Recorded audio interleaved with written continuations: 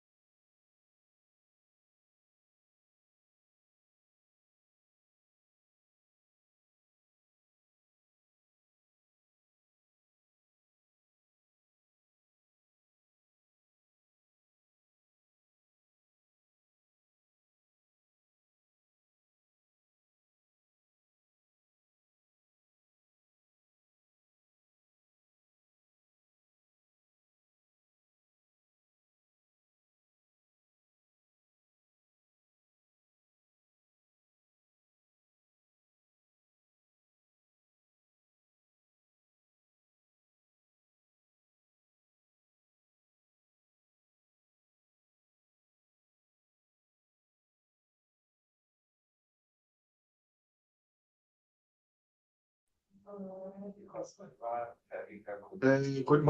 morning. I just want to test if we are audible.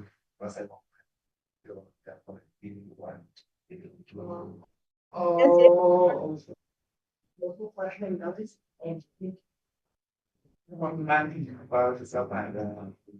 that volume is on.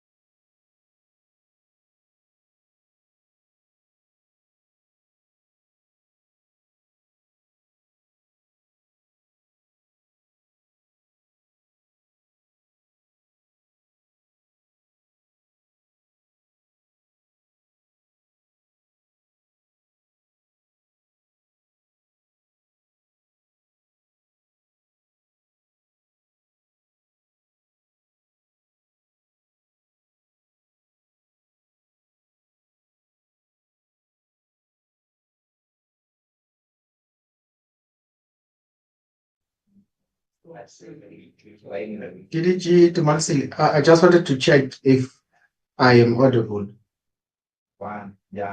Yes, you are audible. Okay, thank you. Sure.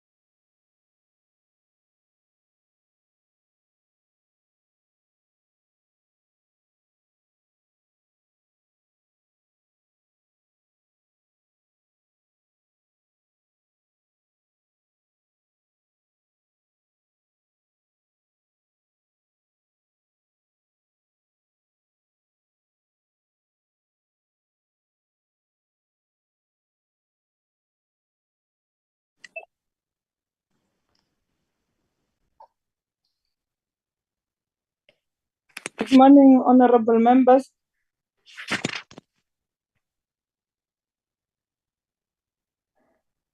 Morning, Chair.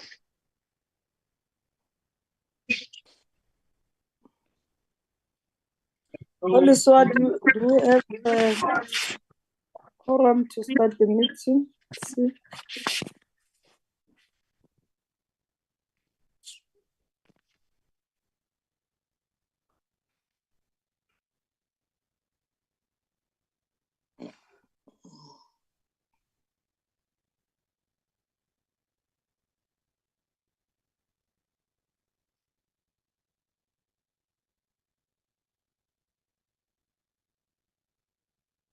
1, 2,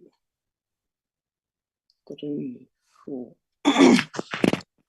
Good morning, honorable members, and good morning to Department of Human Settlement led by the DG. I see DG is in the meeting, and to our petitioners, you're all welcome to the meeting. Koliswa, can you flag the agenda? Okay, Chair. Good morning, Chairperson. Good morning, members. Okay.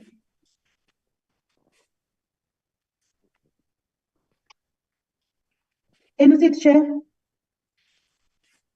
Not yet.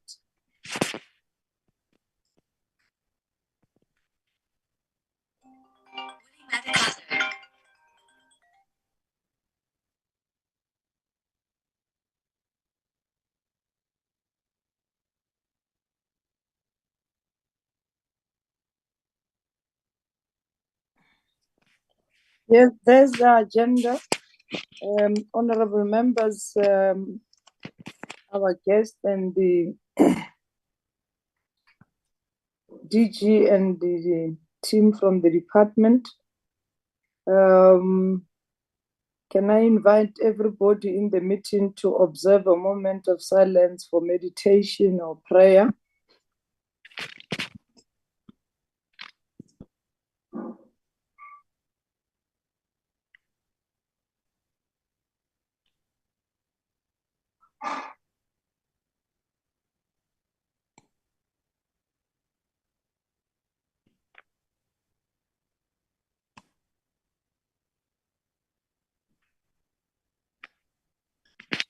Thank you very much.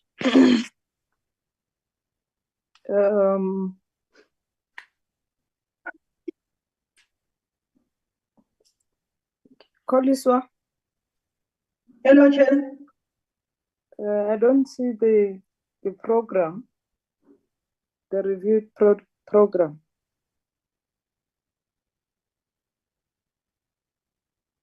The on program, agenda. Chair. I don't see the review program on the agenda.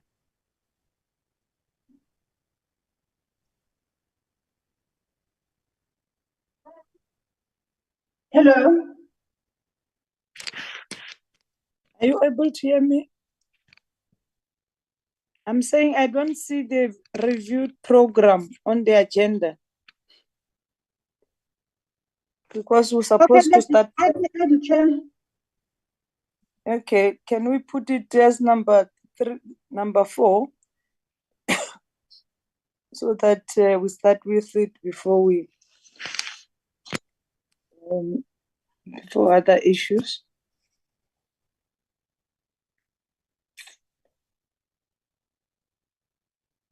Honorable members, the agenda will be read as follows.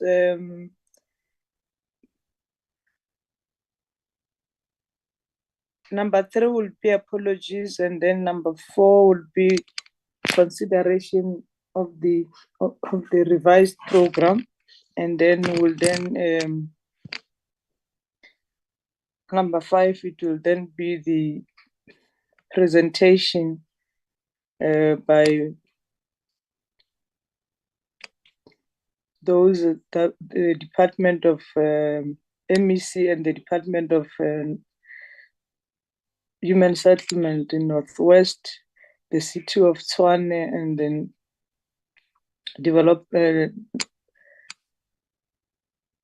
I think the developmental cooperation of Northwest, and then we'll then have the petitioners.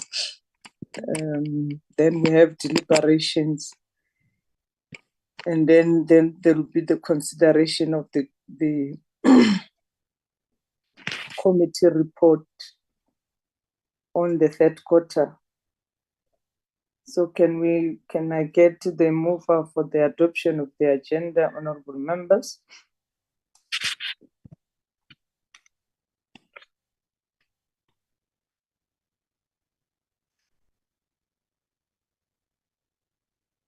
Can I get somebody to move for the adoption of the agenda? I move, Chair. Honorable Mandisa moved. Can we get the seconder?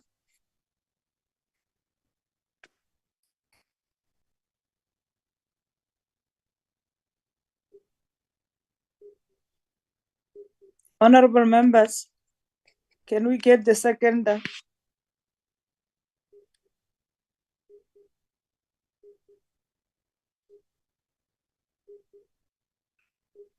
Do you want me to call you by names? Honorable Brad Haron, Honorable Chris Malimacha, Honorable Colin Malachi, Honorable Ntombi. Yeah, I did say I would move. Hello, Chair. Okay. Okay. Hello. I did say I would second. Maybe you didn't hear me. Oh, I didn't hear you. Thank you very much. The agenda has been second. Can we then get to apologies, Koliswa? Morning, Chairperson. I received an apology from the minister. She has an bereavement, Chairperson. Thank you. That's the only apology I have. Okay. Sorry, Chair. Mr. Tshwane will join us later. She is at the doctor's room now, Chair. Thank you. Okay, thank you very much. Can we then flag number, we'll go to item number 4, which is the program, the revised program. Just to indicate, honorable members, that we had the meeting of the chairs of chairs, which deals with the prioritizations of the issues that must go to which must be finalized within the week, and priorities being the legislations that are already in advanced stage. We then decided that we should rework our program, because we've discovered that the 22nd, you'll remember that we have agreed that we need a meeting on the 22nd of March, and we were told it's a holiday or a leave for members. So we tried to secure the 19th after the plenary, which will be 6 o'clock, so that we can then be able to deal with the issue of the Brede Valley petition. And unfortunately, we were briefed that the meeting between the minister, as we have instructed or requested, between the minister and the MEC of Western Cape and Brede Valley couldn't happen.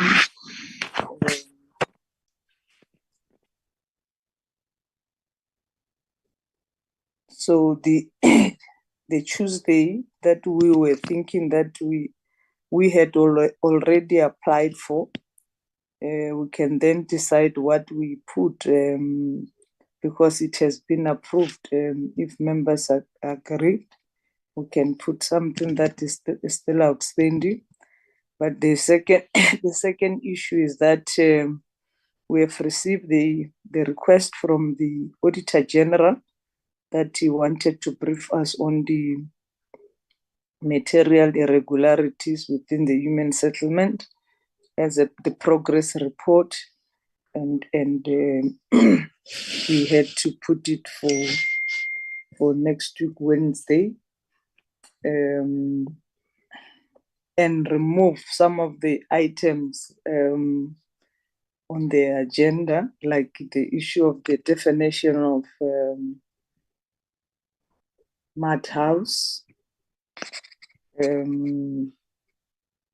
the issue of the private bill, because the time would not allow us to deal with it, and the this is the program that we think it can take us towards the end of this term, as the parliament will be rising. So can we get any indication if members agree that we should put something that is outstanding on Tuesday? We should, because we already have applied for this date, but unfortunately, the meeting between the executive members have not materialized. Therefore, we might not we might not get the answers that we needed. So can we then get members to talk to the program? If members agree, can we see in the show of hands and second us?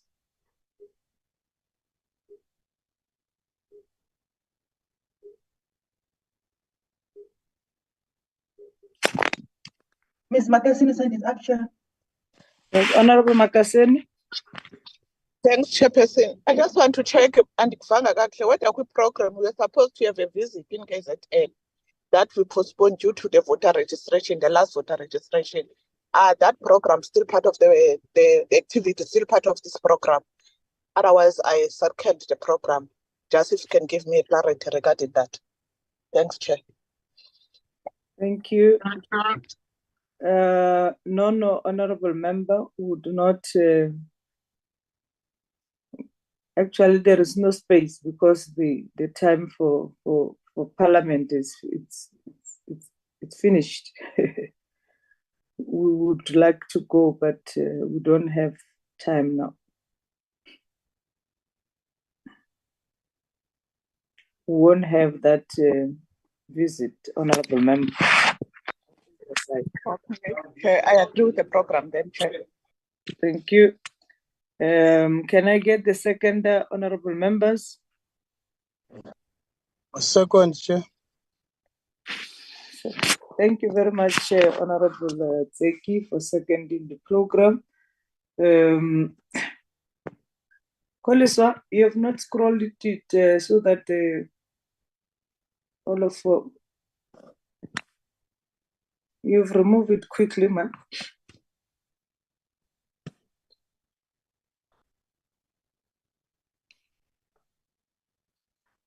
Yes.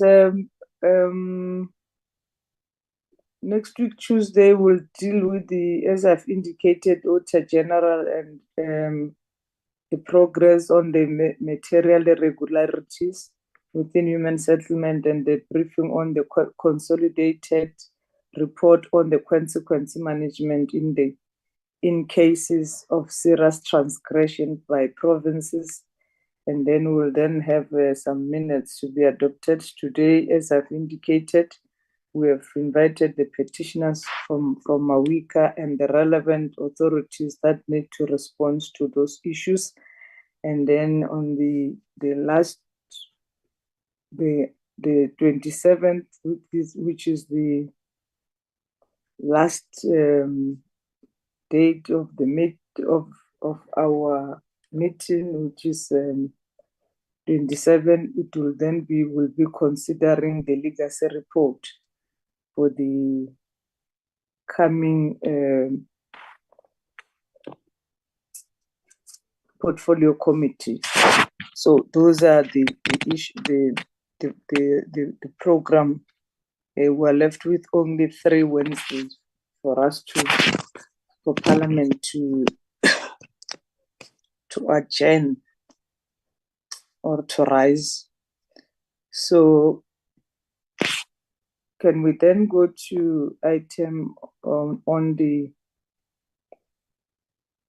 petitioners from Mawika?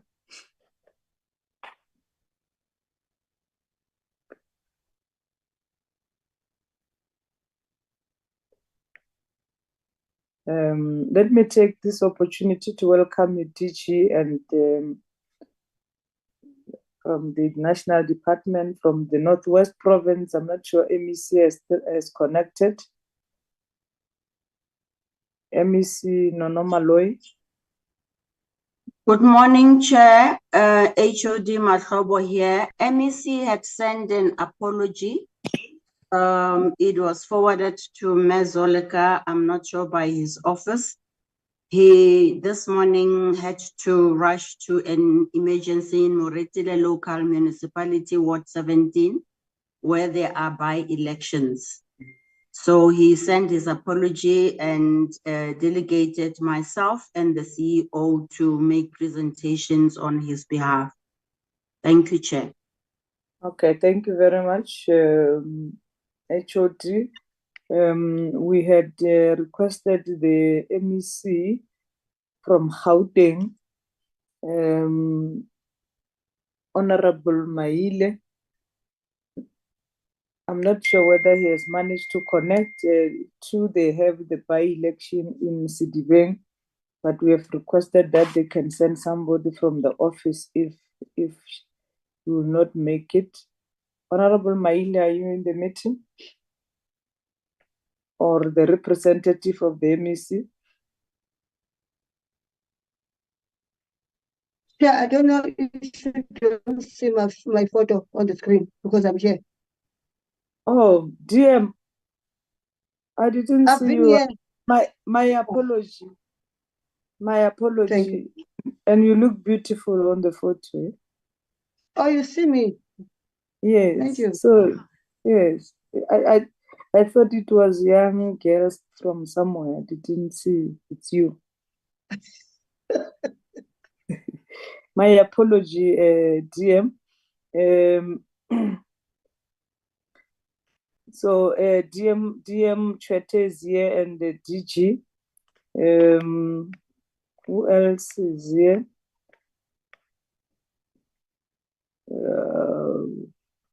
Petitioners, are they here, all of them? DG, I'm told they were going to be housed in your office. Are they there? Okay, thank you. Apology, Chairperson. They are joining from the bottom. Okay, thank you very much, DG. Okay. Thank you. We'll now invite the Northwest, maybe just to assist the process so that we are able to finalize these matters quickly, is that in the last meeting interacted with the department. The department has indicated that after the meeting that we had with the petitioners, where the Development Corporation has availed land for the 3 petitioners, which they've accepted the land in our present. There was a process for the department, both Northwest and National and Tshwane. Oh, I didn't check Tshwane. Is Tshwane here? Tshwane. Good morning, Chair. This is the MMC of Human Settlement in the city. Unfortunately, the mayor is unable to join us. I will be representing the city, Chair. Oh, thank you, MMC. Can we have your name so that we don't just say MMC? Ofenzema Dzibandela. Oh, on MMC Ofenzema Dzibandela. You're welcome, sir. Yeah, the city and the city of Tshwane, the Department of Gauteng and National, through their allocation, will then build 50 square meters for 3 petitioners. We were told that the 2 petitioners had agreed to accept the 50 square meter. There is one which rejected that 50 square meter.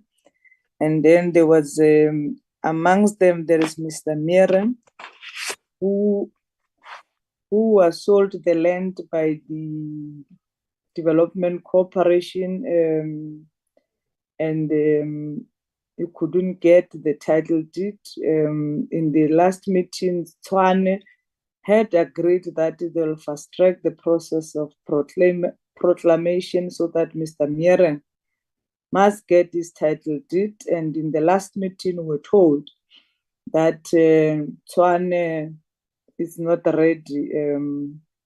They are claiming to say that the land belongs to private person or private company or private sector. That land belongs to private sector, which is the other part belongs to Medunsa.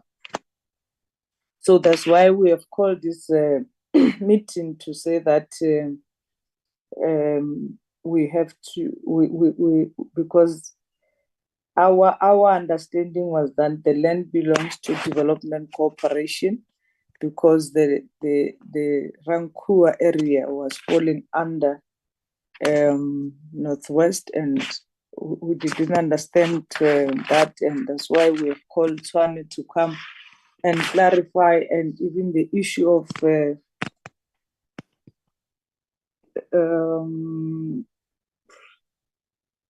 the change of mind in terms of building of houses. There was said that Tshwane is getting legal advice whether they should pay the petitioners money or they should continue to build houses. So I just wanted to summarize the discussion of the previous meeting. So we then decided that we needed to have all relevant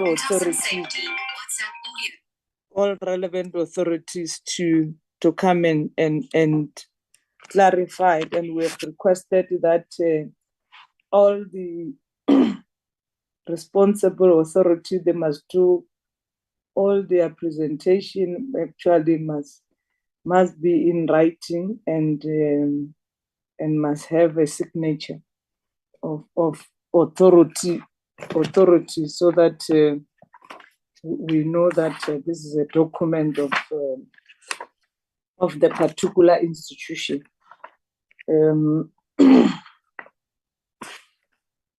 Okay, let's start with in terms of the agenda. Can you start with the department of both the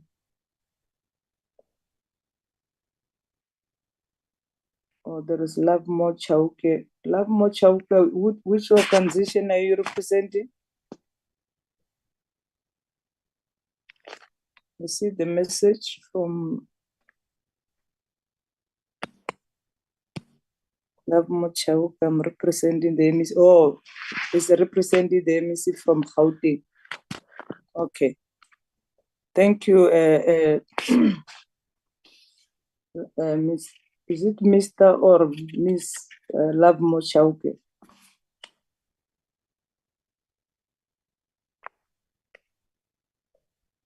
In the meantime, I'll use Mr. until the person clarifies who she, because he doesn't talk.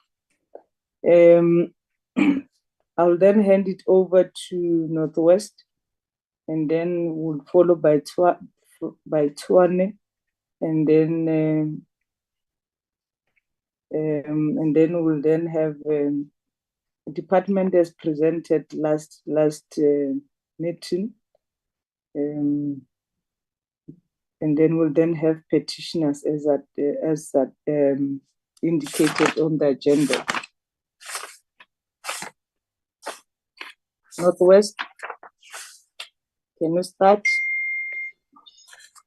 Thank you, Honorable Chair and honorable members. GM. Start by indicating that your report has been forwarded, which is signature of the MEC and yourself. Thank you. Yeah, if you can confirm that, yes. Thank you, Chair. Our report has been submitted, signed by the MEC to Honorable Chair. It was emailed, and I believe it has been received. May I, and our report, by the way, had attached the report from the entity that reports to us, which is Northwest Housing Corporation. Honorable Chair, as the Northwest Department of Human Settlement, of the 4 Mawiga petitioners, we will be focusing our report in terms of resolving issues around Mr. Khaswe, following the agreement that we made after the meeting that the corporation will avail. Can we have somebody? Can we have somebody to flag the presentation? Koliswa, can we give them the rights to? Yes. Okay. Thank you. Proceed. Proceed. Sorry, HOD. Yes, Chair. Following the meeting with your good self, Chair, the Portfolio Committee, National Department, Tshwane, Gauteng, and the corporation, we agreed to reach the following resolution and resolve the matter as follows. Get the Northwest Housing Corporation to avail land. We are on the next page.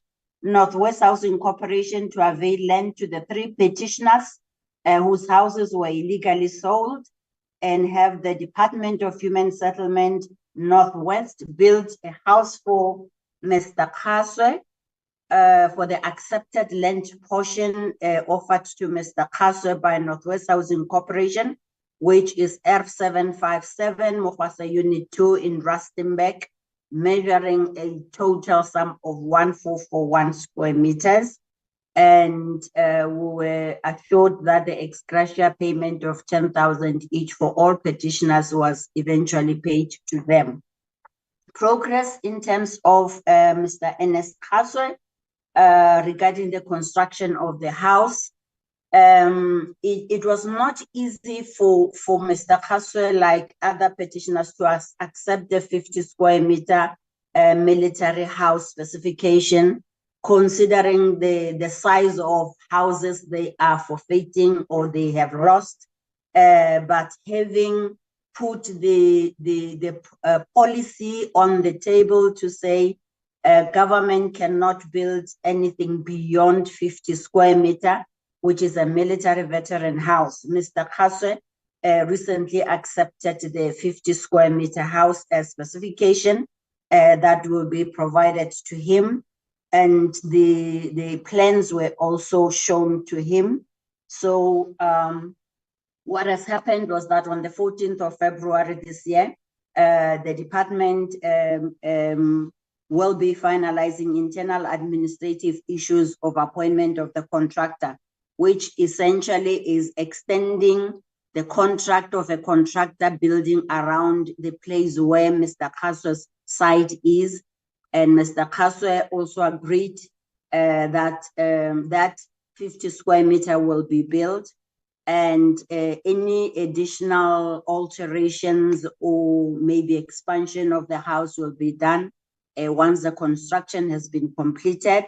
So we have extended the scope of that, the military veteran houses for Moses Kotane local municipality to incorporate Mr. Khaswe's case.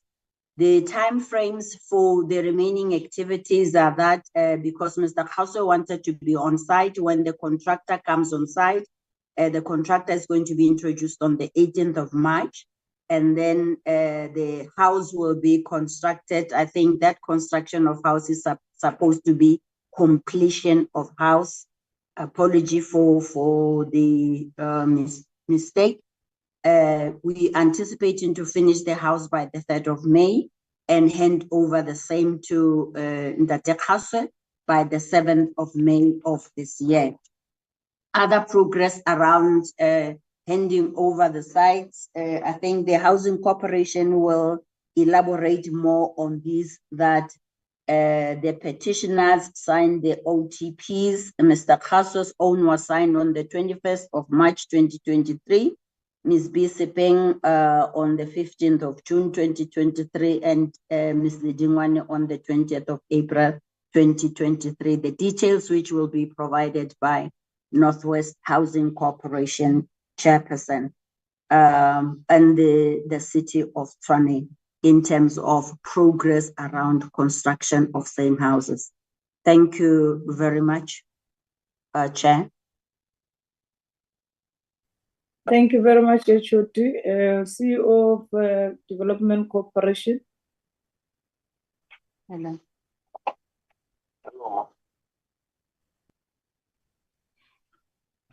Thank you, Chairperson, and all protocol observed. The report by the HOD, Mama Shobo, Recording in progress. we wish to confirm that we have complied with all that was supposed to be done by the Housing Corporation, and ex gratia have been paid, and all the offers to purchase for the land have been given to the petitioners. And Can you present? Can you put your report on the screen, CEO? Or somebody, can you help to put the report of the Development Corporation on the screen?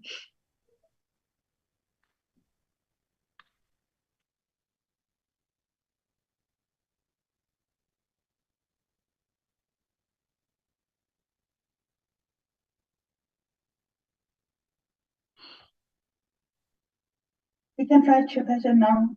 Yes, the co-host rights. Thank you.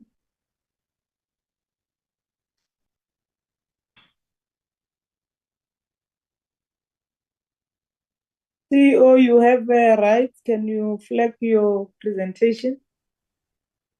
okay, Chairperson.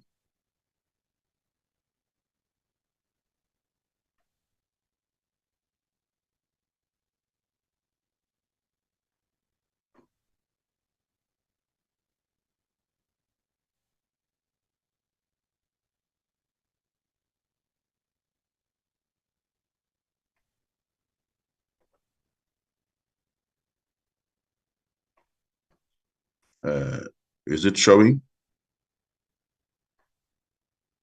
No.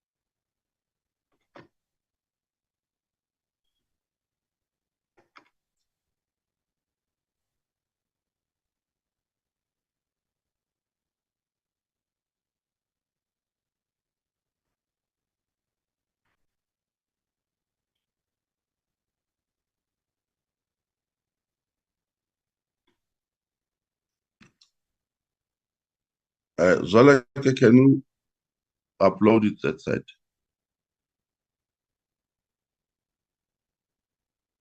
Koliswa, can you help CEO?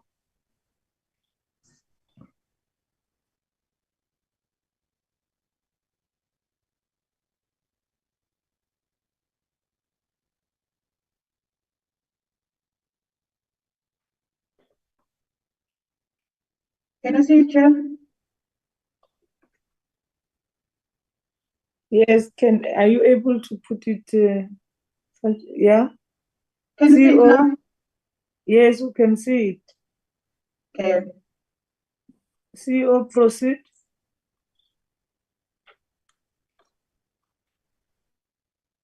Okay, Chairperson.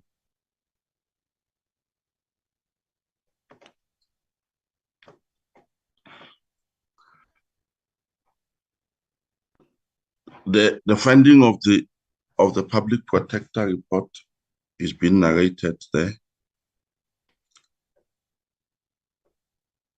And then the Northwest Housing Corporation's response confirmed that Mr. Michael Mary was the property owner of 2877 Zone 2.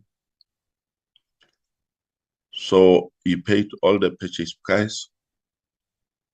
So what happened here was that Tshwane had no authority whatsoever to sell those properties.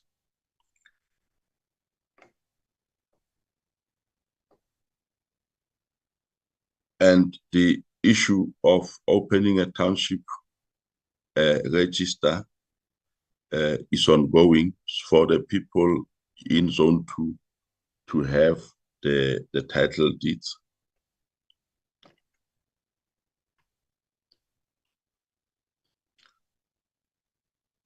And we have signed the power of attorney for that area to be transformed into a full township.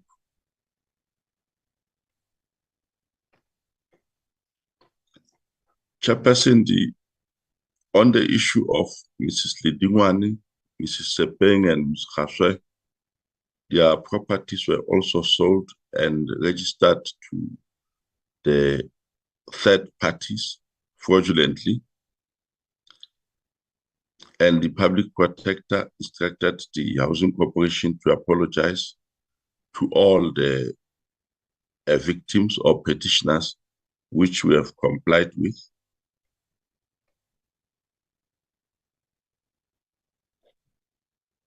The issue of the ex gratia of 10,000 rand have been paid to all the four petitioners.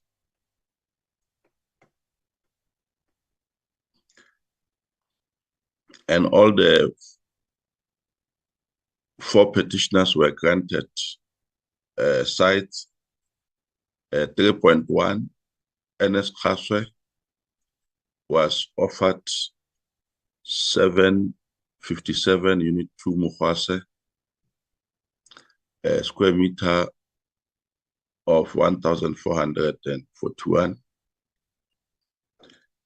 and have signed the offer to purchase at 0 rent, and it's just for him to take the full title deed. The Provincial Department of Human Settlements was also given the permission by the Housing Corporation to start the construction on the 29th May 2023 on the same site.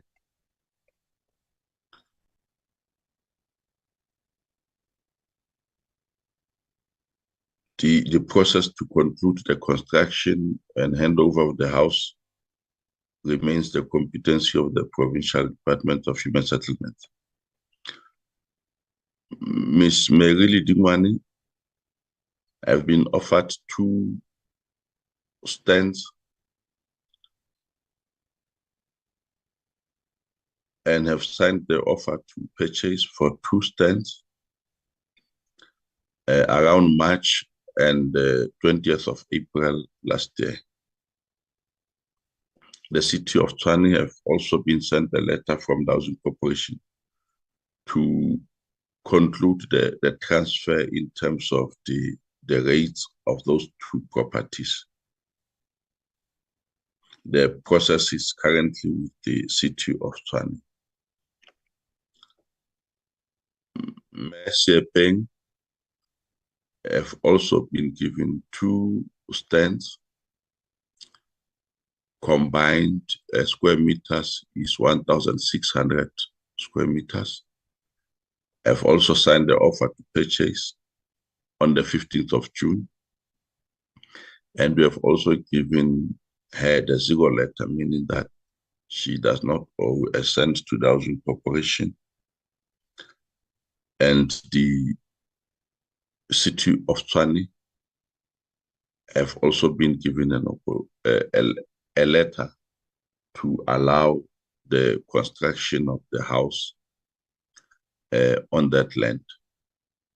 So, Chairperson, that is our report. In brief, is that everything that the public protector said we should do, we have done, even though we were not in the wrong.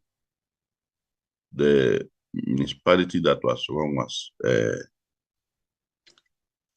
City of Tshwane, that was not supposed to sell the properties they do not own.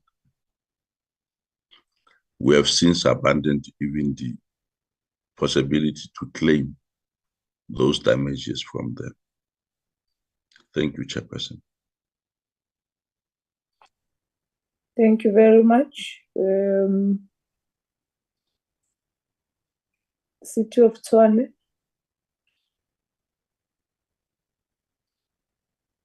Chairperson, thank you very much. Sorry, Chair, I muted myself. Chair, yeah, well, it's very unfortunate with the closing remarks of Mr. Sello there. But Chair, my HOD will take us through the presentation. But suffice to say that the city still holds the view that they are also not in the wrong and will be taking or have taken the findings of the public protector on review. And we have been cooperating with the petitions committee up to this far, and we will continue to do so.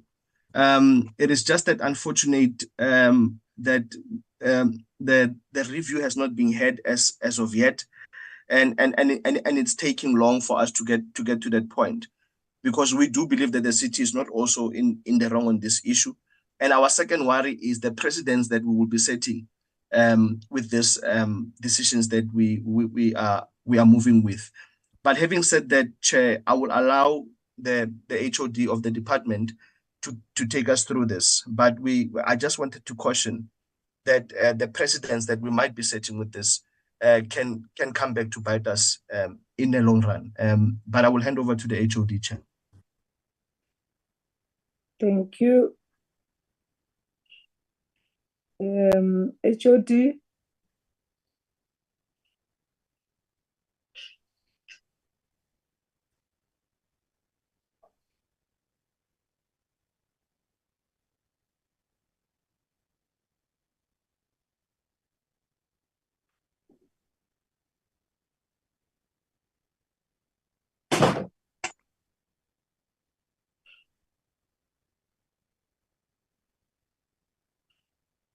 J.H. Mamela, are you here?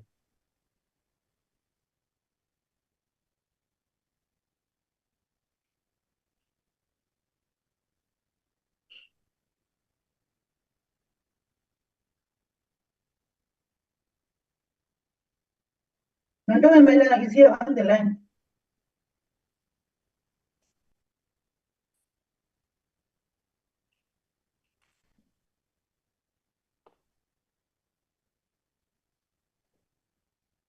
Can somebody call him or her? I've been calling her. She's struggling with her unmute button, but she will unmute just now, Chair. Apologies for that. All right. Okay.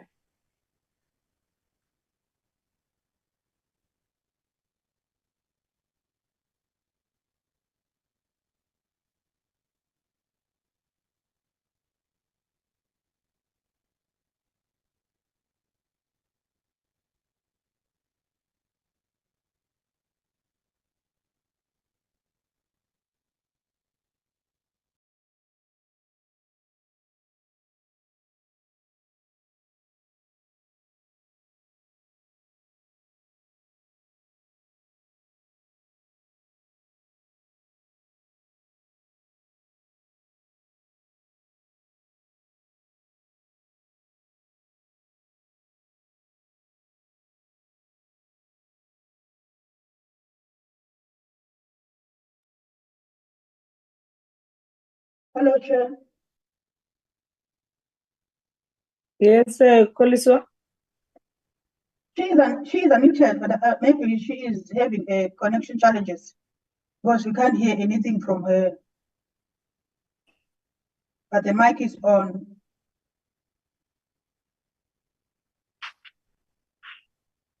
Okay.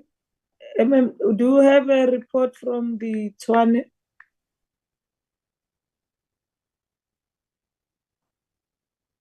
You can flag it for the MMC to take us through that report if his team is not available.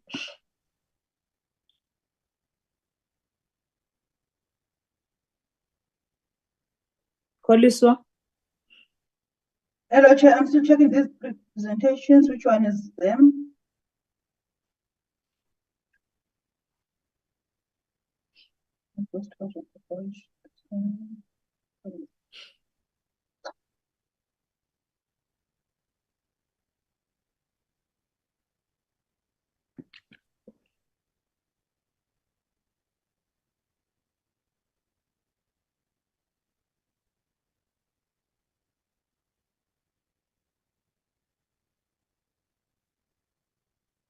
No, Chair, I don't have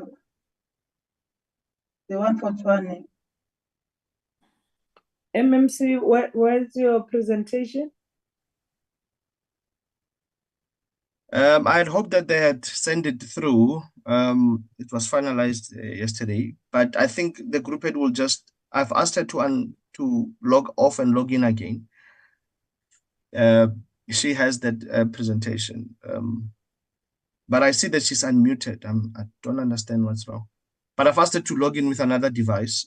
Maybe if the chair can indulge us a bit, and move to the next item, and we'll come and present afterwards.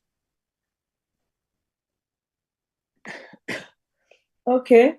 In the meantime, we would then get Ms. Petition Ga-Rankuwa to talk to what Northwest and Development Corporation have said, whether can confirm all the interaction and there is that agreement. Mr. Ga-Rankuwa. Thank you, Chairperson. And good morning, Honorable Chair. Honorable Chair. Yes. Yes. Honorable Chair, my sincere apologies for doing this. My name is Nonto Menela. It seems like I was struggling with connection, but I've managed to connect from my colleague next door. I don't know if the chair would allow me to give the presentation as requested. Oh, you have resolved your issues. Yes, I've had to find a okay. All right. Okay. Solution. Okay. If please the Secretariat may allow Mr. Mazwi sharing rights so we can share. We don't have your report. Where did you send your report, ma'am? Chairperson, our apology, we were weary of sending a report that is not yet signed. So the report is still in the process of being signed, but it has been reviewed by our MMC and can be presented to the committee today.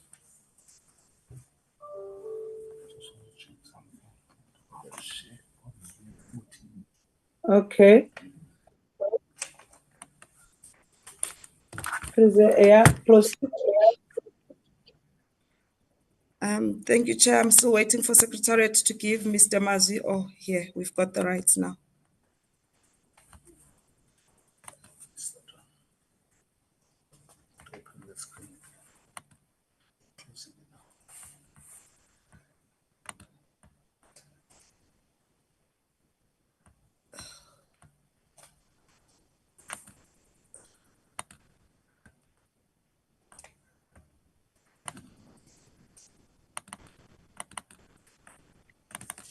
Chair, if you allow me, this is the Deputy Minister. There is still a Deputy Minister of Human Settlements in this department, Chair.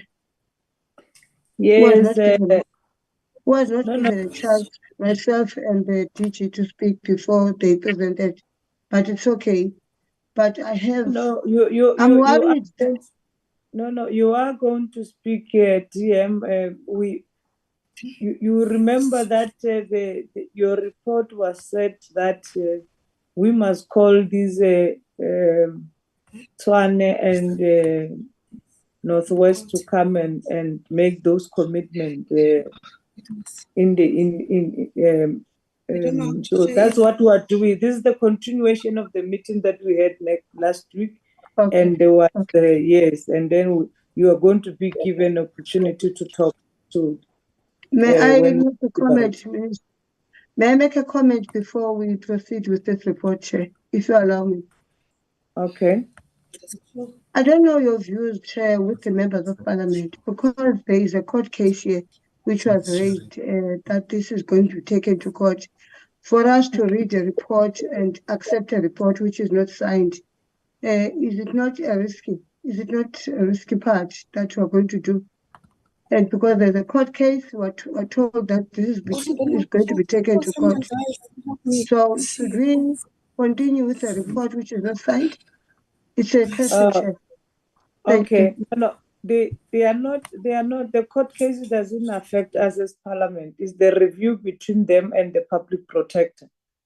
Here we're dealing with the petition, and the petition, which we said that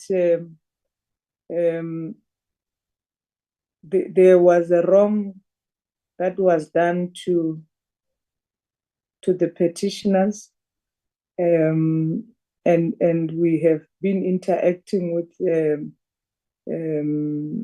everybody on the matter, and we have reached the level where we are, and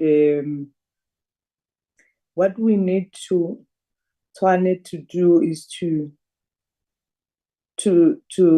talk to the petition issues, not the public protector issues, because those that are going to be contested by them with the court. Here we're talking about the petition in terms of they are supposed to proclaim the Ga-Rankuwa and allow and give Mr. Miereng title deed, and then the allocation, which is from human settlement, from yourself, DG, money appropriated by us as Parliament for them to build houses.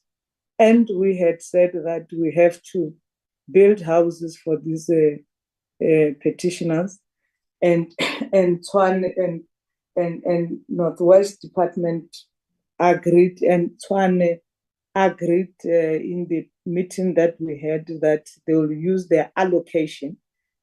We're not talking about the money of the city here. Allocation from yourself to build houses for for those petitioners. So we're not talking about taken, Chair. Yeah. I don't want to delay with it. Okay.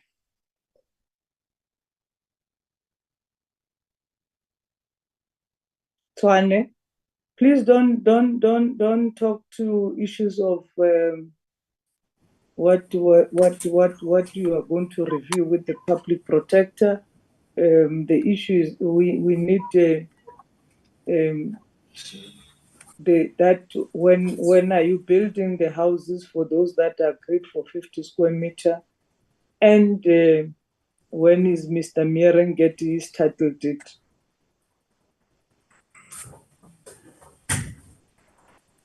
Proceed, HOD of Human Settlement.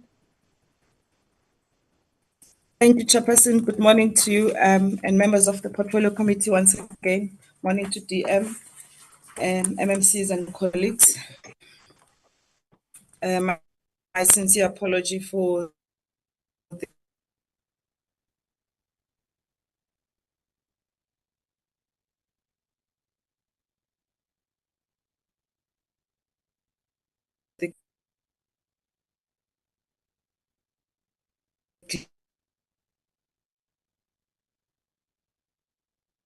glitch. The report that Chairperson, so I will go straight to Chairperson. Please do allow me to just clarify presentation to anyone. We have of a legal opinion that was sought by the city. there were officials who were in the employ on the city in their private capacity, colluded with officials of Northwest Housing Corporation, together with a conveyancer in the area, to fraudulently transfer the properties of the petitioners to third parties. So I think it's important, Chairperson, that we put that on record, and we've shared those details with the portfolio committee. And I think it is in that context that the city is still taking the matter on review in terms of the findings of the public protector. Chairperson, in the various engagements that were held with the portfolio committee, the National Department of Human Settlements, Northwest, as well as the Gauteng Human Settlements, we undertook as a city on humanitarian basis, as well as in the context of the actual petition, to then assist in finding a redress for the petitioners. It is in that context, Chairperson, that the city had agreed to assist. I will move, Chairperson, the HOD from Northwest as well as the CEO have addressed the matter of Mr. Gaswe, who has opted to have land allocated from the Northwest, and they've given progress in that regard. I will then move to the Tshwane and Sipeng families. The last update that we provided to the committee chair was that acceptable to the families, to a point that we have now settled. They have agreed to two properties as follows. The Tshwane family have agreed on two stands in Mabopane Block X, ERF 12049 and ERF 12050. In the case of the Sipeng family, they've also agreed to two stands in Ga-Rankuwa Unit 4, ERF 9059 as well as ERF 9060.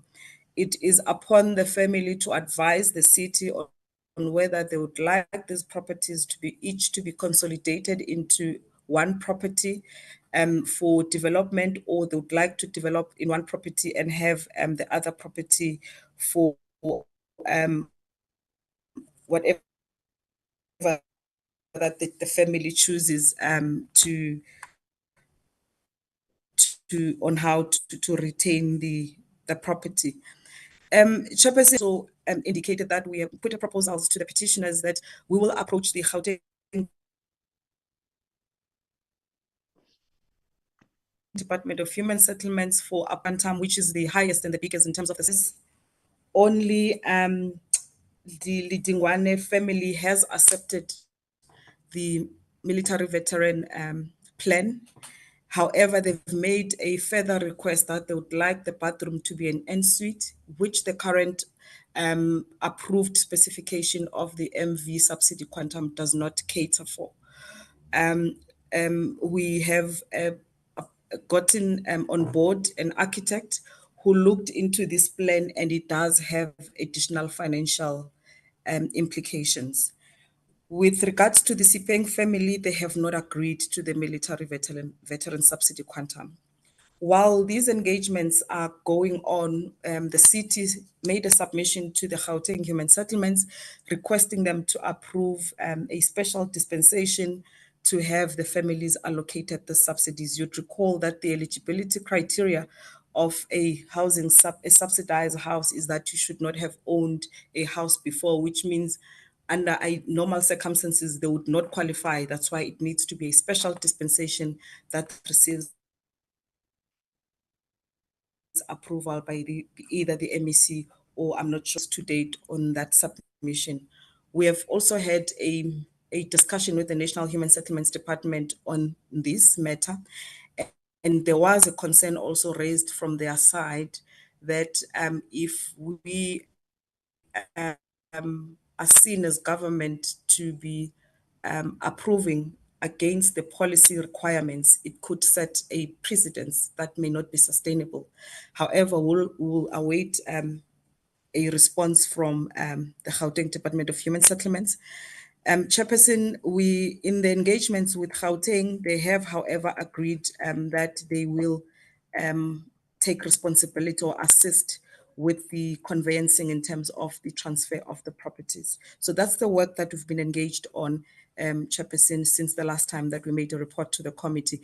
And we are making a point that the housing being a concurrent legislative competence of both national and provincial governments, we do rely on the two spheres of government to assist with the approval of the subsidies so that houses can be constructed for these families. Chairperson, I'll therefore move to Mr. Mire. I am reluctant, Chairperson, to present in detail our report on Mr. Mire, having had sight of the report from the Northwest Housing Corporation, because the CEO has indicated, by the way, Chairperson, I also need to clarify that this land was never sold. Instead, Mr. Mire's cry is that he needs this property registered in his name so that he can develop it for the benefit of his family. We have been at pains, and there's no entity that we've spoken to understand, because the Ga-Rankuwa 2 falls within a number of farm portions which are owned by different entities, Medunsa being one of them, National Department of Public Works, and some parts by the Northwest Housing Corporation, and as well as TUT.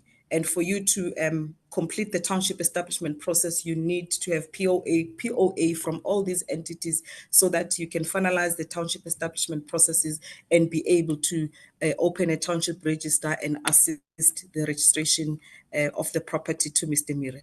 We have been in constant engagement with him. He is aware of this. I think the last engagement was in the week with Divisional Head Petal. In fact, he's even offered that he does have some documentation which when his family 60 years ago was given an occupation to occupy, that might assist us to unravel this matter. However, with the presentation from the CEO, if I understood it well, he has indicated that they have issued a POA. I'm not sure to which entity. I would assume that Gauteng Human Settlements, for them to proceed with the opening of the township register and the registration of the title. I will then accept, Chairperson, that the Northwest Housing Corporation is in the process of addressing this matter, because we're, as a seat of Tshwane, we've gotten to a point where we got stuck in terms of getting the relevant property owners to give us the necessary POAs so that we can assist Mr. Mire.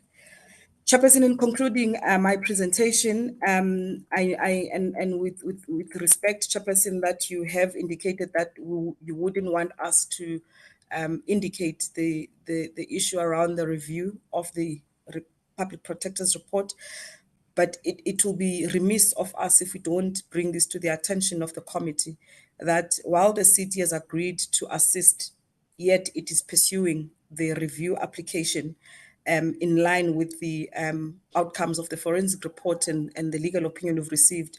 Our legal team have also further issued an opinion to the city to say the city,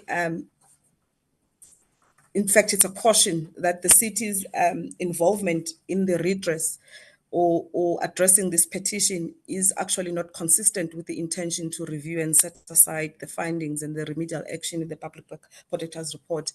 And in this regard, the city is considering the legal opinion with the view to halt the efforts that are currently underway up until the review application is seen to conclusion by the court, Chairperson. My MMC might be needing to add where I might have critical information. Thank you very much.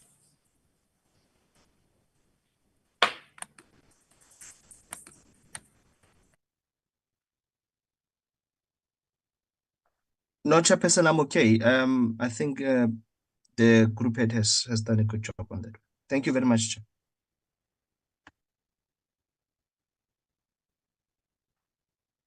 Thank you very much,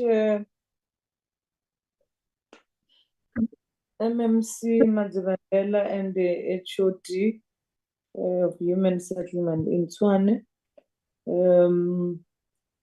Can we get Mr. Khaswe, the petitioner, the first petitioner, to talk to what the Northwest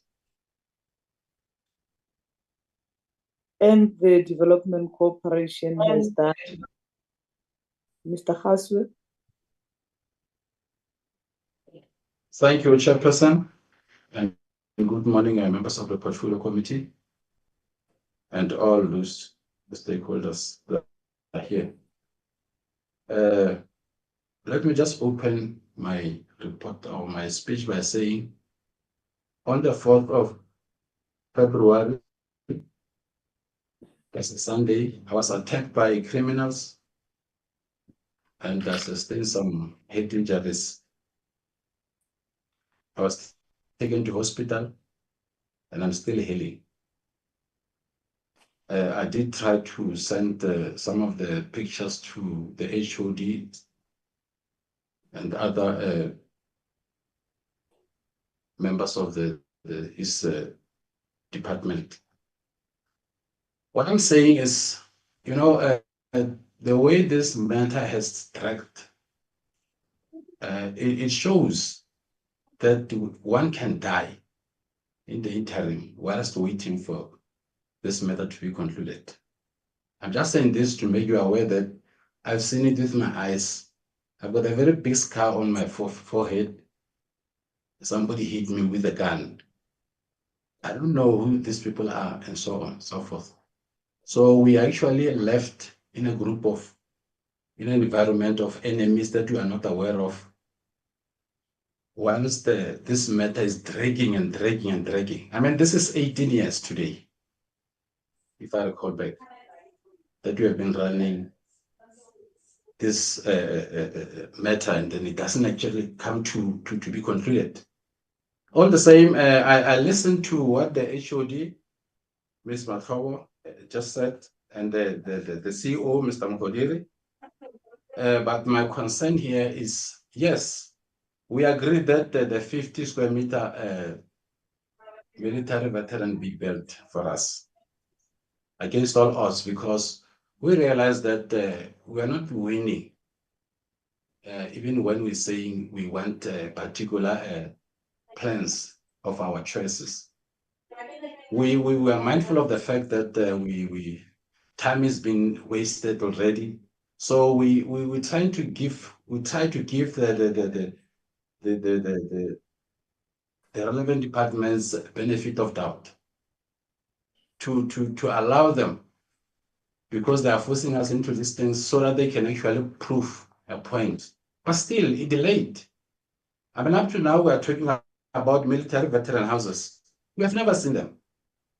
I've never seen them. We don't know exactly how it looks like, how the houses are, and so on and so forth. We just Googled on social media, and then that's what you saw. But all the same, I'm saying this because every time I had to go and see these houses, when I was invited, I'll actually raise an issue about transport, petrol, reinvestment.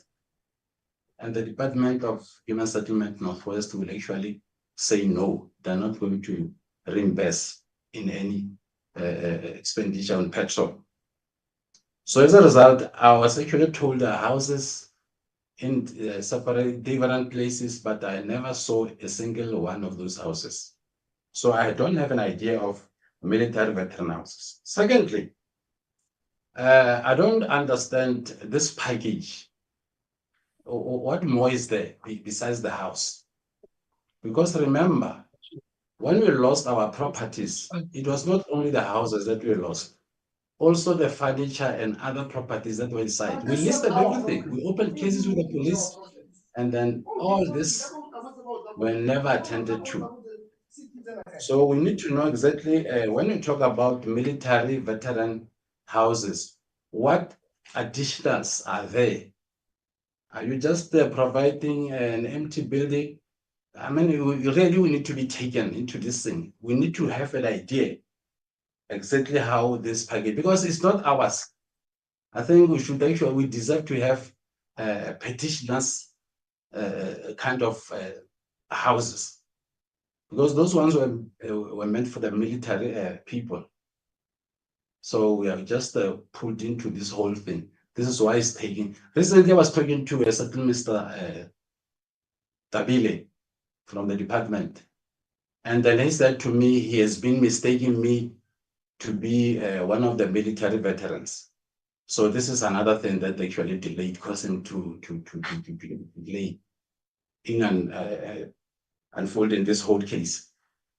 So being that I'm happy that on the 18th of March there will be an introduction of the developer, and delivery will be done on the 3rd of handover will be done on the 3rd of May.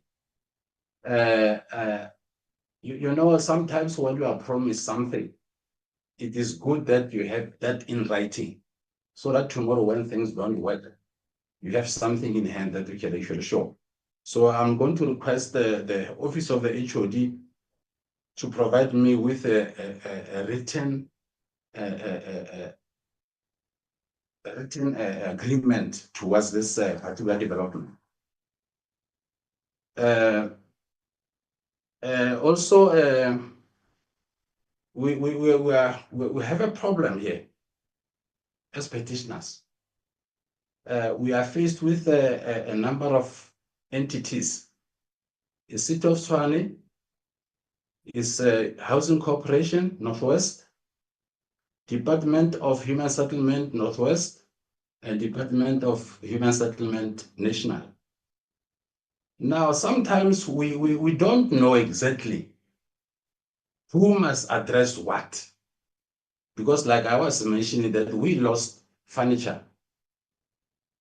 that was actually in these houses. We lost it. I mean, I've opened a case with Ga-Rankuwa police station, told them that a certain estate agent was involved in taking my furniture. So nothing was done. So I need to understand that as well, whether we are going to come in those houses, get into those houses empty as they are, or whether, according to the specs, there's a package towards that. I listened to the CEO, and I'm happy that whatever he said, yes, I agree with. But the issue of ex gratia, I have a problem with that, because every time when we discuss issues, we wanted to refer from the public protector's report. But some of these things, we accepted them whilst they are not actually in line with the report. You remember the meetings that we had? I mean, the issue of being offered a land, it is because Northwest Housing Corporation had ample lands, a lot of land that was actually lying around. This is why they found it easy to give us land. It was not how it was actually designed from the public protector's report. Also, when we were in Rustenburg, the MEC, Mr. Malloy, mentioned an issue of military veteran houses. We listened and then we accepted. It was a wait and see. But as we looked into all these contributions that were made by members, we realized that they are not in line with the public protector's report. But nevertheless, we accept it so that we can actually move forward.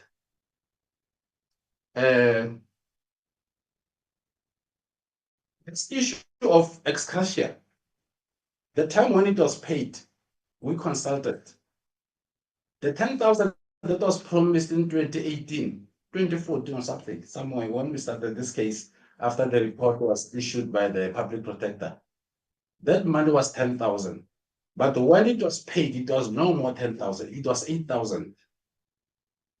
In terms of value, it lost value, monetary value. So, secondly, the manner in which the 10,000 rand came into a picture, that it is a percentage of the price of the houses, is wrong. This ex gratia was supposed to address issues of embarrassment, frustrations that we suffered. I mean, there's a list in that public protector's report that individually we did not suffer the same. So ex gratia cannot be equal. When I get embarrassed in a situation, somebody can get embarrassed, but not at the level of my embarrassment. So we consulted with the lawyers, and they told us, no, ex-gratia cannot be the same. We did not suffer the same way. So this is another point that we raised with the CEO, that we accepted this 10,000 rand because we need money, but we are not happy. We're not happy at all. And the manner in which you structure this 10,000 rand is wrong. You cannot actually structure it with the prices of the house.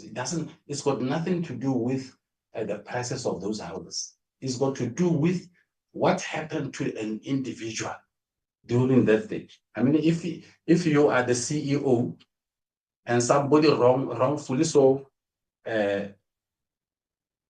take your house and put you in the street, and he goes to somebody who's staying in an RDP, take that person out the same way that he did with you. The level of embarrassment is not going to be the same. I don't know whether I'm talking to people who understand what I'm saying. Dignified as people, I mean, we really have to protect ourselves. We have backgrounds that are different. And then maybe this whole embarrassment did not happen the same way at the different individuals. So I think this ex-gratia issue is not closed. It's still open. It needs to be attended until the right thing is done. Go and consult with the public protector's report and then see why ex-gratia had to be paid. It's not about the prices of the houses. Also, what I don't actually hear from both the Human Settlement of Northwest and Northwest Housing Corporation is the issue, who is liable for the loss of business opportunities and money that we have spent over the period of 18 years? Who must settle this amount? We need really to be clear, because has it not been that we were moved out from the houses? Mr. Hasu. Yes. Mr. Hasu. Yes. Mr. Hasu. Yes, Hasu, sorry. Without Haswene, without stopping, without being rude.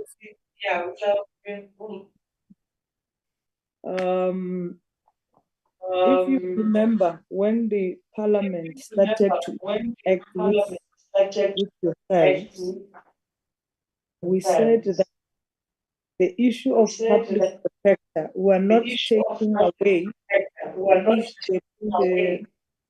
the report of the public protector. We are not discussing the issue of public protector. We are saying we are intervening because you said that to the committee that you don't have a place to stay. And we then said under humanitarian grounds, or because your right has been violated, when the entities or department are fighting among themselves, you as individuals, you don't have an accommodation to sleep. And we have actually requested the Development Corporation and Northwest and Tshwane and National Department to ask the three or whoever is fighting amongst the issue, because you have taken the issue to public protector. Some of the issues will be determined by the court of law, because that's the only solution that you get, as Tshwane is indicating. But the issue here is that we said national department, you are allocating houses. As parliament, we are appropriating a budget. There are these petitioners who they are raising this critical issue of their houses being sold for, now it's more than 18 years, as you are saying. Can government, the government of the people, by the people, the government that consider the human rights as the main issue for the existence of this government. Can they give or allocate homes for these petitioners, which we've been working towards that, all of us. The issue of ex gratia, we told you, we have even consulted our lawyers, that is outside our competency, because it's the decision of the public protector. If you and the decision was taken 18 years ago. I don't know when you've received those 10,000. By that 10,000, if you have received it immediately after you've raised the issue, it might not be the same thing after 18 years. So, and the public protector, we've met with her, is determined that this case will resolve it until to the end. So here we're talking about government intervening, assisting people who they are staying on the street because officials of government have illegally sold your houses. So as they fight and try to find the culprit, let government do something about it and give you a house. So and your interaction with public protector, we think, is still going to continue, and you'll then raise your concerns and all those issues around, and we've been indicating those things. So,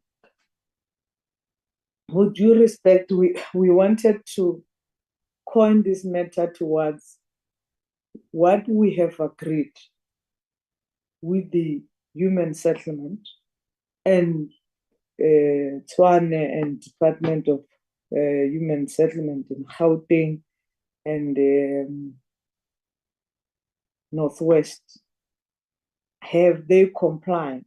You remember in the last meeting, they've said that government policy, the biggest house that we give away as government is the 50 square meter house for military vets. And we requested that availing land and given that 50 square meter,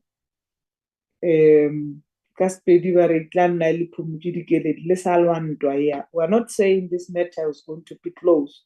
You have the right to take the matter until we don't know how long it's going to take, but in the meantime, your kids and your families must have a roof on their head. So we're not closing the issue of the ex gratia. We're not saying the report about it, because I couldn't say to them we are out of order. We're referring to the issue of the land and all those things. But members, they are here to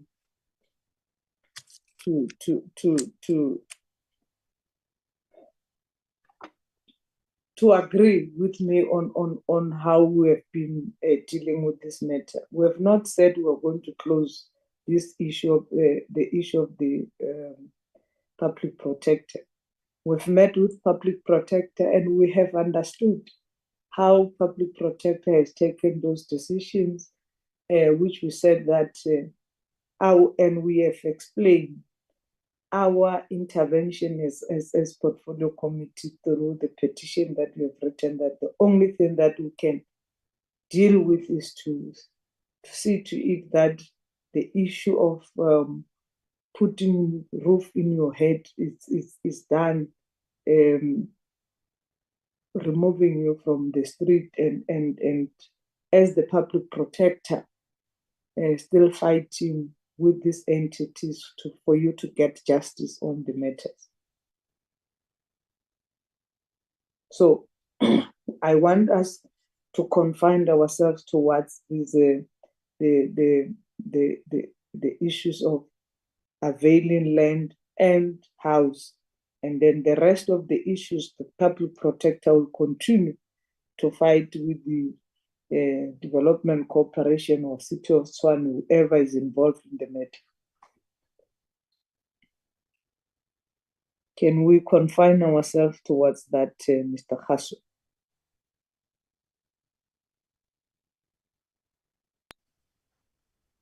Thank you, Chairperson. Okay, let me just wrap up by saying my request finally will be for the Office of the HOD Northwest to take me to show me some of these houses so that I can have an idea, at least to see a physical structure and to make my inputs. I think that will be my final comment. Thank you very much. Thank you very much, Mr. Hasso. Is it Miss Sipe, the one that has accepted accepted the 50 square meter? It's the Litangwane family chairperson who've accepted. Miss who? Lidungwane. Yes, chairperson. Okay, Miss Lidungwane. Can you confirm that you have yes? Yes. Le ka no bolela ka Pedi ma.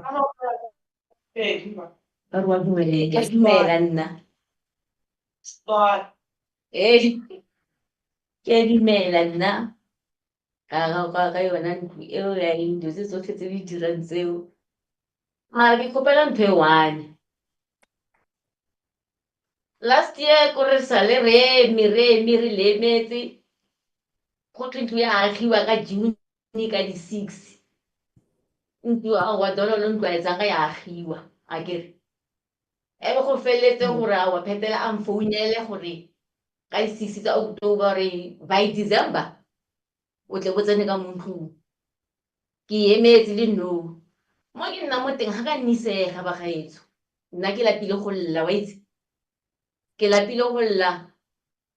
A re wa itse re he re tswa fa gore ke tle ke kry clue ya gore ntlo yona go ikraneng. Modimo o na le nako tsa gaetse leng a ka dira. Ga ke tloga mo ke na le lona le utlwa voice ka gona gona yanong. La utlwa ba ke sa le teng. Bana ba ka boya kae? Mo re le mo teng o nagana gore bene ke mesa abutaka le mosadi ya gae. Ke ka mokgwa ke reng ke lapile go lla o tshwanetse ke lla ke llele go enough gore ga ke sa kgona. Se se leng teng ke gore lona today e re ke tswa fa le mpotsa gore Madidingwane ntlo ya gago e tla ema neng. Gore ga e le gore ga ona se se diragalang gore still le this year re tlo goga boima ntse nna re emetse meeting. Guys, a re tlogele gore o itse keng. The way re leng ka teng nna ke sokotse bathong ke sokotse for bana ba ka ke ntho e ke ikgopelang. And ke acceptile stand seo ke thabile. Wetse ke thabile gore stand ke sela se eme mole. Almost kora o ya ke ya mola ke se tlhola stand sela. Kona stand se se le mara ntlona e ka se eme. Yo e maleng khorile eng. Se se tlona gore ntlo e eme mo. Ke kopa re phethale a go redi ke go sutsa hae batho ba modimo. E re la bolela le nna tsa re a ska nna tsa promise. Ne, wa promise mara go diragale sepe. Next. Ke na le gore ke reketsa metlae ke ranta te khaso ke re yo nna mo nna mole e ema ntlo wena le nna we making te consulla ba gaetso o utlwile go lekane ke gogile boima go lekane ke tshepa gore le kwa mma ka rwetse mo teng ke khale ke marara a ere go bona yanong ke tsusemela mo lona. Kutlwe fela gore Wa hiwa ntlo ya hiwa na military eo ya hiwa. Ene ke kopa go bolella pheta le gore a ntse go bona ntlo tse gore e kanang kang. Whatever ka itse ke tso ka mahara fo mo mara ke o bona gore e kanang kang ke tla re khotsofatsana. Ke se ba iso ke se kopela. Chairperson go tse tsotlhe tse o itse go a ke a bona gore la phusha la raga letsa eng tlhole o tle irala. Ke meeting e me ka e re attendile. I still remember last year ka 2023 ka di-19 tsa May rena le ena Pamela a bolela gore wena ya go ntlo a hiwa se neng mara unfortunately a go etsala sepe a go etsala sepe a sana mafoko a mantsi gore nka bolela gore ke re eng a ke itse ba gaetso gore o itse di tswa ke le ke re go lla ke lile it's enough ba gaetso ke lile it's enough re khopela batho le re beye mo go tshwanetse mo teng re beye mo fufu e ke tseng gore le nka tsamaya modimo nkgopotse bana ka batlo ba itse gore marena it is so rich something wa ka mme o tsamaile ye sena re tshetse ntlo mara go beile o ima o tsula o mona go se monata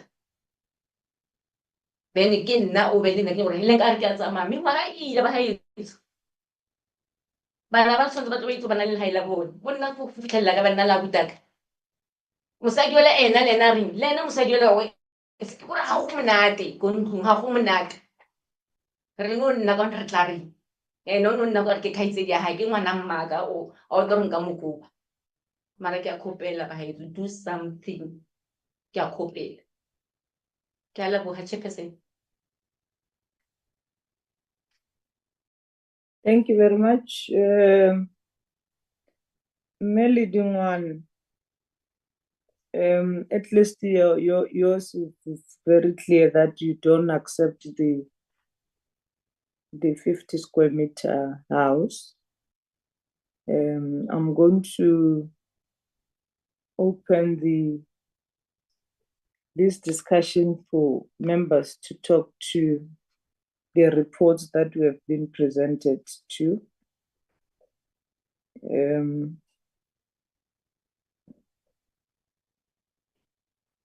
Maybe to start with Tshwane, just to understand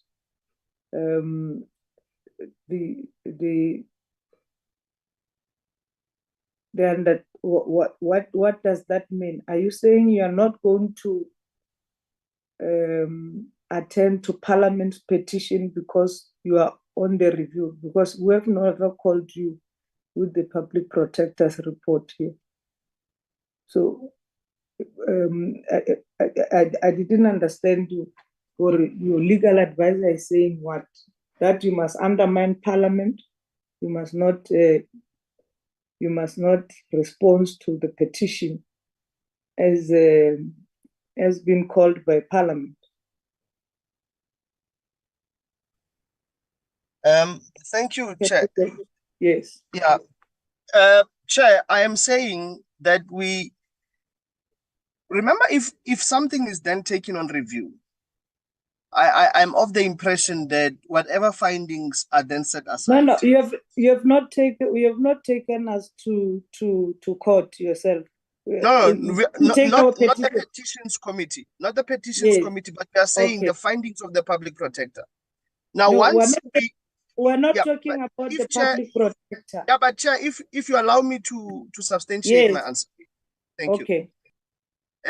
My point is, if we continue with the process and partake in this process, the very findings that which we are expected to comply with are part of what the petition committee is asking the city to continue to partake in. How do we then review a finding that which we are also redressing at the same time? What the lawyers are saying is that we are putting our review in jeopardy. We are not saying we are not going to participate in this forum. We have said initially that on humanitarian basis, we are going to participate in this process. But we are saying to this committee that it must also take in mind the process that we have taken through the legal route. And all of us, especially as legislators, we must appreciate and respect the rule of law and the constitution of this country. Now, secondly, Chair, our other issues, and I've been communicating with my HOD and she will come in just now, is that we are finding out some of these things right now in this meeting, which then say we must then go back and look at what we had prepared for this committee meeting, because some of the things that were said by the Northwest Housing Corporations are new to us. Because in our presentation, you would have heard when we said we are unable to do township proclamation in order to transfer the Maryland because it is owned by different people. So we are now being told here that there has been a concession of transferring of 0 letters and all those things. So these things are new to us, which then says we must then go back and relook at what we had initially said we are going to do. Thirdly, Chair, you have heard from the petitioners themselves the requests they have, and we have said in suits and all of those things. Those things are not part of our housing code. How do we then justify spending taxpayers' money in an illegal manner? Because if we start building houses that are not prescribed by law as a government, how are we then going to account to the AG around those issues? So these are discrepancies that we are finding ourselves in, and hence we have requested that let the lawmakers, which is this body, to say we will allow Tshwane to deviate from what is supposed to be. But Chair, that is what I wanted to highlight. Maybe Group Head, if I've missed something in our response, maybe you can also assist me in that part. Thanks, Chairperson. If you allowed my Group Head to expand further. Thanks. Thank you, MMC. Members, I'm waiting for your hands. I don't see any hands. Let's get the HOD. I'm still waiting for members to raise their hands on this issue. Yeah.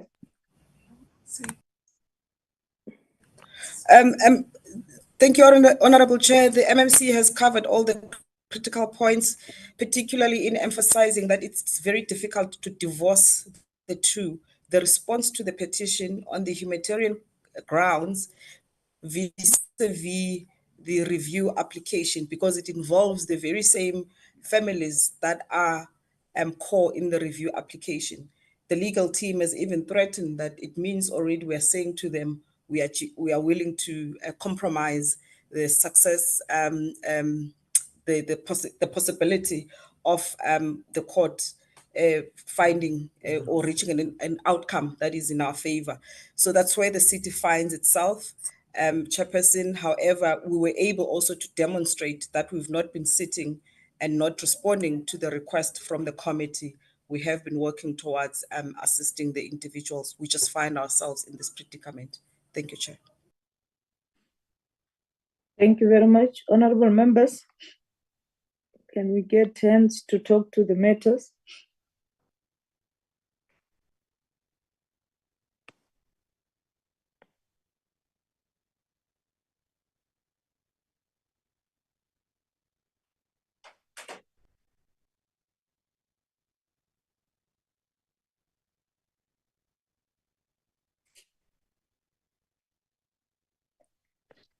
Chair.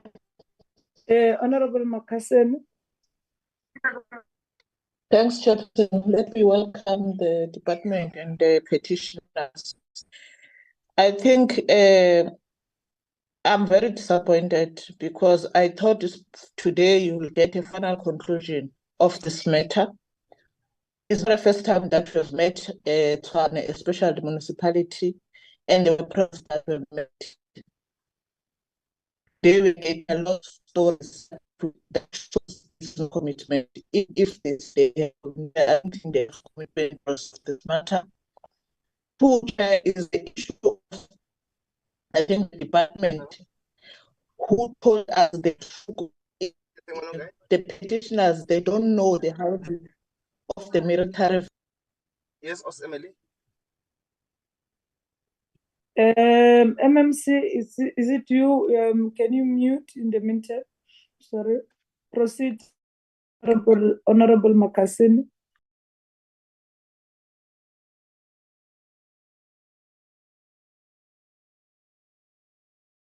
Honorable Makasini, proceed.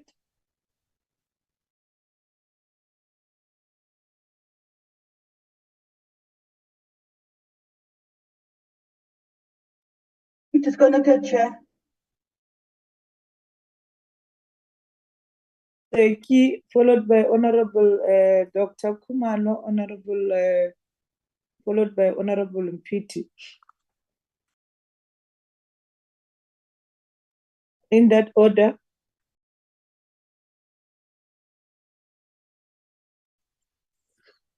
Chairperson, thank you very much.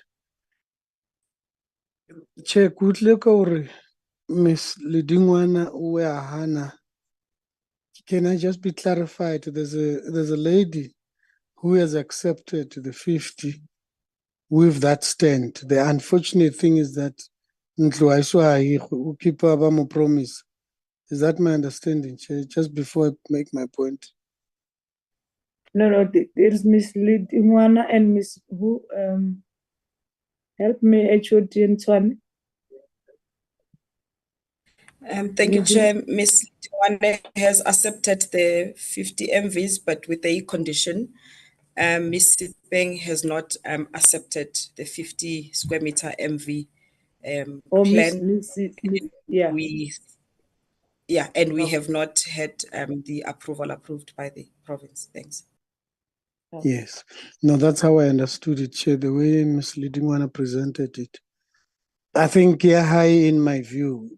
It's just that we keep on promising. I think that's what the issue is now. Chair, maybe I just want to ask an umbrella question. In all the meetings that we attended, we all agreed to resolve the matter, that the people for petitioners, their grievance is legitimate. I think that's a general principle. The only issue that we are finding now is to legitimize that in terms of implementation, which is where we seem to be going from left to right. Yeah, Mr. Khaswe, although I don't understand, because the last time it was almost similar to Mr. Ledingwana, to Miss Ledingwana. Yeah, Mr. Khaswe in Northwest. I don't know at this step Kai. The only issue was the square meter of the land, which he indicated. And then Miss Sepeng Leona at some point in another progress, Nining Wabalidi changes. But again, these changes seems to be coming from the department, not from the petitioners. Yeah, Mr. Mere, it's very simple. It's just to declare that land as part of the township. At the time when we were discussing, Ga-Rankuwa was not declared.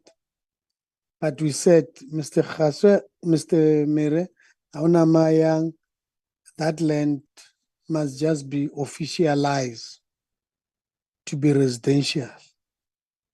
Anyone who would come in and say that land, I remember the last meeting, there was an issue here, public administration or public works seems to be claiming the land.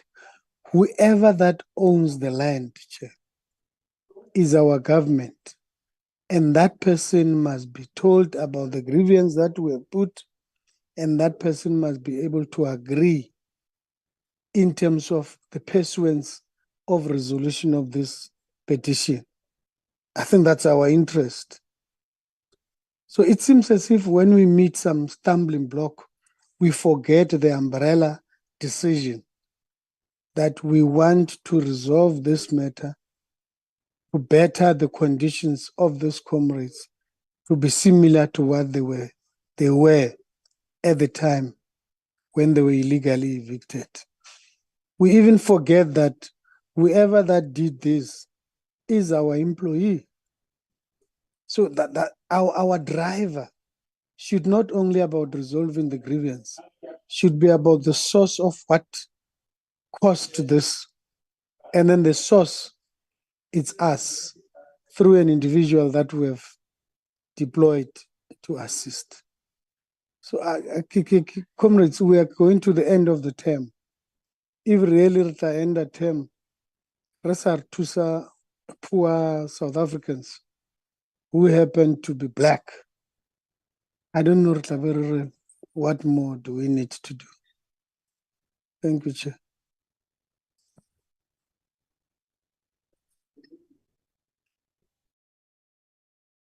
Person.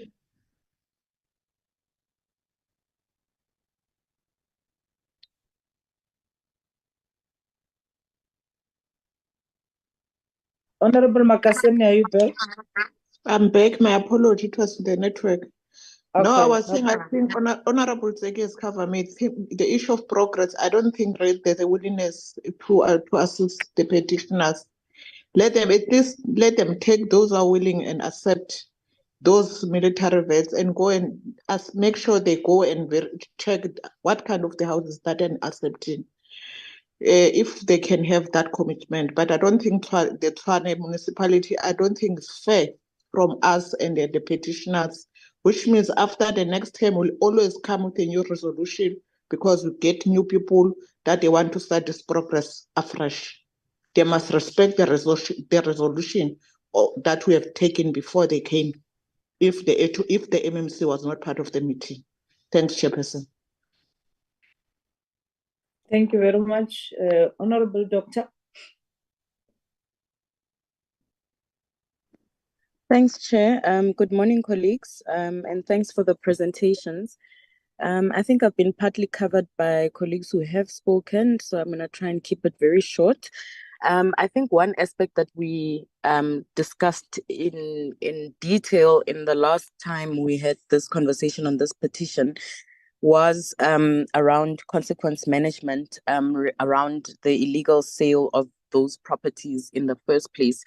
And I do recall that we were told that, those people who had since left the employ of the Tshwane municipality. But I do think, at least I remember myself being quite adamant that, we are all South African citizens who are abiding by the same law and constitution. And so it doesn't make sense in our heads as a committee, and I don't think it should make any sense in anyone's head that just because somebody has left the employ of the city who has broken the law suddenly now gets exempt from, being held accountable and obviously being brought to book. So I didn't hear that issue come across today, and I would like to perhaps just find out what steps have been taken, because if you're a South African citizen, you've broken the law, whether you work in a municipality or you don't work or you left. I do believe that there's a responsibility that government has to go after those people and make sure that they are brought to book, especially considering, the consequences or the impact of that action of illegally selling that land. We have people that are online, we're referring to them as petitioners, but they are people. We listened to Umama Obekuluma just now, and how distraught she is, as a result of all of this. And it will bring me, Chair, as much as you do suggest that we not discuss the ex gratia, but I do remember that we did discuss it in the last a meeting. There were some guidance around what the petitioners should be doing in order to perhaps address the discomforts around that, because really, if something, if whatever compensation may have been put in place 18 years ago, which gets paid out 18 years later, 17 years later, the value of the rand, the economy and all of that, the value for money, the value of our rand has changed. And I think it is something that the petitioners should perhaps look into and pursue to find out in terms of, the impact that has made in terms of the actual compensation that was intended, because it obviously amounts to a different amount now in relation to the time that ex gratia was determined. And of course, I do understand apologies for the names. I think it's Ntate Gaswe, mentioning that, the criteria and how the justification of that amount value of 10,000 Rand was arrived at is also quite questionable. And I do believe that the petitioners, if we can't as a committee, should be guided in terms of how to deal with that. And then also, Chairperson, the other issue I wanted to touch on is the special dispensation approval from provincial government. And I do believe that the MEC is out campaigning at the by-election. But perhaps Mr. Love Moore Chauke can give us some details around the timeframes in which can be expected, because we are hearing how desperate the victims of this whole incident are to get their houses, and our priorities to ensure that people's rights are respected as a committee, and playing oversight to ensure that that is carried out. So if we can just get an indication of how much longer or what the province is deciding in that regard, or how much longer the petitioners would have to wait now to get that approval made to the city in order for them to obviously then get those houses as per their requests or desires. And then I also maybe just wanted clarity, Chairperson. It was touched on a lot around the legal opinion that obviously is now suggesting that the city of Tshwane halt the remedial actions pending a review. I perhaps would like just a little bit more detail, especially in as far as the petitioners are concerned, in terms of the impact and the appetite in terms of what the impact of that review will be on impacting on the people that are involved and that have been waiting for houses. So maybe just clarity around that, especially considering this matter has been going on for 18 years. There's people who they don't have places to stay, I'm just wondering to what extent we are prioritizing, as much as we need to be conscious of doing things correctly, but to what extent we are conscious of ensuring that those people's, the right to decent shelter is provided to the people that are in question. Thank you very much, Chairperson.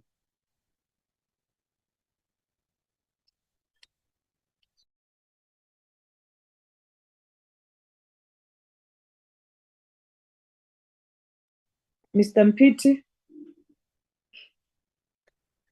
Thank you very much, Chair, and a very good morning to all colleagues that are on the Zoom.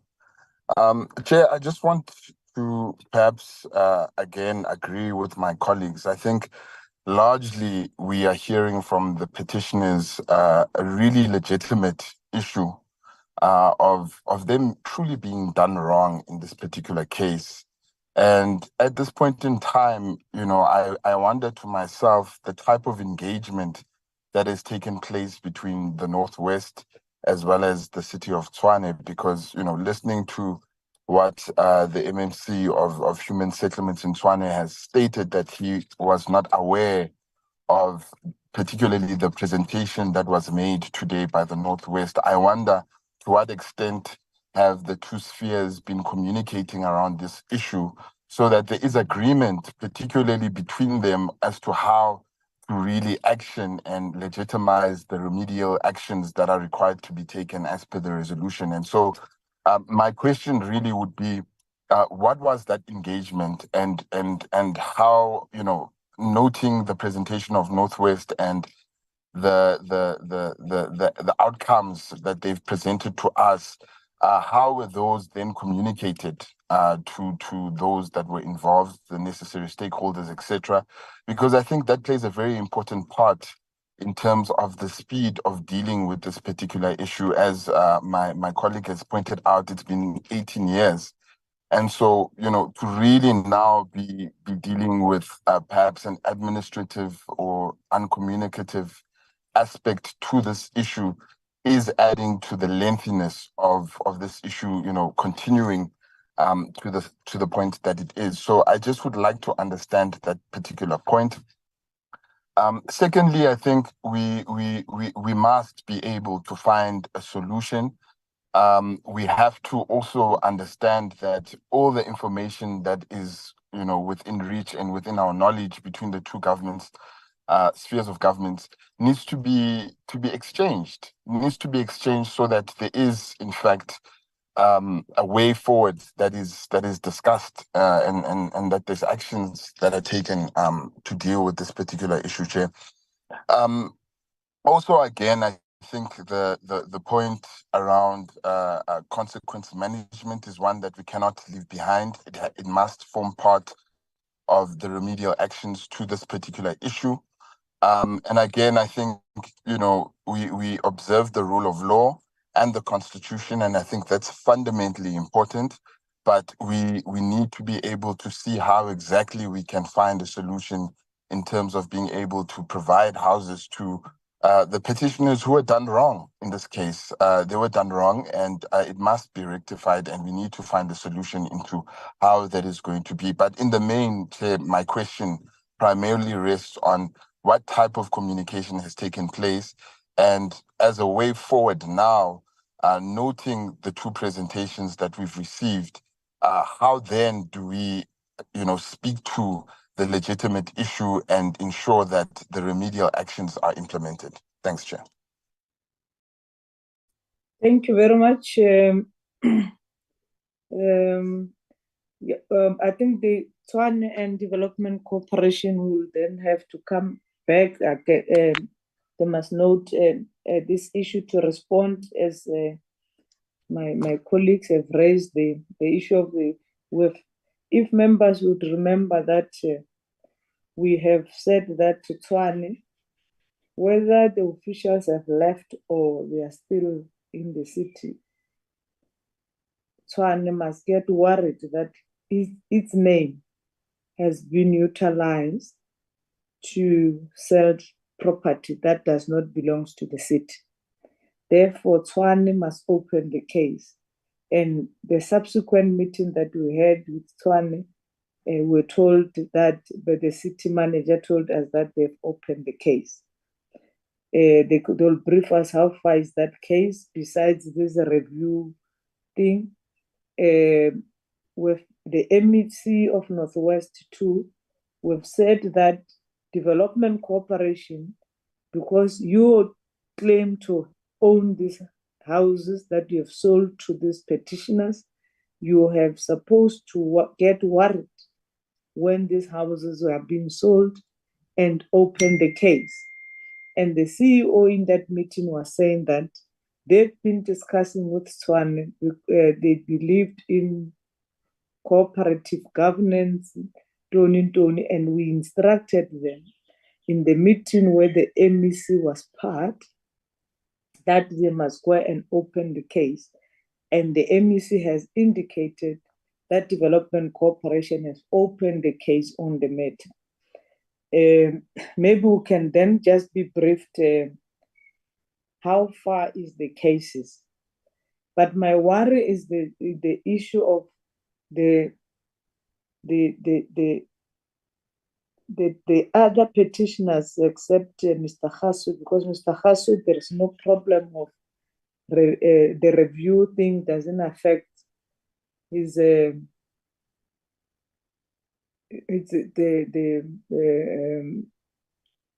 building of the house, and the only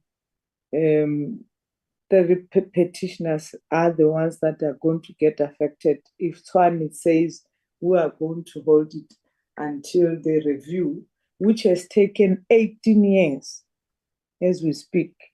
And I'm not sure which court is this one. And when this, and we've been asking, when did you put on this review?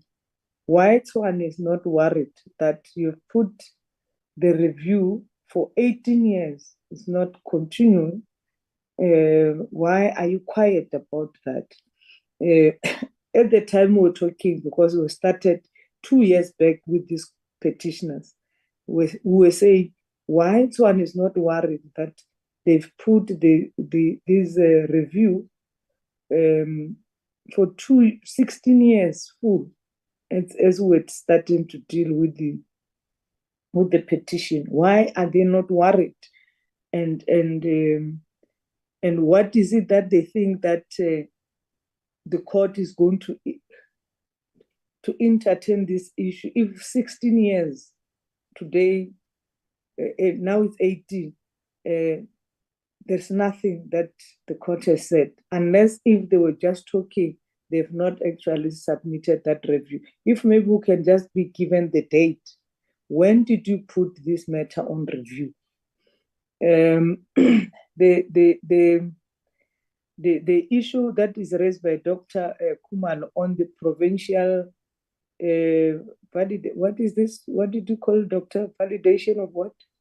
The one that they must allow Tshwane to proceed building the houses. Dr. Kumal.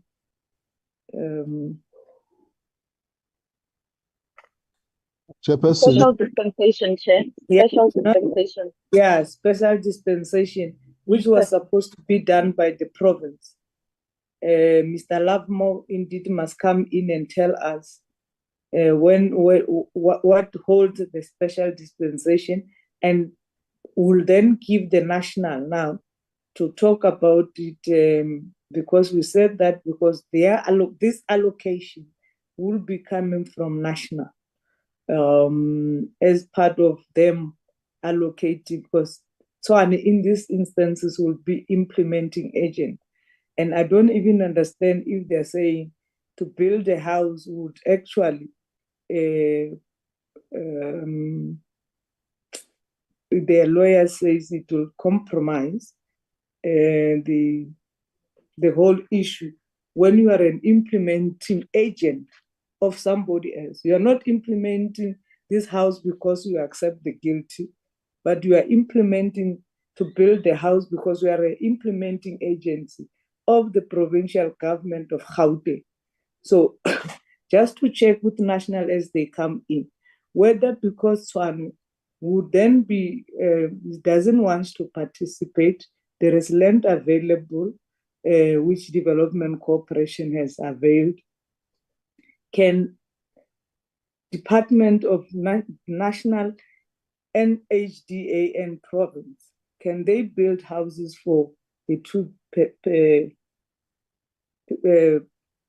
petitioners, no, the one that has accepted the 50 square meter, just to check with the processes. If we have appointed the implementing agency, it says that because I've got a case, I'm not going to implement this the housing. Is it not possible for national to use its agency, which is Housing Development Agency, to build house for is it Mrs. Sipeng, or I confuse the two surname, pardon me, as I'm saying, the one that have accepted the 50 square meter. Just to check with national.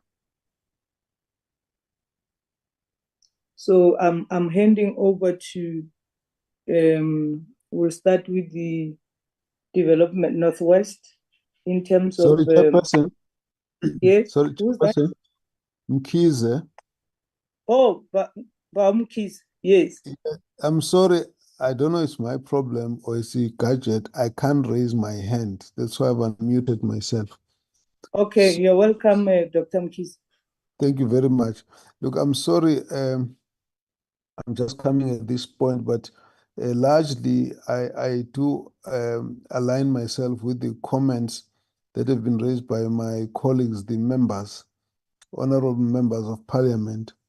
I had a problem joining in, so I missed a little bit on what was coming in.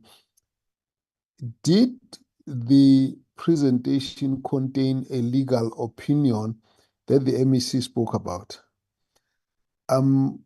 If that presentation did, then you can ignore the rest of my comments. If it did not, I have a problem. Because 18 years later, and the review has not been done, we then get by word of mouth that there's a legal advice on this matter when a matter that has been scheduled and information should have been flowing to the committee long before. I hadn't seen it, so if the members have seen that, then I would stand down on that comment. However, what worries me in this whole matter is the test of the role of Parliament as the ultimate point of accountability of all public representatives. If we can fail to ultimately enforce accountability, that means this Parliament is actually ineffective. You can actually have a defiance from a member of executive at a provincial or local level, and there's nothing that this Parliament can do about it. What I'm hearing here is a kind of bureaucratic bullying. The bullying comes when you've got someone whose property is illegally disposed of by staff members or agents of the state. 18 or 16 years later, we still argue we have not effected consequence management because people left. We have still not settled this matter because the different arms of state, different provinces or municipalities did not meet, and that the matter has not been taken to court to conclude the review. And we have people who were poor, but who were powerless to challenge the state and have ultimately resorted to Parliament. And when they resort to Parliament, Parliament is supposed to legitimize inefficiency. Now, 18 or 16 years later, the value of a 50 square meter house is much more than what it was. And no one wants to talk about that.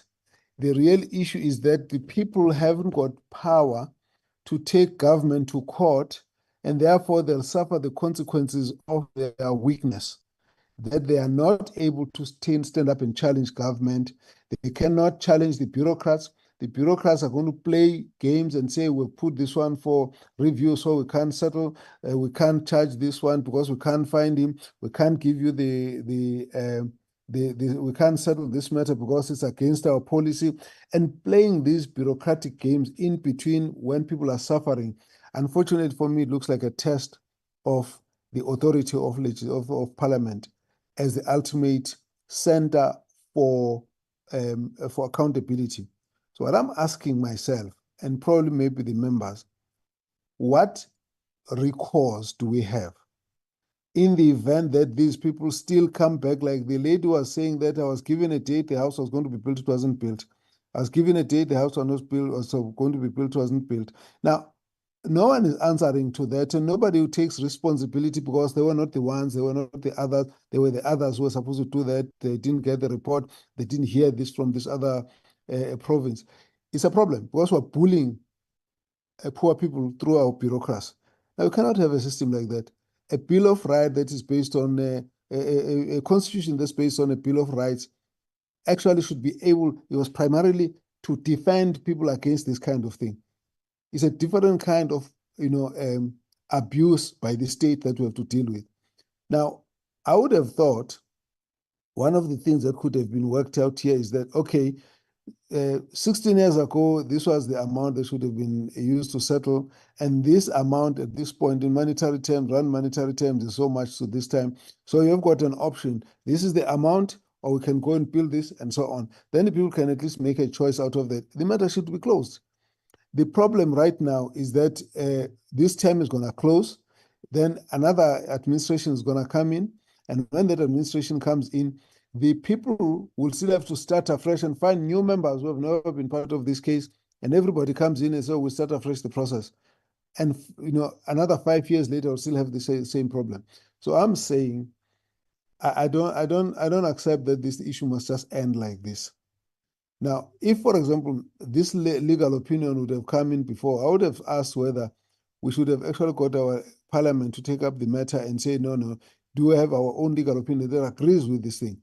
That if you are waiting for 16 years for a review, we're bound by your inefficiency or in whatever structure that is, not to proceed with the matter. I don't agree. I don't agree. Now, can we actually find a mechanism? Maybe it can be discussed outside the petitioners and the department. Is there any other way of enforcing accountability so that this matter, justice must be done to the people who have been wronged? And that's the question I'm asking. And so there may be issues that require us to look at various mechanisms of how we can deal with this thing. But what I can't accept is that because of all these excuses that are coming up, we're going to end up with this matter being unresolved and we're leaving it at that. That's really my concern. I'm probably raising this matter more to the committee than to the other members, because I don't think that we should actually feel powerless because they've actually neglected to do what they were supposed to do themselves. And I don't think that we actually must also be quoted as cited by our people as the other structure that also failed to address their plight when they were actually wronged by inefficiencies and corruption in a municipal sphere. So that for me is the concern. Thank you very much, Chairperson. Thank you, Dr. Mkhize. I think we have not yet closed the matter. We have to resolve this matter ourselves before we close, Honorable Mkhize, because we cannot allow these people to suffer any other sufferings, and our view has been that moving towards, we have appealed for cooperations and for all this, particularly development cooperation, Northwest Department, and Tshwane, and coordinated by national, to help us to restore the dignity of the petitioners and understanding that it's us. I'm saying us because it's the state, but it's government in these instances which have decided to wrong the people and become so, because I see arrogancy, reading arrogancy out of all the issues, that because we have been trying to say government assist, give people houses, and public protector, as is waiting for this process of review and all those things. But these people, they are saying they are staying, others, they don't have place to stay. And the painful part was Mr. Khaswe, who went to represent South Africa abroad. When he came back, he found that the families outside and all his belongings were thrown out of the street by those that have sold their properties illegally. So that's why we've been we've tried to manage this matter such that, and we thought we agree. The last meeting that we had, that's why we've called this meeting urgently, Dr. Mkhize, was that it's after National came back to say Tshwane similarly is reneging from all the agreement that we have agreed on. We thought that today the matter was going to be closed in the last meeting, but we were told that this thing of review, and deliberately, you see, government officials comes to the meeting, we told them several times that the petitioners has never raised the issue of public protector to us. They've told us that our houses have been sold illegally. And as we discussed with both Tshwane and Northwest, they brought this thing of public protector. And now the issue of public protector now wants to cloud the petition, and which we have been trying to avoid that. Let's not combine the two. Public protector has got its own mandate. Parliament has got its own mandate. Anybody who does not implement the decision of Parliament is undermining Parliament.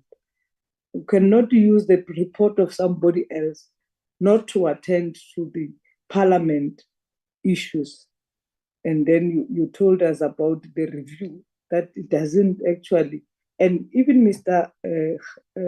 The CEO of Development Corporation, I've been saying these things, that your ex gratia things and all those other things that you are raising, that was the report of which we are talking about, the report of public protector.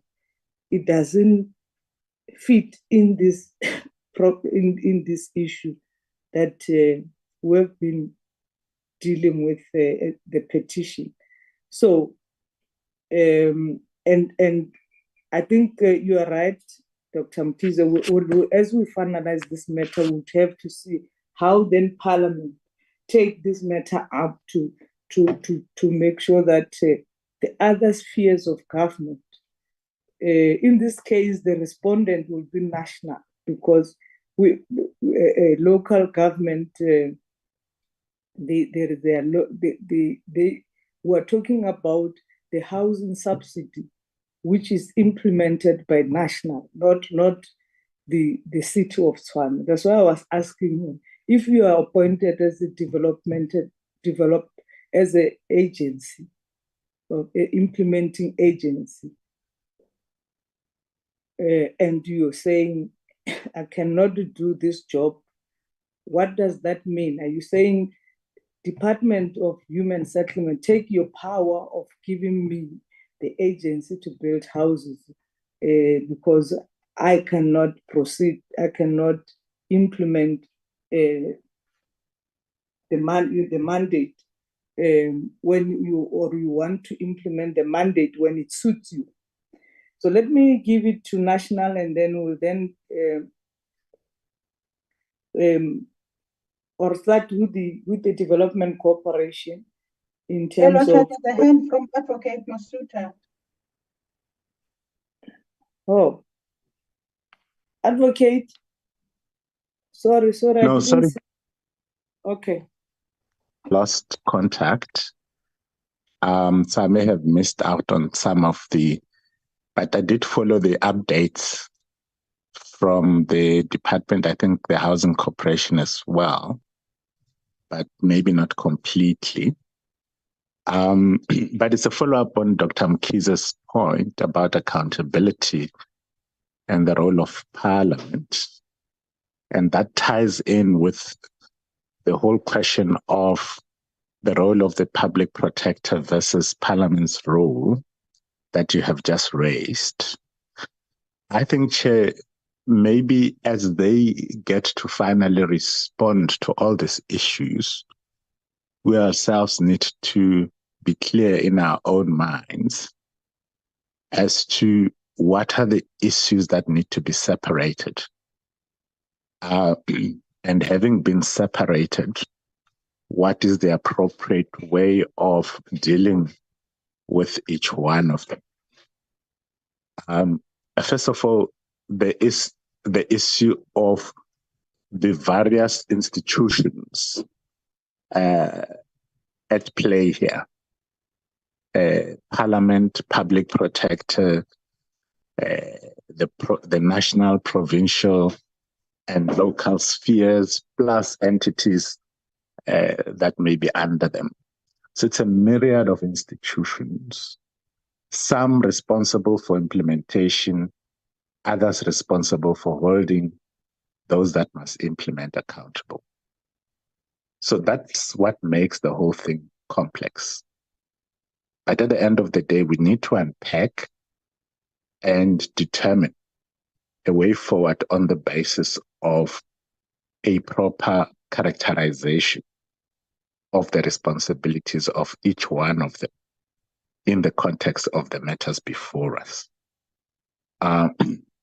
So in my feeble attempt to try and deal with some of these aspects I've just alluded to, and partly to respond to Dr. Mkhize's concern, I would want to suggest that starting with Parliament, let's just be clear that firstly, Parliament is not an implementing agent. It passes laws and it exercises oversight over the implementation of those laws. And with the assistance of institutions that exercise some kind of supervision over the implementation of these laws, such as Chapter 9 institutions like the Public Protector, etc., who happen to report to Parliament. And the reason they report to Parliament is so that Parliament can hold them accountable for their own performance, one, but two, so that Parliament can be assisted by these institutions who have the capacity Parliament doesn't have of investigative powers in order to inform Parliament for purposes of Parliament taking the appropriate interventions in order to hold people accountable or institutions accountable. So that is the relationship. And of course, you then have all organs of state in the executive sphere at all three spheres of government, whose job is to execute, meaning to implement, failing which they would then be held accountable, either through this Chapter 9s and related institutions, or directly held accountable by Parliament. So that is the concept as I understand it. But the question that Dr. Mkhize then asks is, these institutions being responsible to account to Parliament, how does Parliament itself ensure that as it holds them accountable, it ensures that there is effective accountability, including consequence management, which is the term that's often used loosely to mean a whole lot of different things.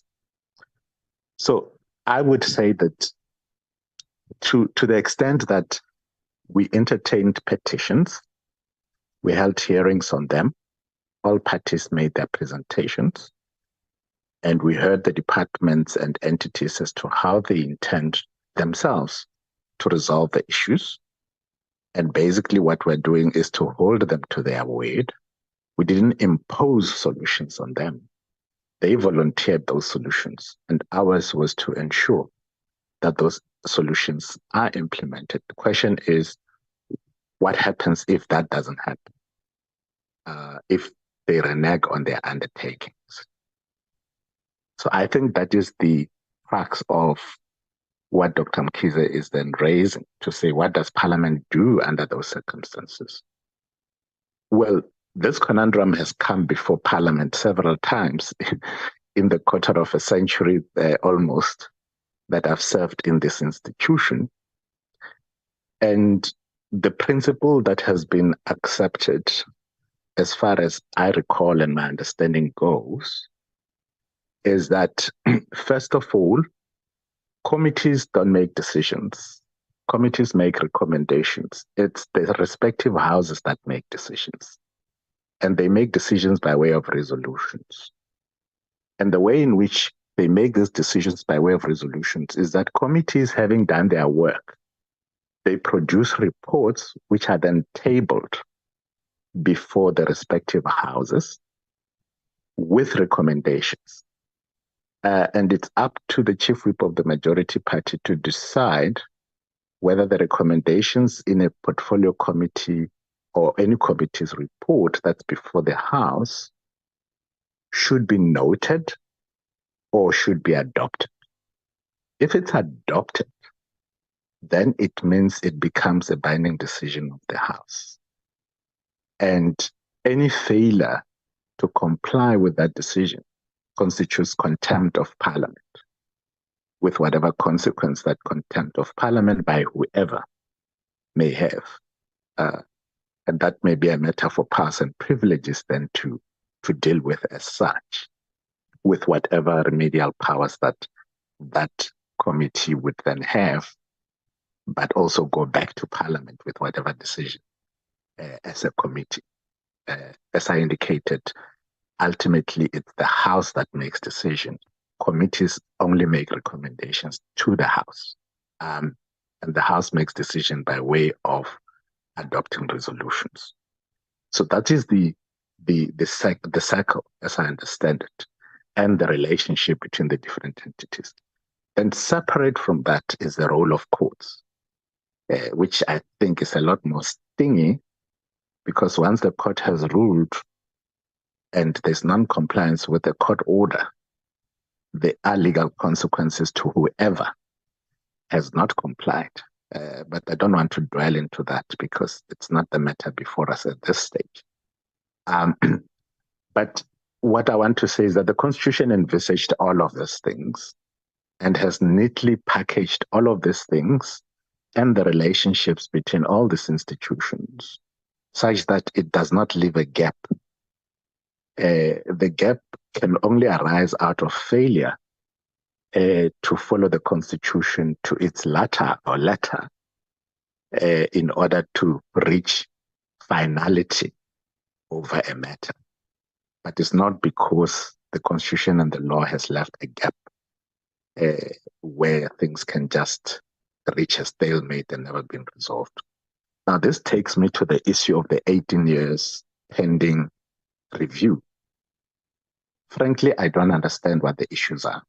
Maybe it's because I haven't seen the review papers that were put before court by the municipality of Tshwane to see exactly, firstly, what is it that is contained in the remedial action that they want reviewed, and what are their reasons for wanting it to be reviewed, and is this entire situation dependent on the implementation of the public protector's remedial action, whatever that remedial action is, to be resolved? Or is our intervention, as the chair has indicated earlier, through this petition process and the proposed resolution that we've put forward to the entities, another route that would adequately resolve this issue? And if that's the case, why is it not then been resolved so far through that route, if it hasn't been resolved in the first place?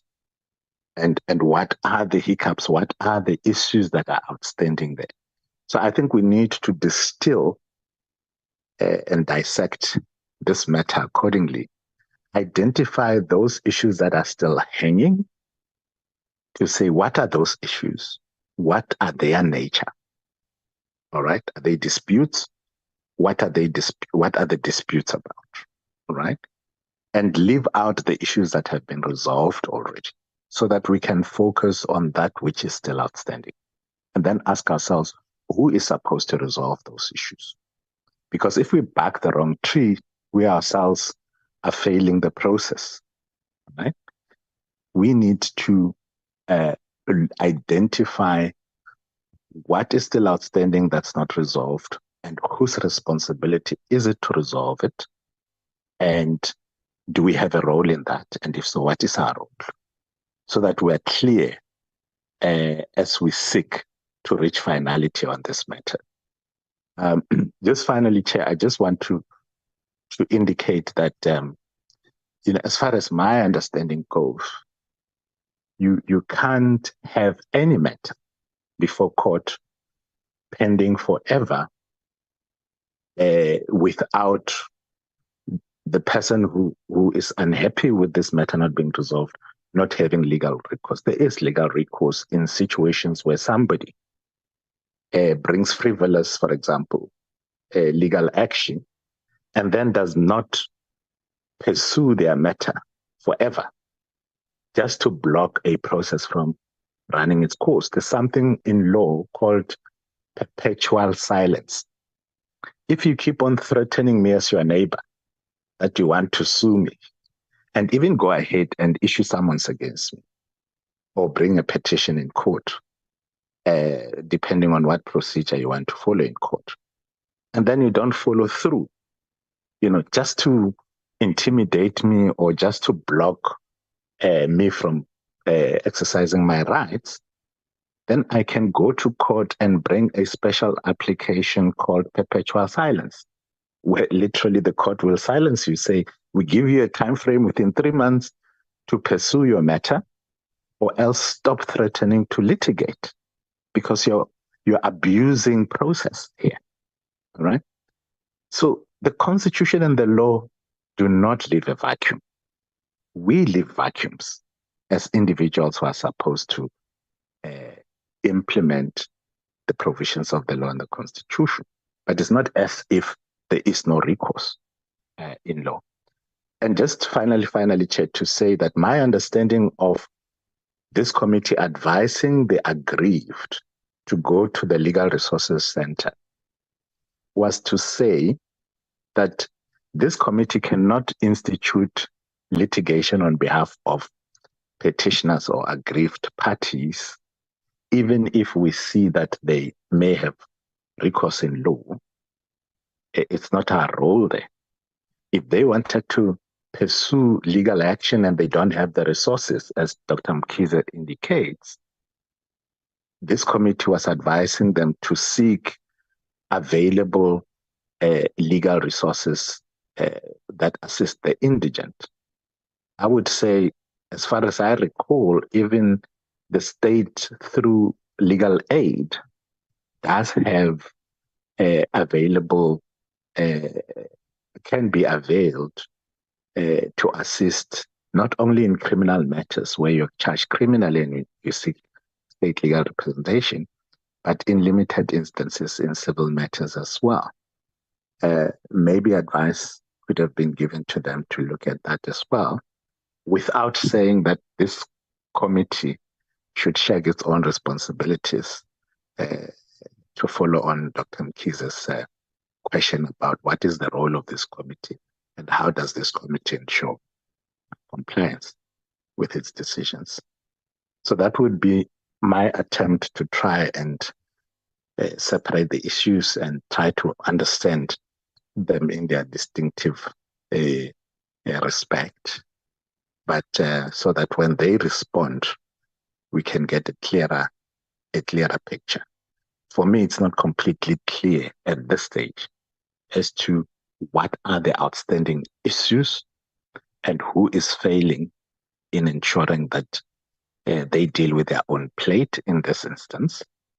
And maybe that might assist us when they respond. That's why I made this intervention before they respond, Chair. Thank you. Thank you very much. I see several hands, Mr. Tseki, Mr. The petitioners. I'm going to ask you to hang on and allow the Development Corporation and the City of Tshwane and Gauteng and National Department to respond. We'll start with the Development Corporation, HOD of Northwest, if he has to say something around the issue that Mr. Khaswe has raised, that there was no willingness from their side to show him these houses of veterans, just for him to see what is he accepting. If we can just get to those details, and then we'll then go to development cooperation, in terms of the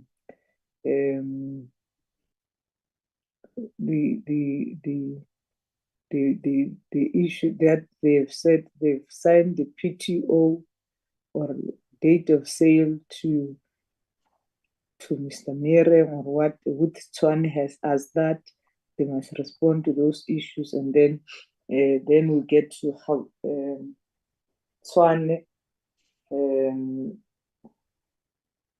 then we'll then give it to Department of Gauteng, and then national. Then we'll come back. We'll then give the petitioners as we after we get answers for what members have asked from the various stakeholders that are participating in this meeting. Can we start with development cooperation?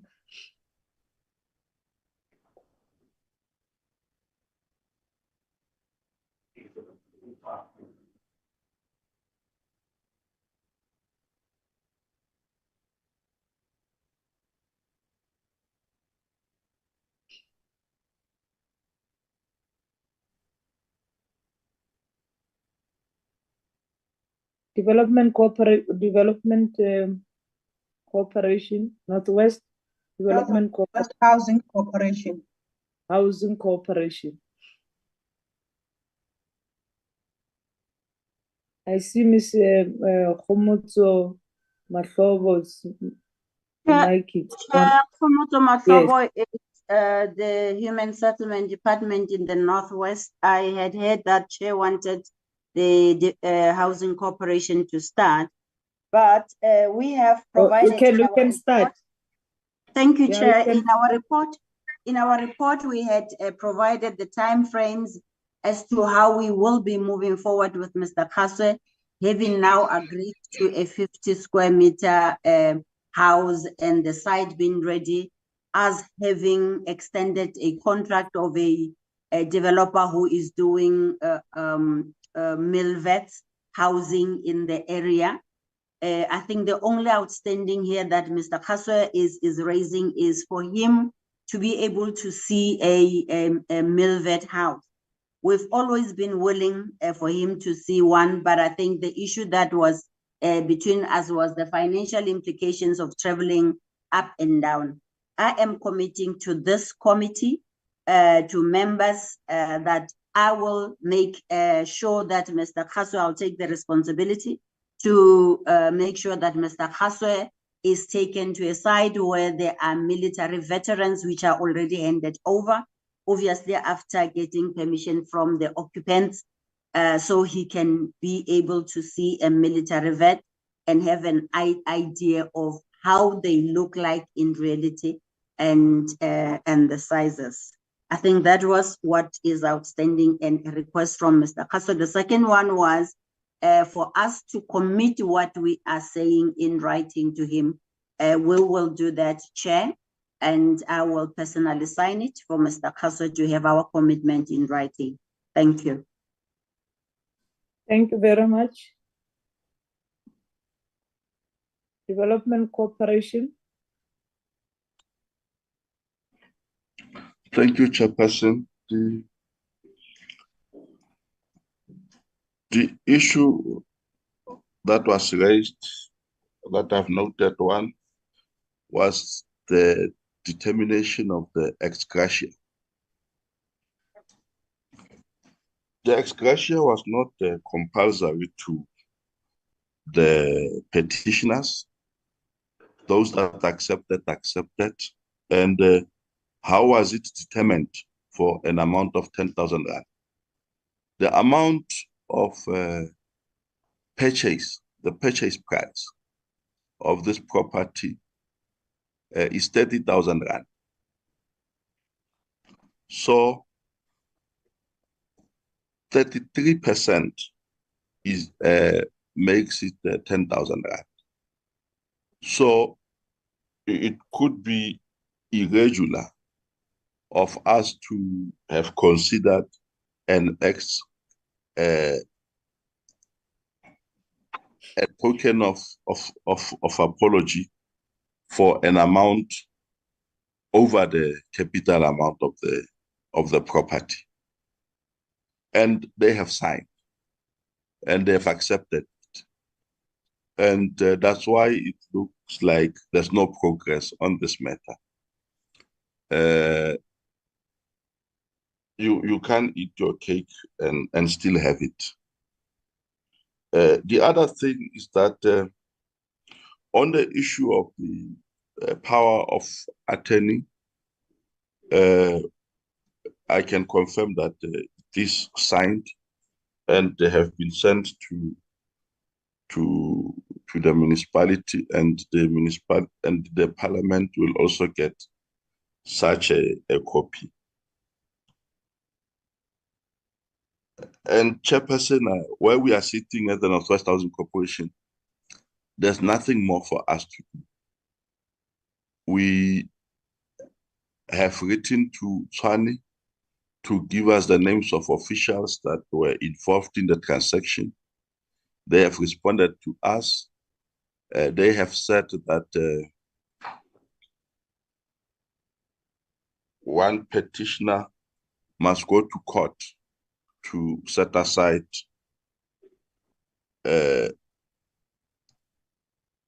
yes, this is the letter that they have written. Must go to court to set aside the sale to the third party. Now, it means it was wrong for Tshwane to have done such a transaction.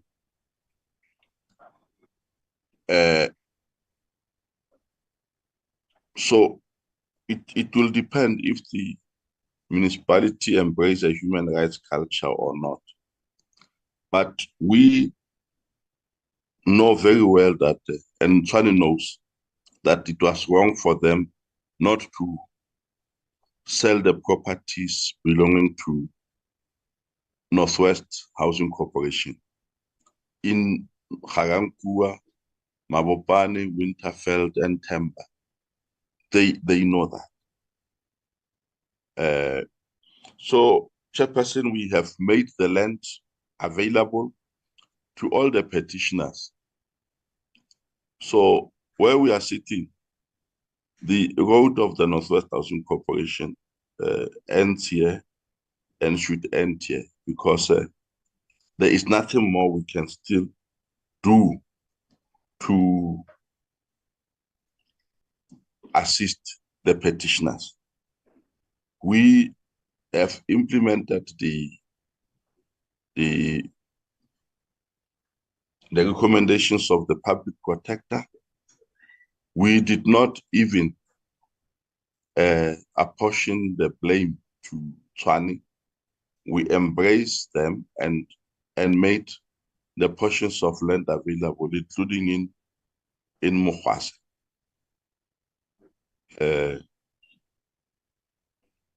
And I think we have done what we were supposed to do. There's nothing still outstanding except the power of attorney that the copy will come to the secretary of the committee and the chairperson of this committee. Thank you, Chairperson.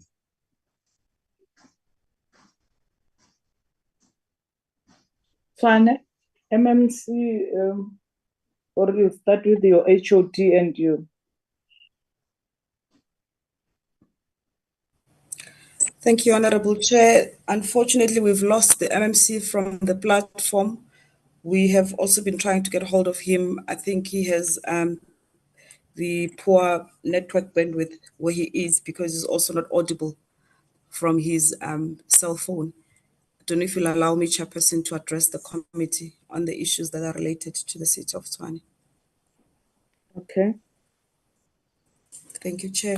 Chair, I will start with the question from Honorable Khumalo around the investigation and the consequences to those who are implicated in the fraudulent activity. I do also have my colleagues here who will be able to provide any further detail that might be required. Chairperson, I do want to repeat the input I shared earlier on, that the City of Tshwane did not participate as an institution in the fraudulent activity. However, as per the report that was shared with the committee, as well as the Northwest Housing Corporation, as per the letter that was flighted by the CEO, private individuals in their private capacity, involving both officials from the City of Tshwane and officials from Northwest Housing Corporation, as well as conveyancers, were involved in the fraudulent transfer of these properties to the third parties. It includes the petitioners as well as other properties that we've uncovered as the City of Tshwane and shared those reports with the Northwest Housing Corporation. The City of Tshwane would not have transferred properties without the participation of the Northwest Housing Corporation. With regards to what the city has done with regards to the consequence management, we have also indicated in the previous reports that there were 3 officials that were confirmed to have, at their personal capacity, involved in this process. 1 has left, the employee of the city, and the 2 have since passed on. I think in our updated report, we've indicated as such that since have 2 passed on, and the 1 has left the employee. It is for this reason, Chairperson, that when the report was issued in February 2013, the city took to open a case with the Hawks to further investigate the matter. All information was provided to the Hawks. And in our recent follow-up with the investigating officer, Captain Mukwena, he has indicated that the matter remains an inquiry, and as they could not collect sufficient evidence for them to proceed with the matter at this stage.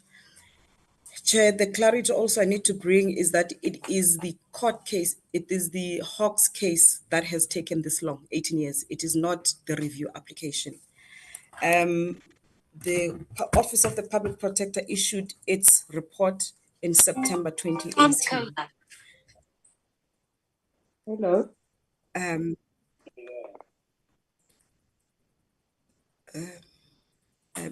Chair, so after the investigation report was issued in 2013, we were in constant engagement with the petitioners.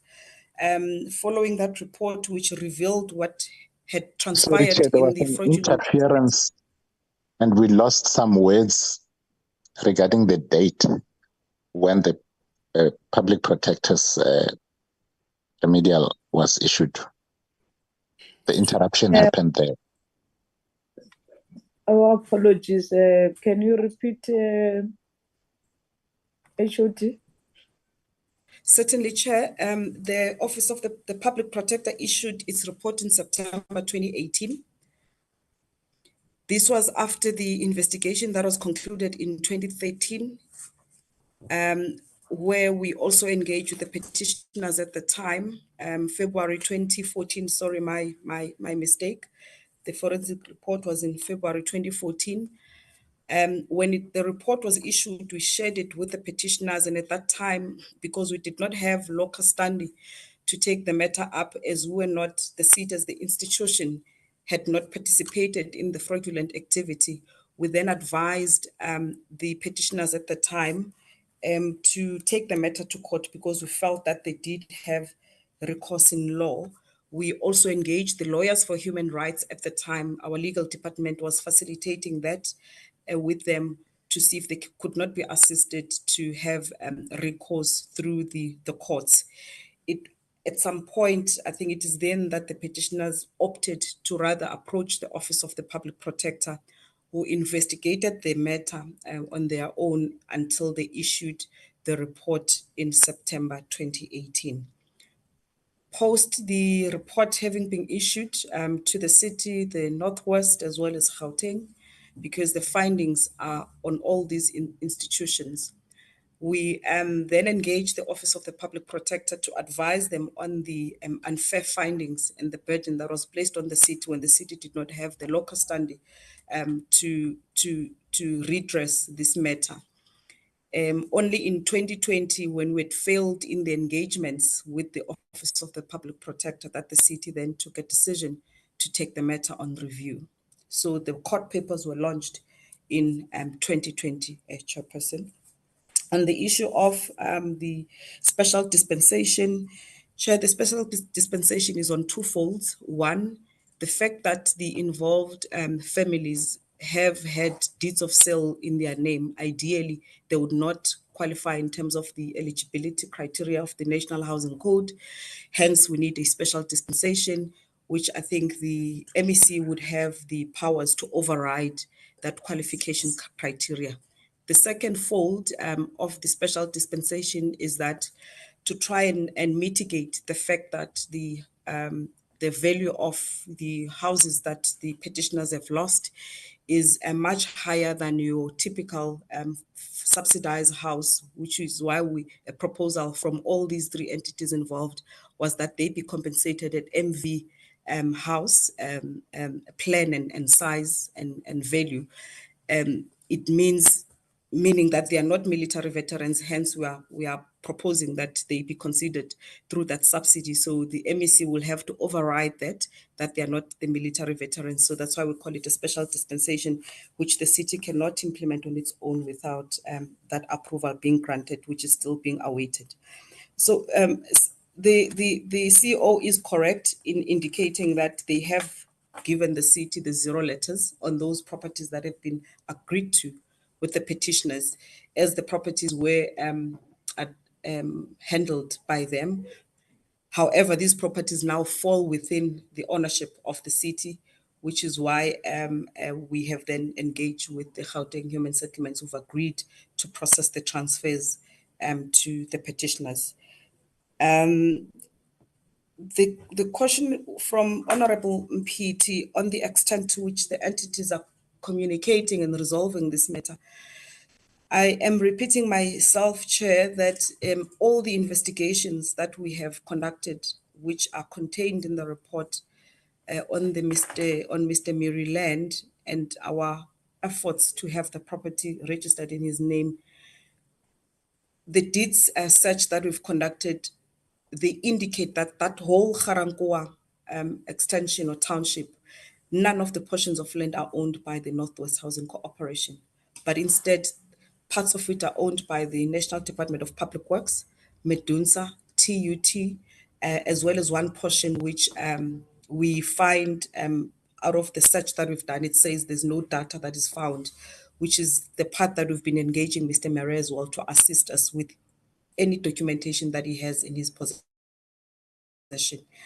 That is why the MMC was indicating that it comes as a surprise that the Northwest Housing Corporation is indicating that they've issued a POA, because according to the records that we have, none of the portions of land within which Ga-Rankuwa Extension 2 is located belongs to Northwest Housing Corporation.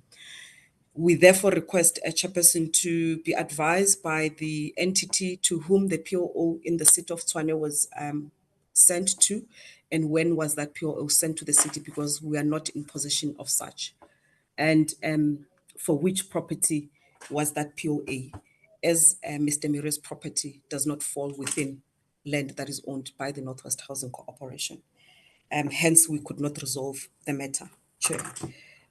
Other matters, Chair, were really a comment by the honorable members, Dr. Mkhize and Advocate Masutu. I think they were pointed more towards to the process and the role that is played by this committee, save to say that the MMC did express in detail the difficulty that the city finds itself in divorcing this petition, which is championed by the Parliament, from the review application, as they both deal with the same subject matter. I will end it there, Chair, from our side, with the last concluding remark that the properties have been identified and agreed to with regards to the two petitioners or families. If we could then hear from the Gauteng Human Settlements Department on the issue of the approval of the special dispensation and approving these subsidies, so that the process can move forward as much as we are highlighting our legal constraints with the review application. Thank you, Chair.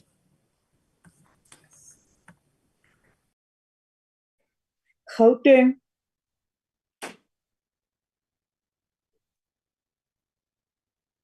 No, thank you, Chair. And my apology, I had some network issues with regard to the connectivity. Yeah, Chair, I want to agree with yourselves that, and all the speakers who spoke, that in this particular matter, I believe that all of us, we do have a particular responsibility to play with regard to the intervention and resolving of this particular matter. And I believe, Chair, that of course, when it comes to the process of the special dispensation, of course, from the MEC office, the prerequisite will be that, of course, there must be an application, of course, which must be made to the MEC, and of course, detailing the reason why this particular dispensation must be made. And of course, then the MEC will then be able to, of course, look into those particular reasons as was outlined by the colleagues in Tshwane. And of course, upon, looking into those particular reasons, the MEC will then be able to apply his mind with regard to the intervention of what needs to be done. But secondly, Chair, I wanted to propose, of course, through you, Chair, that taking into consideration that there are departmental, processes which must be undertaken, and of course there are different spheres of government which must then be able to, of course, partake in resolving this matter. I wanted just to maybe suggest, Chair, maybe it might also assist that if it's possible through the ministry, the minister's office, then maybe we assemble the task team from all the spheres of government, so the ministers, the Tshwane, the Northwest, ourselves as Gauteng department, so that we can then be able to look into the issues which one might be bottlenecks departmentally, and of course maybe we attach the time frame around it, so that we can then be able to have like a round table, a session where we're able to ensure that we resolve all outstanding bottlenecks, so that at the end of the day, we're able to ensure that, for instance, we were able to conclude in this particular matter. Because as you know, Chair, there are certain responsibilities which falls under Gauteng department. There are certain responsibilities which falls under the municipality, like for instance, the issue of the proclamation, which must be done by the city, and of course then the Gauteng Department of Human Settlement will therefore finalize. So I wanted to suggest that, Chair, because I believe that from the portfolio point of view committee, yourself was to raise these issues and of course want to see the speedy resolution of it. So I think that part of the responsibility, I believe that departmentally through the officials, if we can then be able to have that particular way forward where we're given a chance, all of us to sit in one table and find a solution around this particular matter, and we're able to move. Thanks, Chair. Thank you very much, Mr. Chauke. Unfortunately,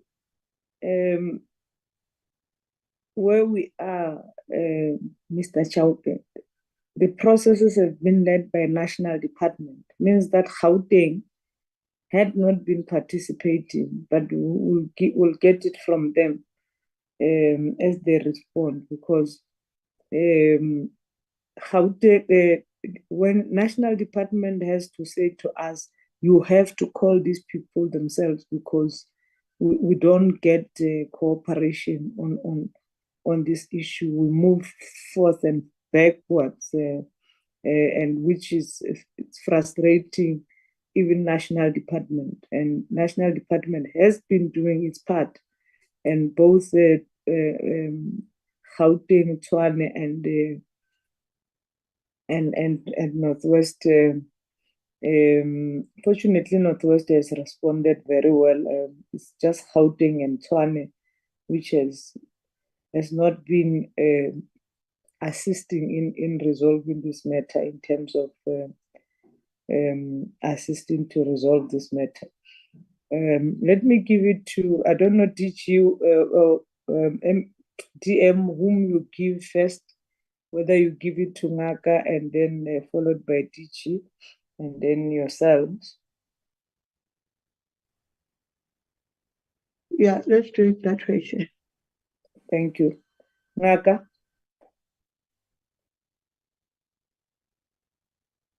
It's Ngaka in the meeting? Thank you. Yes, I am, Chair. Thank you. Thank you, Chairperson, and greetings to all members, the DM, DG, and colleagues. Chair, I think at this point in time, we find comfort in the fact that all members are here today, and the portfolio committee now has a better understanding as to where the challenges are or the blockages are. And with all the presentations, Chairperson, from the stakeholders, it is clear that the hurdles, or rather Tshwane still has too many hurdles to jump. One, the issue of Mr. Mere is actually a matter that is not coming out clear from either the Northwest Housing Corporation or the municipality, because the Northwest Housing Corporation in this meeting, Chair, they are saying that they have signed the power of attorney. And through, the engagements with the Portfolio Committee and the Department of National Human Settlements, it has been clear that that was one of the challenges that was supposed to be resolved. But second to that, it was the issue of township establishment, so that then we could open a register through Tshwane and make sure that ultimately Mr. Mere has a title deed. As early as last week, Chair, I think the understanding of Tshwane was slightly different, which is what we presented to the Portfolio Committee. And with the engagements that Tshwane had with Public Works National, they became aware that those pieces of land, especially the one that they were always under the impression that is owned by Public Works, was not owned by Public Works, and they were still trying to get an understanding who owns that. So this is a matter that needs to be resolved between the two parties, Chair Tshwane and the Northwest Housing Corporation, with the support of the Human Settlements Northwest and the Human Settlements Gauteng, so that we can then resolve the issue that relates to Mr. Mere. Tshwane has made it very clear that there was an attempt on their part to offer Mr. Mere an alternative site based on the challenges and frustrations that they were having, and Mr. Mere did not agree. So the new information coming out, it means that it's a matter that needs to be resolved by the two parties with the support of those two departments at a provincial level, Chair. The last one that was coming out is in relation to Ms. Lidingwane. I think, Chair, we did present last time, and Tshwane was very clear in terms of the challenges that they're sitting with, based on the legal opinion that they have received. And Chairperson, in all fairness, I think the DM and the DG may support me on this one. Chair, I think this is where now Portfolio Committee must make a judgment call, because now Ms. Lidingwane did accept the 50 square meter house, but now the ball is in the court of the city of Tshwane. The only matter that remains unresolved, Chairperson, which is where the Portfolio Committee may come in, and the MEC, as MEC of Gauteng as well as the MMC, is to persuade Ms. Sipeng to reconsider and accept the 50 square meter. And these issues, Chairperson, they will then have to be finalized by the City of Tshwane. And hence I say a portfolio committee should at this point in time make a judgment call, which then becomes a directive that they have to implement, Chairperson. Lastly, Chair, I do want to indicate that we did discuss the matter of the special dispensation.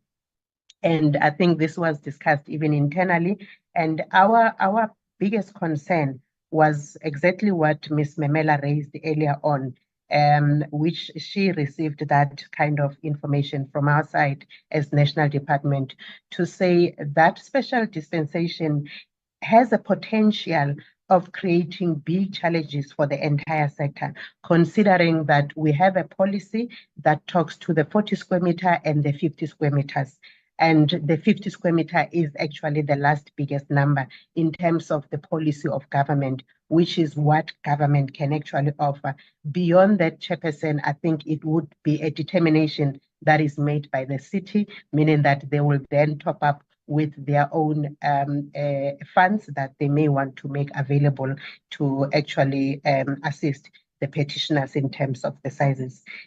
Chair, so I think on our side, we are at a point where we say this is how far we have gone, and we really would request that portfolio committee makes a very clear determination so that then the City of Tshwane is able to execute what is expected of them. Thank you, Chair. DG.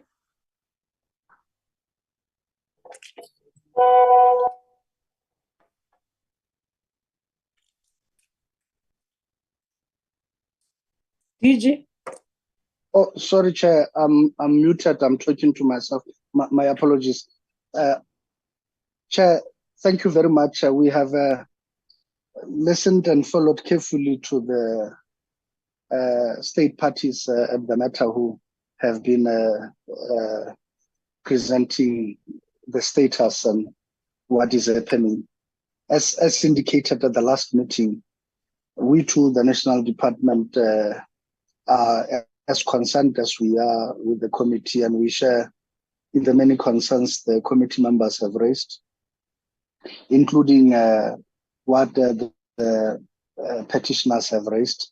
We are also cognizant of the progress we have noted on the side of the Northwest Provincial Government in as far as the attempts at fulfilling the directives of the public protector, and we are also alive to the issues Tshwane has raised relative to their right of taking the public protector's report on review.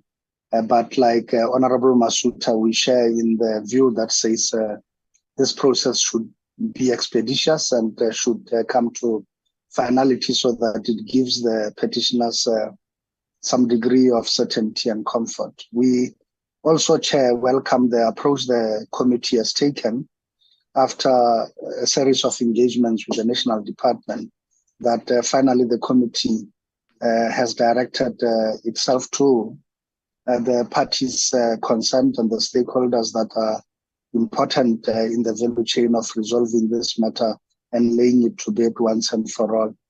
We have had the discomfort of members pertaining to the non-resolution of all matters that are here, and that some remain on the table and that require attention. We had, as earlier indicated and as earlier ventilated with the committee, that whilst this matter is not directly our matter as the National Department, but nevertheless we are a government, and as a unitary state in terms of the Constitution, the centrality of national government cannot be overemphasized, and therefore even in terms of hierarchy of the spheres, we play a coordinative role, and therefore we have always accepted that indirect responsibility to have the matter resolved, and we will by no means walk away from the unresolved matters. We would remain steady. It's not our issue, but I think at other fora, including the MINMAG and other fora bilaterals with provinces, we will continue to engage in encouraging that the matter be settled once and for all, with given all of the considerations that have been put forth and the concerns members have put forth. We will take directives of the resolutions of the committee on what should happen next of immediate and those that would have to perhaps survive the lifespan of the 6th Parliament in this regard. And for us as a department, now that we know we will remain there and will not go away, we will continue to ensure that the matters are dealt with expeditiously, having clearly heard some of the concerns raised by the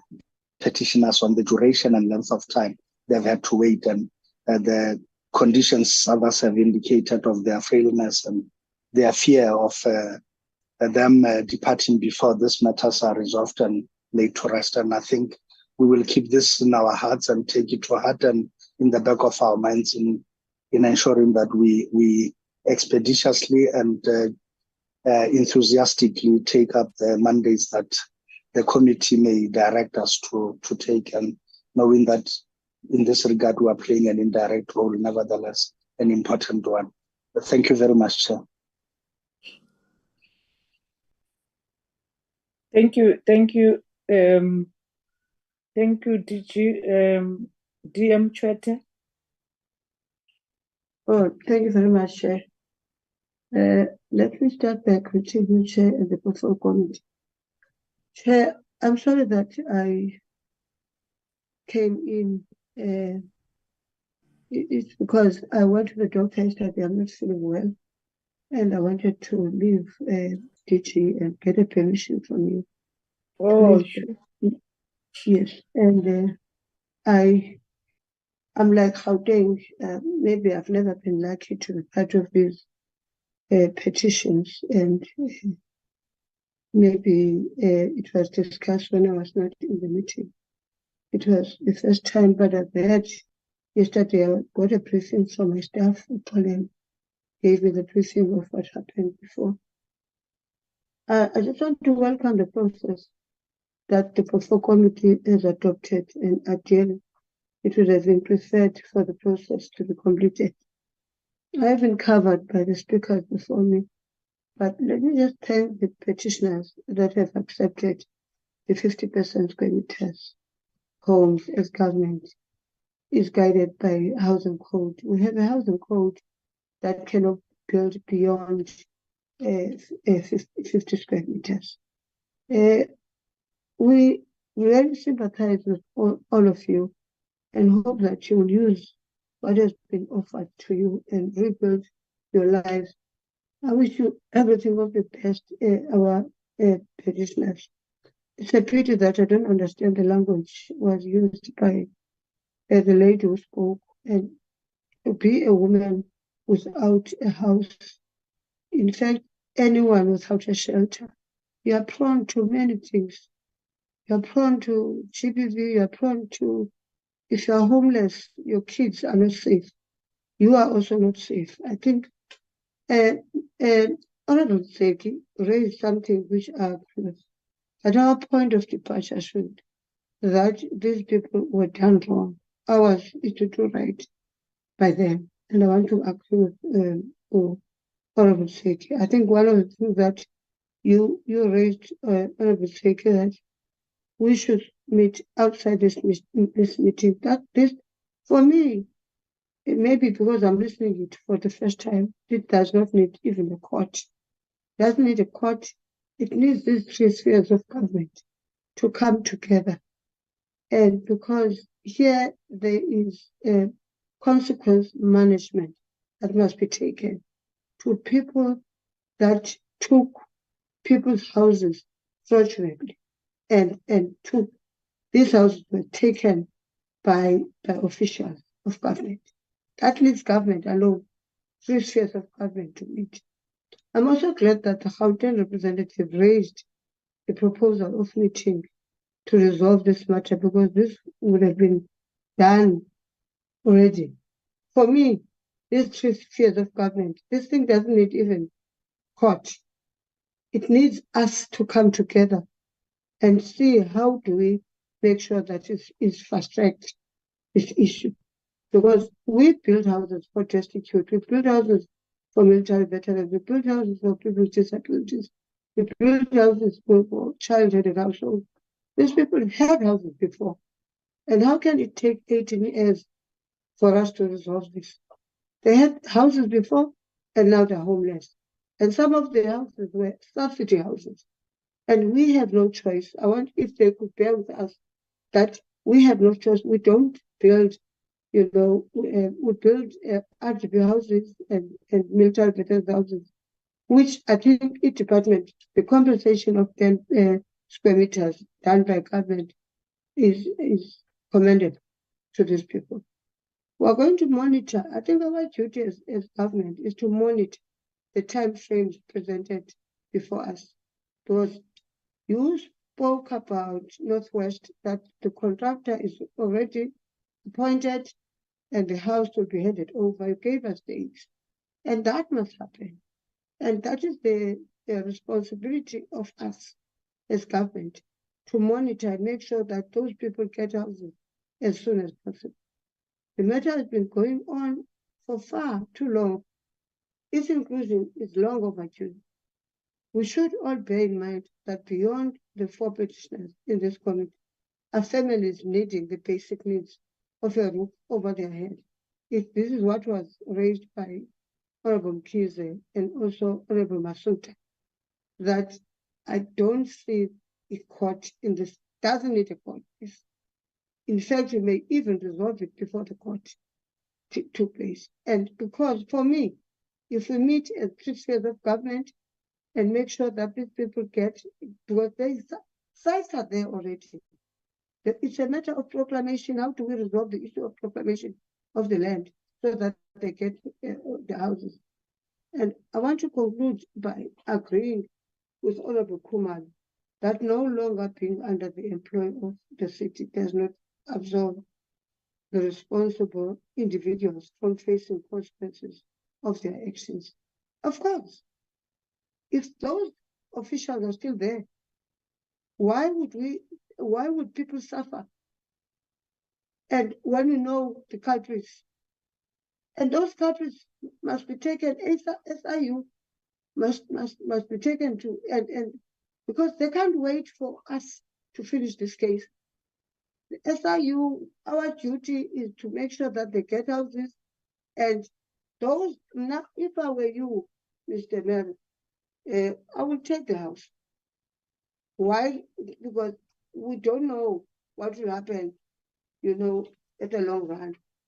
If I were you, I would take this 50 square meter, because it's not only the 4 walls, it's the land that you are getting. And that's what you want. The issue of fighting a bigger house, it can be done while you're inside the 50-kilometer house, because your kids are suffering at the moment. And people, I know stories that we come across, it's people that die before their matters are resolved. People that die before they get their title deeds.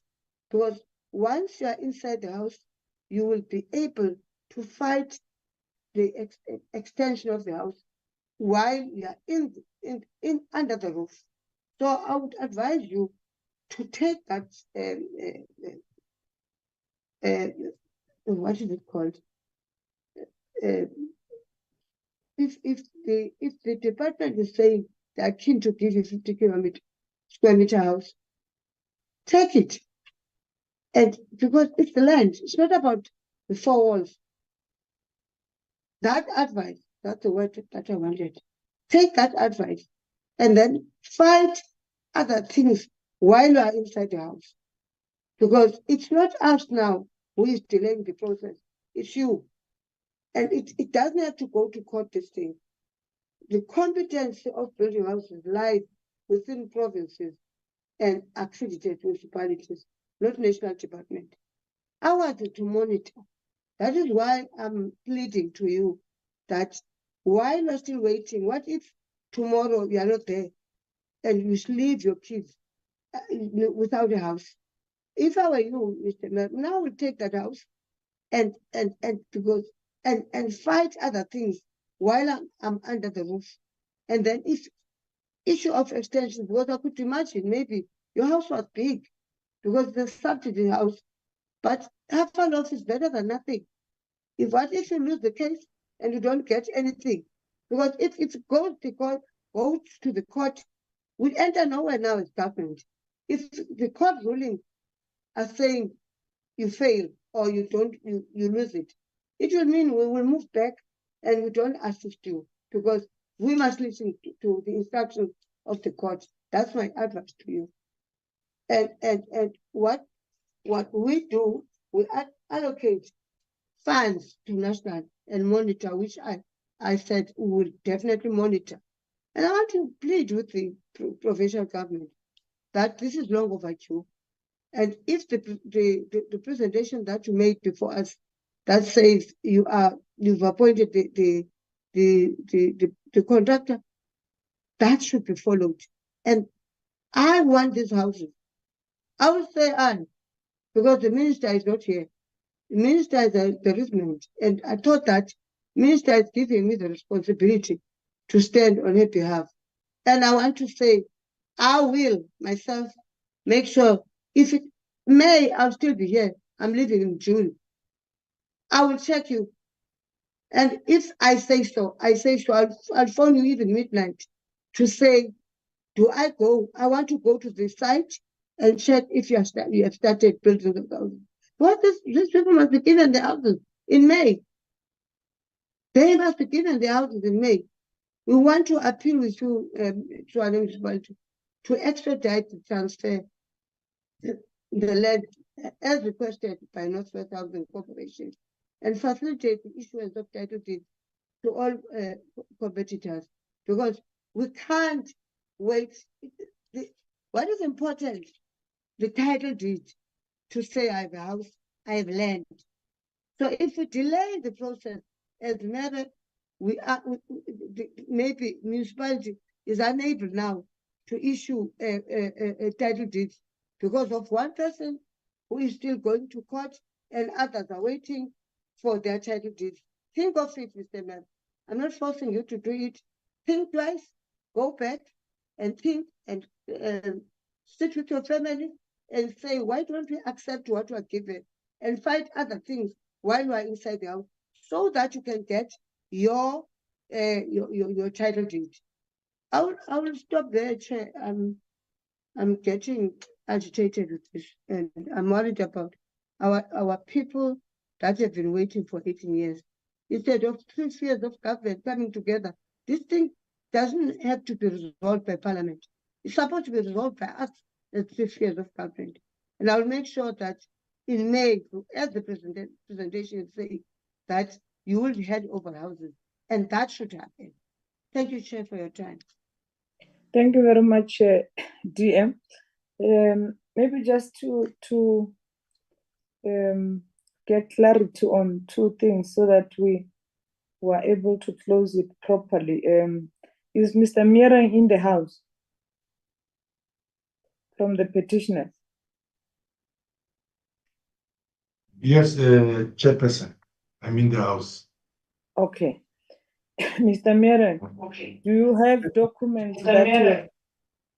Mierang. Can we Yes. switch another? I've got documents. Okay.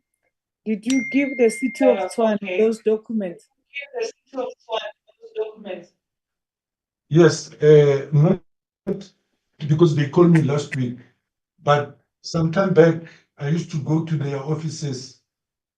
I told them that no, my father operated the school there. He was given that piece of land in 1969.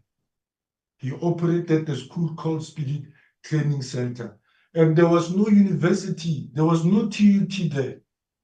For more than 60 years, we've been in that land.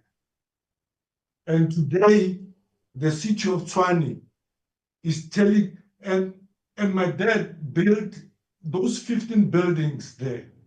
And he was given 12 months to build them. I want the city of Tshwane Chair to know that there's no way I can leave that place. Today we are surrounded by the university. They want me to leave, to leave that place. I'm shocked to know that TUT now owns the land around there. Because in 1983, Mr. Hodds, the founder of then the Spruchelo Technikon, but today now is called TUT. He's the one, in fact, who closed my father's school. But yet today, TUT, they've got a title deed, and I don't have a title deed. They've approached me many times saying they want to buy that place. My father was given a permission to occupy. I want the city of Tshwane to know, because they told me that, no, they need to give me another place somewhere. There is no way my family will live there. We will never leave. Those buildings there were built by my dad. He was moved from Newlands to Ga-Rankuwa, and there was nothing. So what I'm asking, Chair, is that is a title deed so that I can do proper business. Only this year, I've lost 2 big business. I told you, even when we started, that place is for business. I lost, look at the moment, I'm a business person who turned a gardener in the same place. What I'm asking, Chair, is that let them give me a title deed and I do a proper business. That's what I'm asking from government, nothing else. Nothing else. Even though I know it's going to be difficult to repair all those buildings. But what I'm asking from them is just give my family a title deed. I start to do business. I start to work. You know, I just had Mayor Tshwane, she said, Yes, no, you know, she has confused. No, Mr. Mere, she has confused you with the family that refused the 50 square meter. No, Was no, talking Mr. about Mera, I was not referring to you, but I have a question. Mr. Mera, sorry, Chair. I'm sorry that I mixed up the name. It's not married. Yes. And just to, because I'm about to leave to go to the Jamaica, I want to check with Mr. Mere because I'm from the. Can we switch off another gadget because it makes double sound? Yes. Yes, there's echo, Chair. Yeah, Okay, there's echo. But Chair, sorry to disturb you, Mr. Mere. I just want to say I've confused your name with Mr. Mr. Stepeng. Yeah. It's because of not understanding the language. I'm sorry. But I have a question, Mr. Mere. Mr. Mere, I'm from the Department of Rural Development and Land Reform. I was a deputy minister there for quite some time. My first deployment was there. But the issue that you're raising, did you write a letter to them? Because for me, it's underlying claim. Because the municipality, the Tshwane will be given instructions by the land claim, which is Department of Agriculture and Land Claims, whether you did write to them and put your case, because they deal with those issues. They if not, I would advise you to write to the Department of who's got a second? Hey, man. Can you switch off your second gadget? The Department of Agriculture will assist you in terms of the land claim, because that one is not under Tshwane. It's under land claims. And I want, if you did not write a letter to land claims, make sure that you write and also send the documents to them, and they will attend to it, because I'm from that department. But I'm listening to you now, Mr. Mayor. This department, I mean, your case is the case of land claims. Thank you very much. Thank you, Chair, for giving me the opportunity to speak again. Okay, Mr. Miran, you can finish your input, and then we'll because I wanted to come to the issue that it said that close in the meantime, close so that I can speak first. Tshwane is saying that the land is belonging to Development Corporation, is belonging to Department of Public Works and Medunsa. Mr. Miran is giving and he has been saying these things. I don't know why this confusion now that the land now belongs to Public Works, belongs to Medunsa, belongs to and Development Corporation. And Development Corporation, they are saying, Development Corporation, they are saying they've given them they've given Tshwane, what is it? Whatever. Yeah. Was it the issue of power of attorney? Yeah, yes, to transfer the land to process the issue of to assist them to process the issue, to give it to Mr. Miran, its title deed. So, but the Tshwane is saying that there is no indication the land belongs to the farms belongs to 3 departments. So the question that I want to ask Tshwane, in terms of the land where Mr. Miran is located, the title deed, which department? Because it's even besides, because already the matter is with us, we can then draw in Public Works to be able to assist in resolving the matter through national department. Can we get Tshwane to Sorry, before they respond, if you may, on that point. Yes. Yeah, I thought that they said that the specific portion that belongs to Mr. Miran, they have tried to do a search to determine ownership, and they say that at the deeds office that the feedback was blank, which means there is no clarity as to ownership. But I have other follow-up issues regarding Tshwane, but I just wanted to confine myself to that issue. If you can confirm, I understand. Can they clarify that part? Because I want us to move towards closing it with the proper understanding. All of us must have the understanding. Tshwane, the portion that Mr. Miran has got the land that is claiming, because you have talked about 3 departments, and Mr. Masuta is stating that where Mr. Miran, it's a blank, it's a blank thing. So can you confirm that so that we can then be able to finalize this matter? Tshwane, MMC is gone. We have who's there? Good day, Chair. This is Ivan Moses from the city of Tshwane. I'm here with the HOD. Just to give confirmation on the ownership of the portion of land on which Mr. Miran's property is located, that will be with Public Works. Public Works. Yes.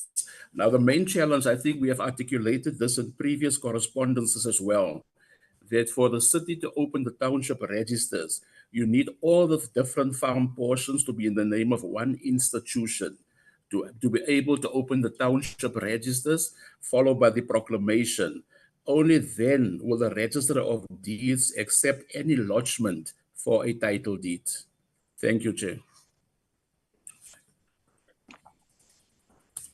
You want which portion? The one that is owned by Medunsa and the one that is owned by Development Corporation? You want all of them to give you? Can I follow up on what you just said? Okay, Honorable Masuta. The way I understand him, he's saying that this portion of land which is segmented into different ownerships, including the portion that belongs to Mr. Mere, for it to be competent for title deeds to be issued for any portion thereof, first of all, a township needs to be declared. Now, for township to be declared, ownership of this whole land combined with different owners needs to be sorted out such that a transfer of ownership can then take place. I don't know from who to whom, but that is a precondition for them after that ownership issue is resolved, whether by way of power of attorney or whatever it is, the instrument. But the consequence would then be that they, armed with that legal status of the land, can then have the whole land declared a township and then apportioned out to respective occupiers so that title deeds can then be issued, including apportioning the portion for Mr. Mere when the township has been declared, and that until the township is declared, no title deed for any portion of that land would then be done. But of course, the question becomes, who takes responsibility and how long is it going to take for that process to be concluded so that the title deeds can then be issued to the deeds office, which the deeds office will accept based on the township overall that would have been declared and then apportioned accordingly into respective ERFs that can then be registered as separate title deeds. So I think he's still leaving the questions hanging, and there's a few other questions hanging which I will not touch on at this stage from the municipality of Tshwane. No, that's why I'm bringing the city towards helping us to say what is it that is needed for them to, because the last meeting, Naga told us, Tshwane, it says through their investigation, they find that the land belongs to particular private farm. It's farm that belongs to private people. That's what it was reported in the meeting of the previous meeting. That is why we've called Tshwane to come and clarify that. Today we have been told of Department of Public Works, Medunsa, and the Northwest Development Corporation that they are owning those land. So, and Mr. Meering has got the PTO permission to occupy. So, how then? I wanted Tshwane to come back to respond to that. What you have reported in the meeting with National Department, which private entities own this land that we are not mentioning now? Because if it's Public Works, it's Medunsa, it's Development Corporation, it's still government. And there should not be a problem that Tshwane can proceed with the declaration of township, and then the owners get their title deed. And the second question is, how did Medunsa get the title deed, and how did Department of Development Corporation have a title deed to claim that then the land belongs to them? If Mr. Meeren, who the father stays there for more than 60 years, has got the PTO, and the rest of others have the title deed, or is just the, maybe if you can just get clarity, because I think it will then help us to move forward on that matter. Chair, can we also make a further request? My apologies, that perhaps they should lodge summaries of these title deeds with Parliament, because as you correctly said, at some point we had private ownership, then we had a portion that they cannot identify, and my understanding was that was part of where Mr. Mire's property is, from the report from the lady from the municipality. Now the gentleman from the same municipality says, no, the one from Mr. Mire is actually falling under, is it Medunsa or Public Works? I can't remember. So the goal seems to be all the time. If we could have something in writing, Chair, in the form of summaries of those title deeds, so that we have these things on record. Thank you, Chair. Tshwane, what do you need to proclaim these areas? Because you know the owners. Besides, then the Public Works and Medunsa and Development Corporation will then task National to work with them towards making sure that they give Mr. Mire his land with the evidence that he has. But the question with Tshwane, what is it that you want to declare the township in Ga-Rankuwa, including with the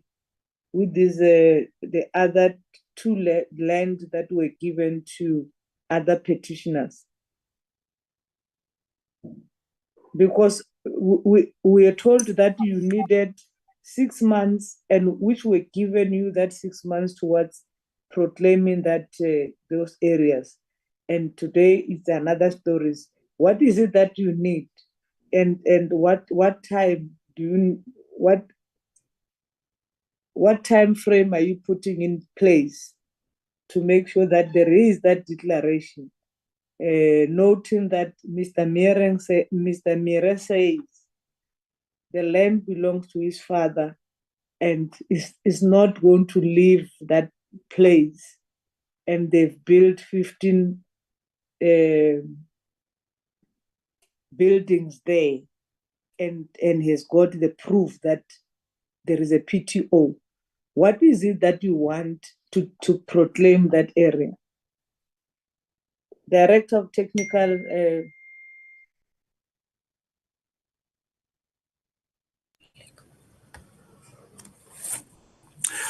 Thank you, Chair. What basically happens here, we are still speaking the same language as reported earlier. For the township establishment process to be concluded, we need either a power of attorney for those farm portions in the name of other institutions, or we need the donation of that land to the municipality to enable us to establish and finalize the township establishment processes. That is unfortunately the only way that we will be able to provide Mr. Mire with his long-awaited title deeds. If you will allow us, Chairperson, I will allow my one colleague here, Ms. Petting, just to share a map of the area as well, so that you can have a better understanding of what we are referring to here. With your permission, can we share the map, Chair? Yes, you can put the map on this. There is no donation because it's owned by, you are saying it's owned by Public Works. Public Works is not going to donate from you. You need the power of attorney from Public Works. If they don't donate, is it what you are saying? So that National should then do that.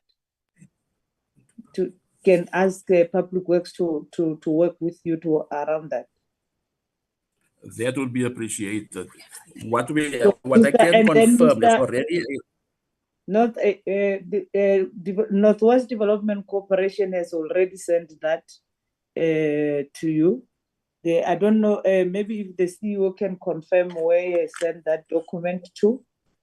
Then the Medunsa, it's again public works because I don't think Medunsa is not a private. It's not a private institution. Means that it's still public works which is owning the land. You just need the power of attorney of the public works and the. Because Development Corporation has given you that that the power of attorney.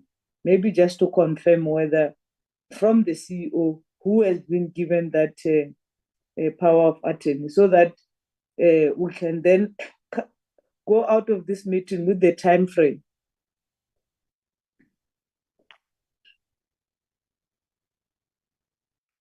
Mr. CEO, Development Corporation, whom have you given the power of attorney?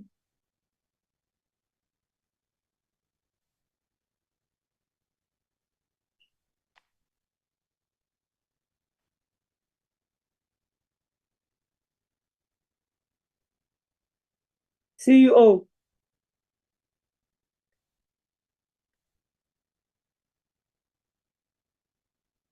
Development Corporation, Northwest HOD.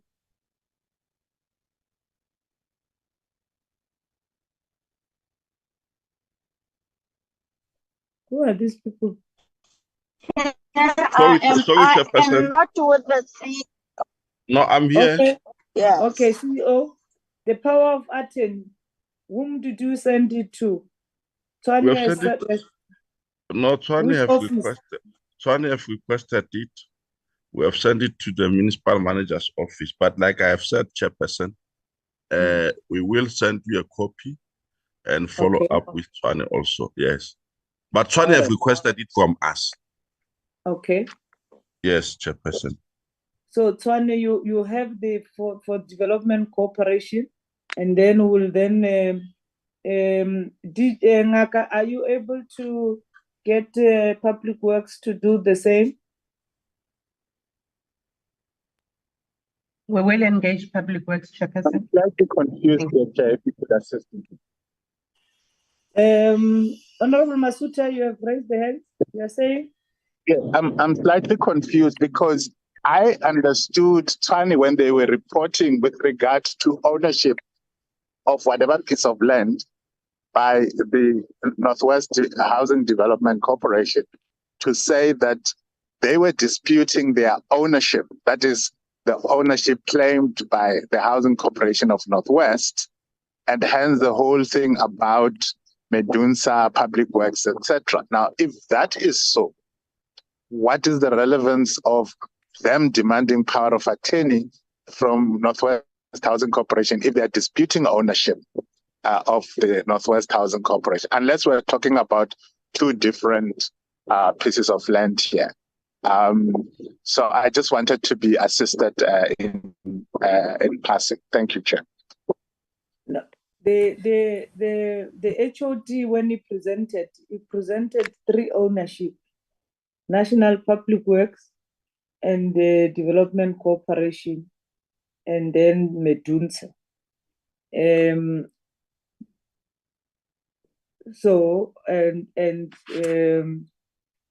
He said part of the land belongs to Northwest Development Corporation. That's what I heard. Unless I misrepresented the form. Then I'm fine. I don't need to belabor the issue. Chair, may we be given an opportunity to clarify, please? Yes. Yes. Thank you, Chair. Yeah. Thank you. I'm sitting with the team here, Chair, because Honorable Masuta is asking a relevant question. So we have met with the Northwest Housing Corporation. The CEO was represented by Miss Grace. I can't remember now the surname. And when we met with them, we were dealing with all properties that fell under the Northwest Housing Corporation, which including your Mabopane, your Winterveld, and all of those areas. We indicated which areas that we need power of attorneys for. So we wrote a letter for them indicating the list of the township that we need powers of attorney for us to proceed either with township establishment, either with formalization where there are informal settlements, and so on and so forth.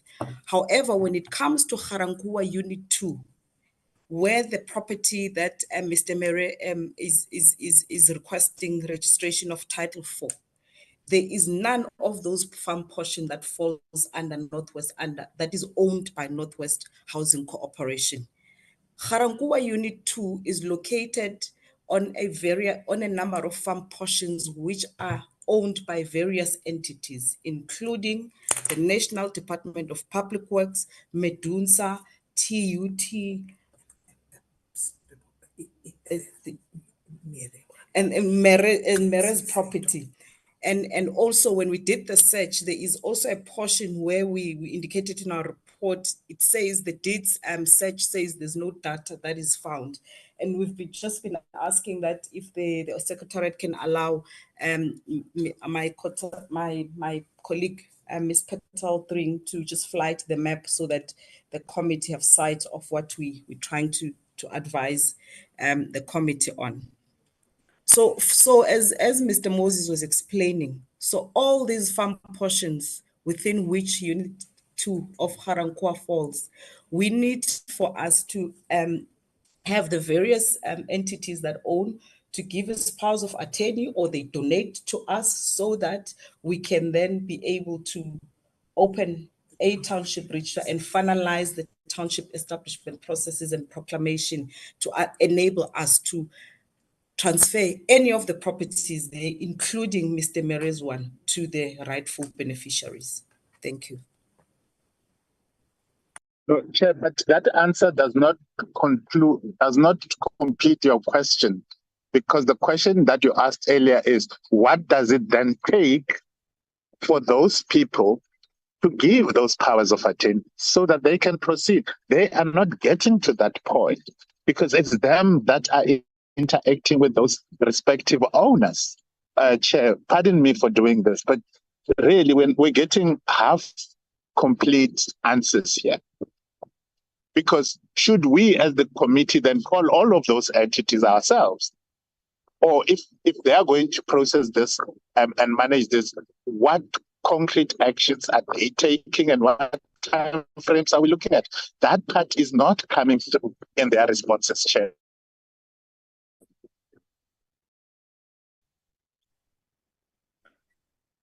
Chair, okay, sorry. Yes, HOD. Thanks, Chair. Petal, sorry, it's Petal. Yes, we're listening. Who's that? It's Petal from the city of Tshwane.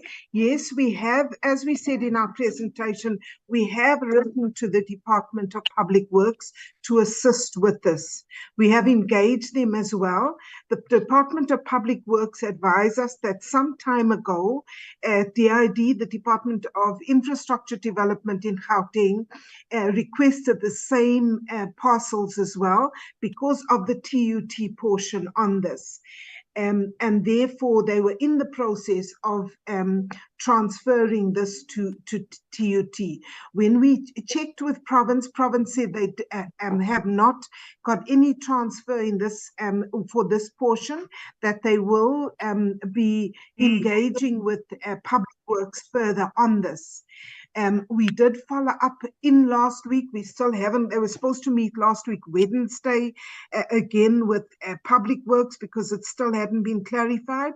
And as soon as we get feedback on that, we will then know. So yes, we have written to Public Works to assist us with these land portions, and they are working with province. So that as soon as the land is in province's name, province can then proceed to start the township establishment process and get the township registered.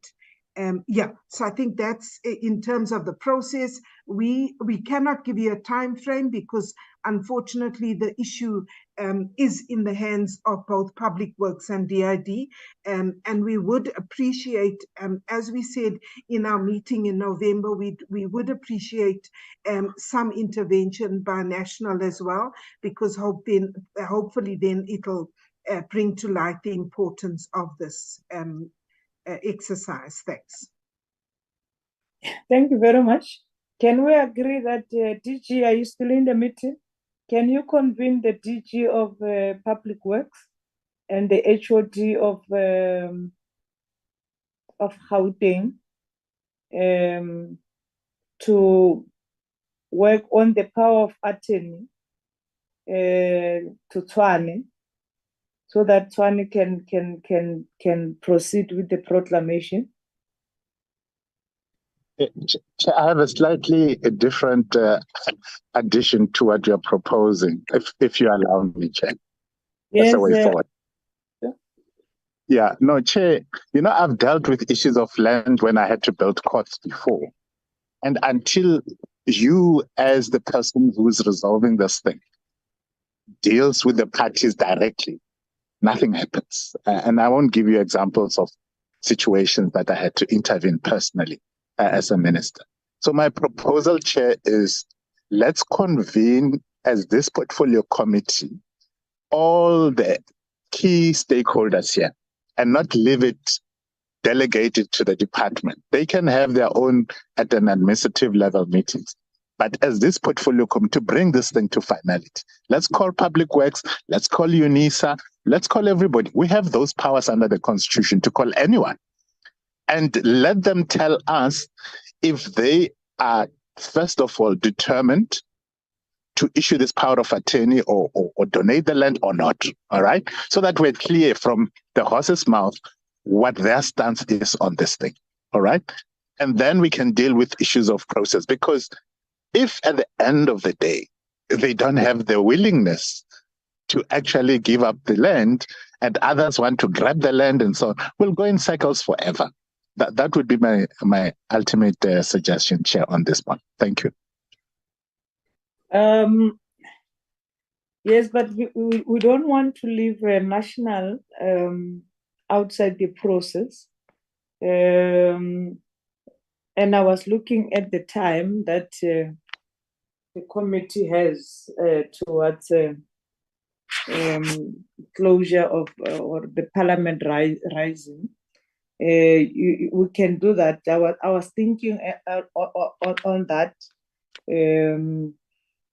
unless because we are rising at, we will actually outside the meeting engage the chair of chairs, whether we would even be allowed to interact with the matter to finalize this matter. If it's not allowed, we would know that DG can convene Public Works, and Public Works, because I would still maintain that Medunsa, if it's Medunsa UTT, that's why Gauteng is asking Public Works to transfer the land to them. That means that the land belongs to national, all of it, Public Works, or rural development. So in this, that why I'm requesting DG to convene the HOD, both the DG of Public Works, the DG of rural development, and then they then have the city of Tshwane and the HOD of Gauteng, just to deal with this matter and avail those power of attorney for Tshwane to formalize the township, because this is their land. If Tshwane in their meeting lobby them to donate and they agree, it's fine. But for now, let's talk about the power of attorney. Then Tshwane will then lobby outside us to get that donation, for the sake of people who are staying at Ga-Rankuwa, for them to be able to get their title deed. And just to check with DG whether is it feasible our proposal, or should we then ourselves take it, convene the meeting for all of them. DG?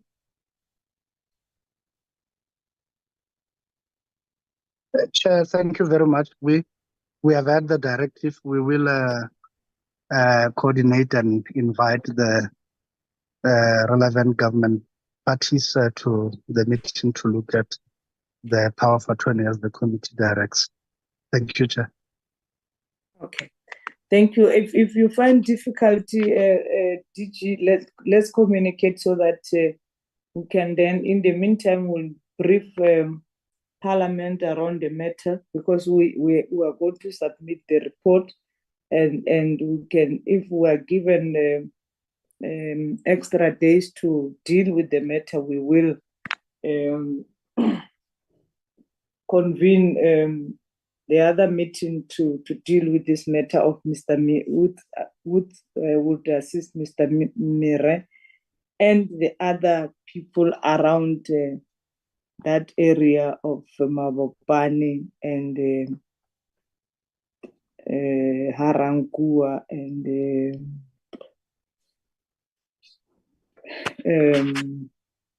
what else? Winterfeld.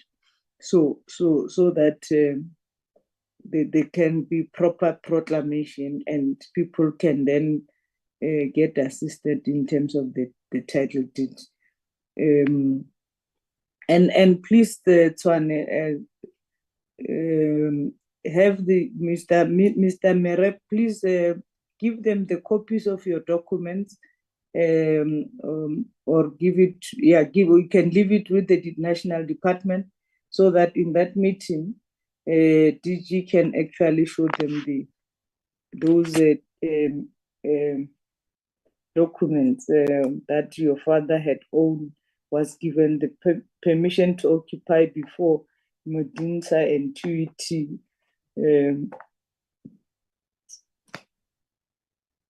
So that we can then resolve the matter.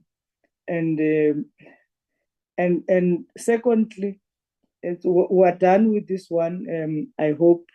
I see there is other hands. Petitioners, Honorable Masuta, you're still coming in. And then I see the petitioner. I don't know who's that. It says just say petitioners.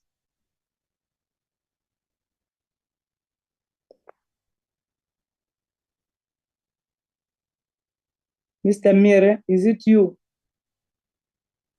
It's me. Here with me, I've got an affidavit that was made by my dad. It says the place he was given by central government in Ga-Rankuwa.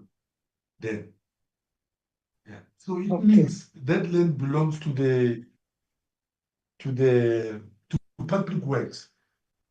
Okay. Yes, I'm having an affidavit that he made. And now what happened is we had a permission to occupy, and they made me buy the place. And Chair, I understand that now it's going to take long again. And what about my business? Every month I'm losing money. Every month. I can't even take care of my family, of my children. Please.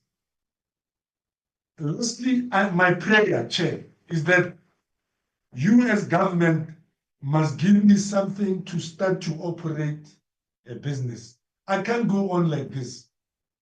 I need to operate this business as soon as possible. It's an accommodation business. Mr. Mire, we're trying to do that. That's why we are channeling it towards the closure that the DG has agreed to convene the DG of Public Works, and you leave those documents, the affidavits, and the with the, because you are in the department, and then the DG, can you do that as soon as possible? We will appreciate if you can take it as agent, as agent as possible. Mr. Masuta, advocate. I've seen Mr. M.M. Mazui. Who's that?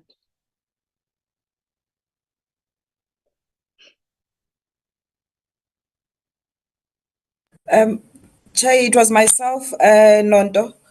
Remember, I'm joined from Mr. Mazui's Okay. gadget. No, Chair, it was at the time when we wanted just to orientate the committee with the map that I put up, but with the resolution that has been taken, that might not be necessary. What we'll do, we'll package all of this information, all the deed search that we've conducted, the letters that we've sent to those that we've approached to try and assist us, so that it's easier for the office of the DG to then coordinate everyone. Okay. Thanks. Thank you very much. Mr. Mere will not leave you without. This committee will continue to work with everybody towards resolving your issue. We know that it is long and that you have traveled this journey, but our view is that this committee has tried its level best to shorten the time, and unfortunately we found that you have been in the process for so long. Then even our intervention might not be appreciated as that we're trying to shorten the process, or to make sure that you get assisted as soon as possible. So DG will do that, and will then be DG.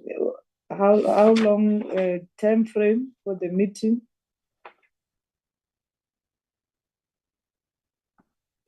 Chair, we intend to convene this meeting, I think, to give all parties time as notice. It will have to be early next week, Monday or Tuesday, so that everyone doesn't say short notice. Owing to the emergency, we will even shorten the required 7 days, but we will convene it and ask that it take place on Monday or Tuesday. And then we then hope that we get majority responses and proceed with the engagement as such. We will appreciate that, DG.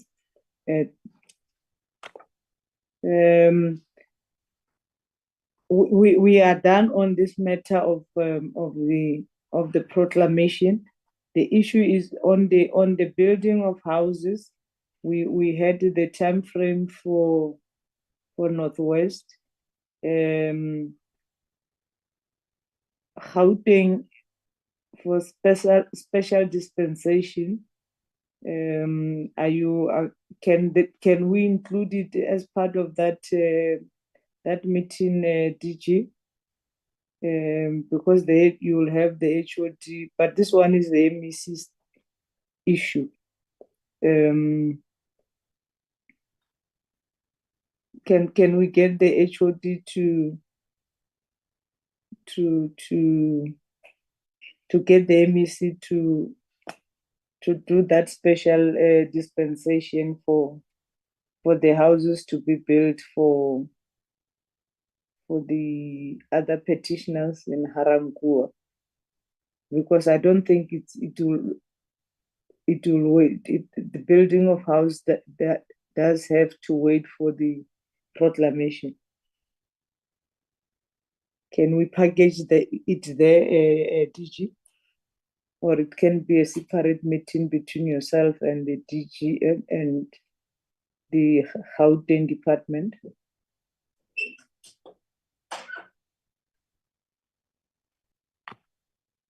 DG?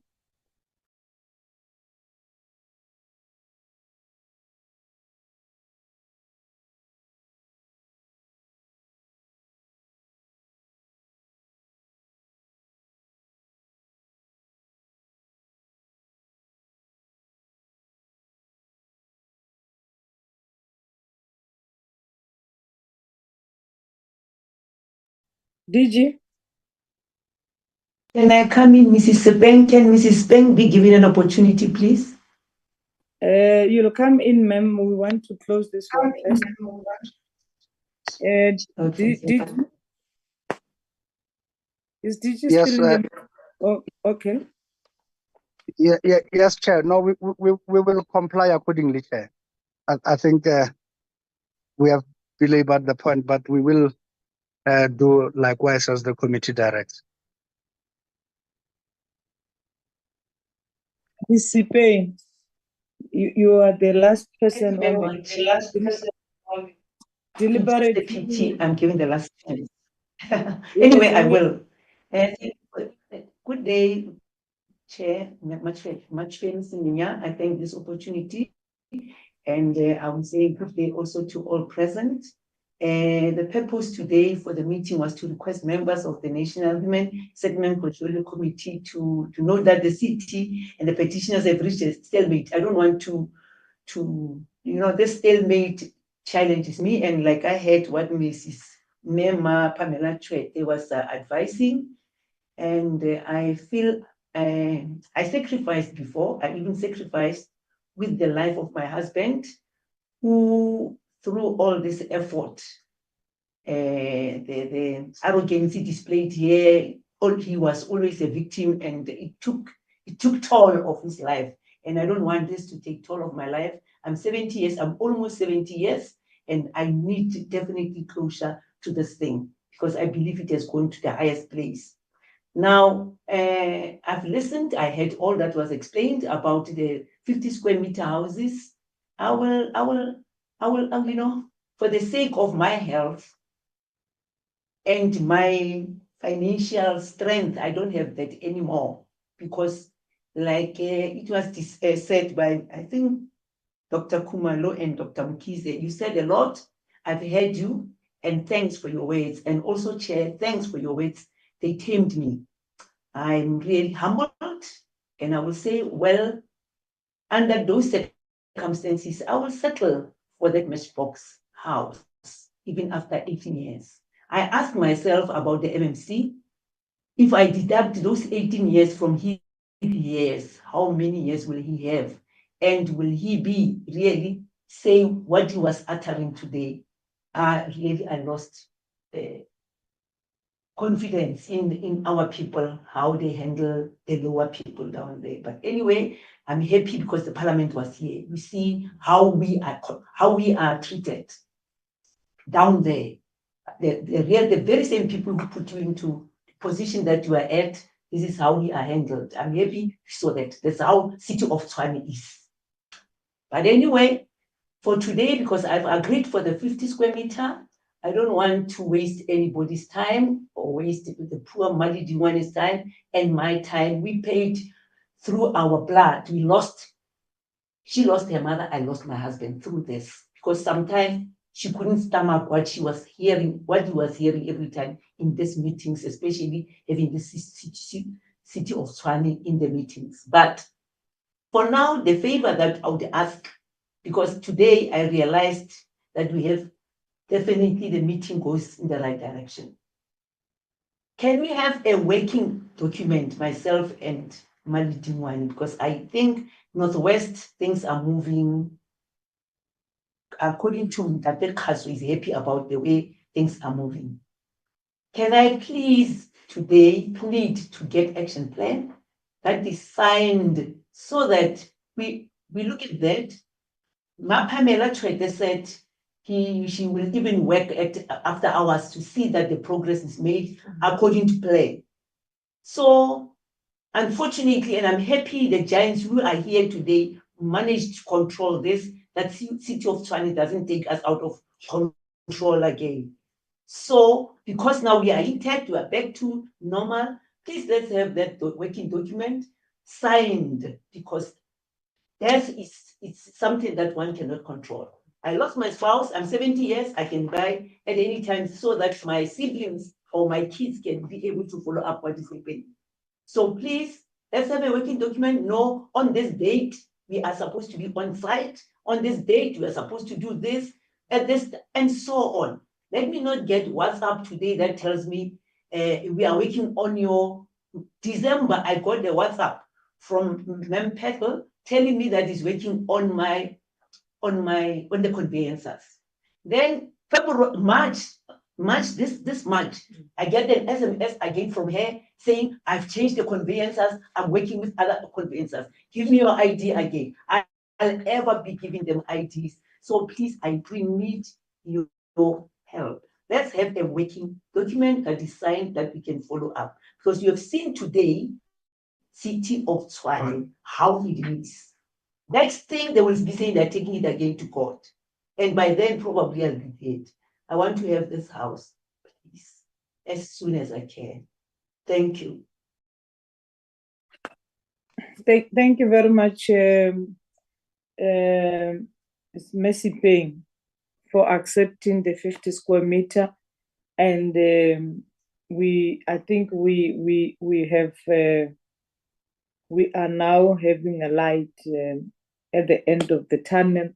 Everybody, even ourselves, will retire as members of parliament, happy that we were able to intervene in your cases, and your families have been helped by your government that you have voted for. With that note, we want to thank everybody for availing himself for this meeting. We might call another meeting after the DG has met with all this team, and then we will then see how we conclude the matter properly. And thank you very much. And unless if there is anything that and with the issue of consequence management, that was raised by Dr. Kumalo, and I think it's Dr. Mkhize, I think, and I think we might want to Tshwane, if it's either we will have to call the works because this thing of it's what is it? It's in inquest. They must tell us what the inquest about this matter, because if there is one still alive, we cannot put it as an inquest. We'll see if we can't get SIU to come in, because we might find that it's not even this houses in Ga-Rankuwa only. All the areas where there was demarcation changes, officials take advantage of that, and unless government do the play its part to make sure that people does not take advantage of our people in the process of changing of demarcation and all those things, will continue to have a problem, and we should see if we can't get whether it's the Hawks or whether we can get SIU to look at the matter and see how they can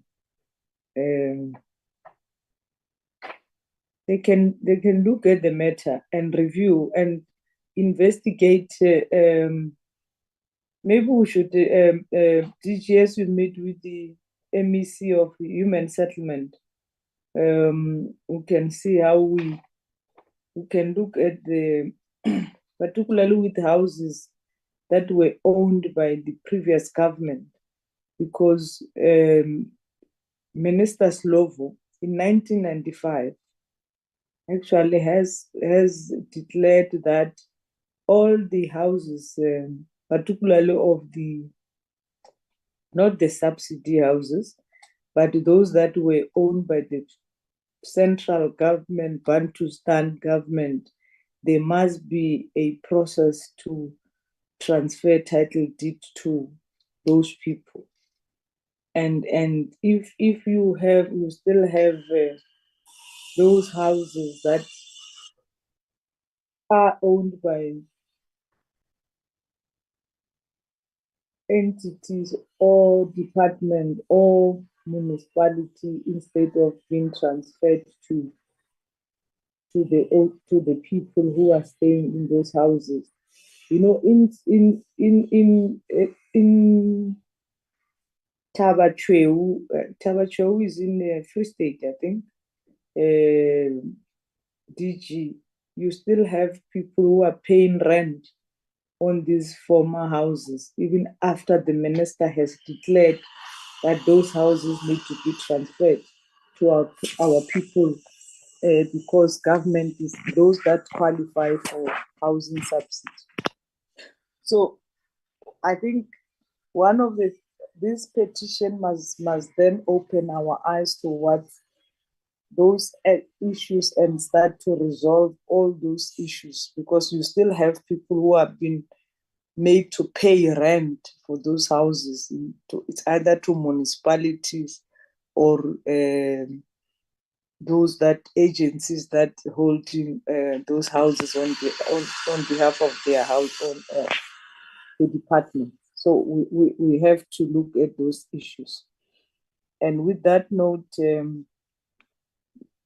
I don't see any hands. I want to release the petitioners and thank them for coming and accept and welcome the progress on the matter, particularly with the Northwest, and thank the MEC in absentia for having intervened decisively on the matter and assist Mr. Khaswe. And we hope that Tshwane and Gauteng, MEC, through yourself, DG, they can then be able to resolve the remaining issues of the three petitioners that are still outstanding. And thank you very much. The meeting, you are released. Thank you very much. Thank you, Honorable Chair. Thank you, Honorable Chair. Thank you. Thank you, Chair. Thank you. Honorable members, there is a report of the third quarter. We still have a quorum. Don't leave. We have to deal with that. There's Sabelo, can you then take us through? Yeah, take us through the report. Yes, Chair. Koliswa, can you give me the sharing rights, please? Okay. Once again, good afternoon, honorable members. While Koliswa is giving me sharing rights, I would like to say a happy belated birthday to Honorable Khumalo, ukhule nkosazane. Koliswa. Hi, Sabelo. Hi, okay. Okay, maybe while Koliswa. Casey, can you assist? I'm unable to assist. Okay. Casey, Chair, can with your you assist, please? Making Sabelo. Koliswa has indicated that is on load shedding. Sabelo, can you flag the report? Yes, Chair. I just needed to get permission from the organizer of the meeting, Chair. Sabelo, I've given you permission now. Thank you. Yeah, I got it. Thanks so much, Casey. Okay, Chairperson, I'm not going to waste time reiterating what is covered in the documents that were previously sent to members, and also the presentation that was presented by the department. So in order to make members feel comfortable with the facts that are presented in the report, please, I'd like to explain the methodology. So the data that is in this research is collected via the brief paper that the researcher provides to the to members, and also the performance or the targets are directly taken from presentations, and this is done in order for support staff to have a backing to say that this was presented by the department.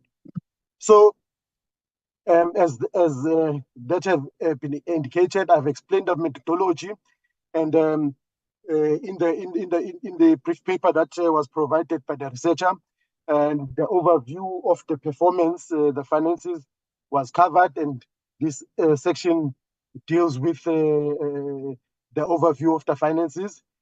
And the following section, Chair and honorable members, deals with the specific expenditure, the expenditure on specific programs, Chairperson. And it is also reflected in those paragraphs.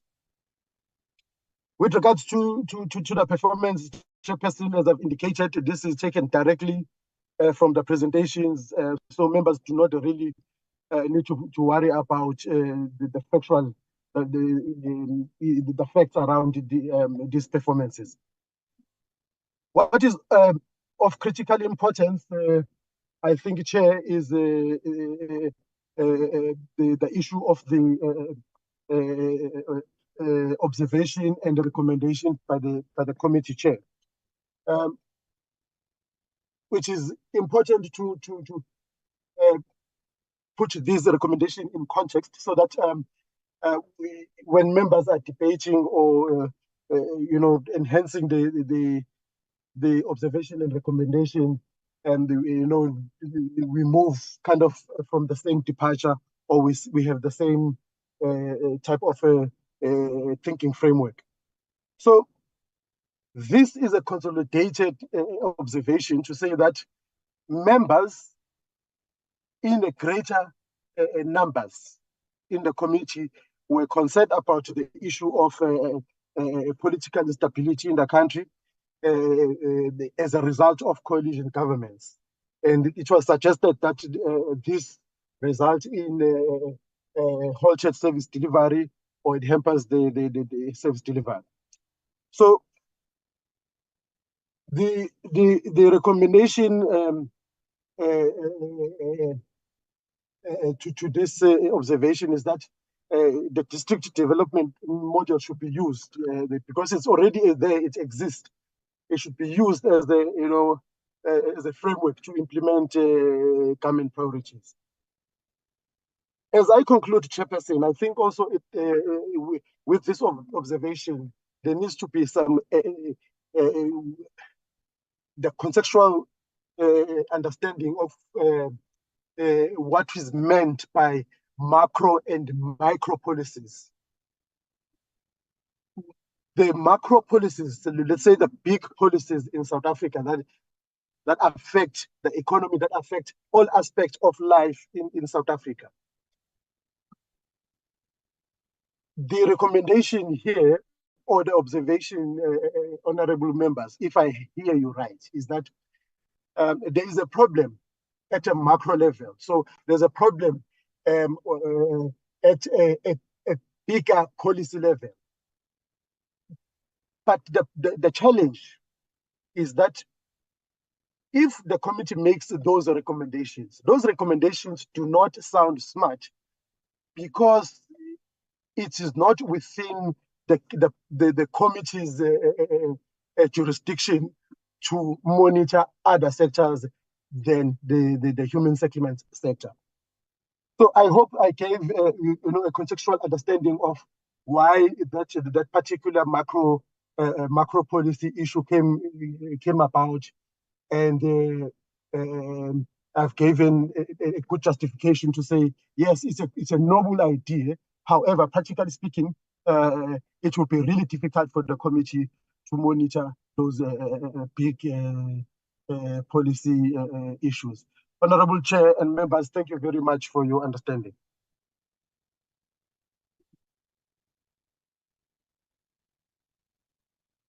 Chairperson, I'm done.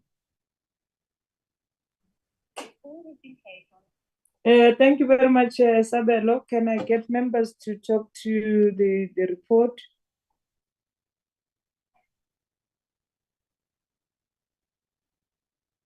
Do we agree with the?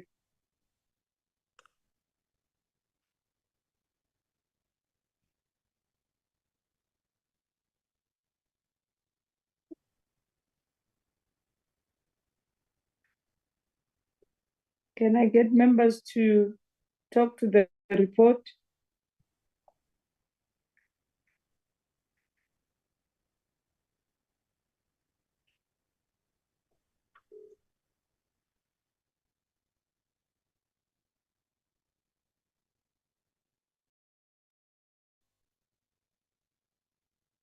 Adoption of the report.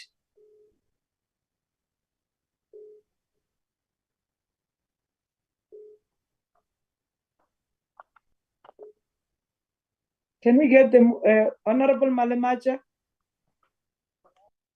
No, thank you, Chair. I fully agree with the recommendation that there's a need to really to strengthen that this thing of coalition is not necessarily assisting man. There's a need to strengthen the fast tracking of implementing anything that can assist. With that, I want to move for the adoption of this report.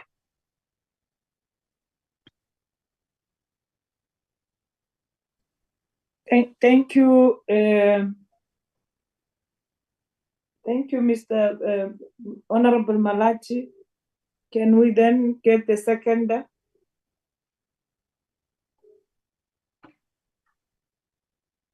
Is it Malemaja or Malachi? Or it's Mr. Malemaja. Mr. Malemaja has moved for the adoption of the report. Can we then have the seconder of the adoption of the report or any input or addition on the recommendation? Okay, my body. Just now. Honorable Malemaja has moved for the adoption. Can we get the seconder of addition to the issue to the recommendation?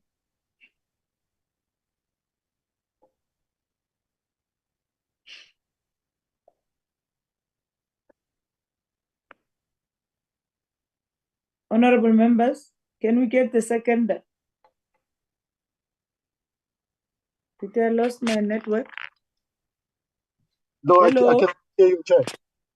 Okay. All right. Honorable members.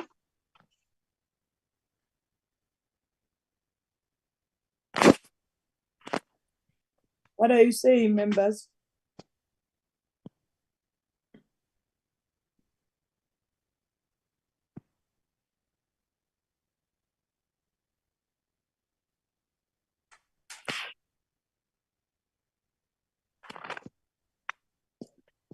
I'm waiting for the hands to second the adoption of the report. Seconded, Chair. Dr. Mkize seconded. Thank you very much. The report is duly seconded.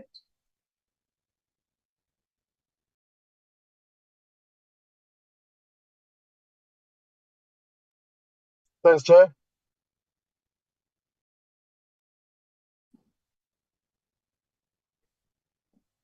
Koliswa.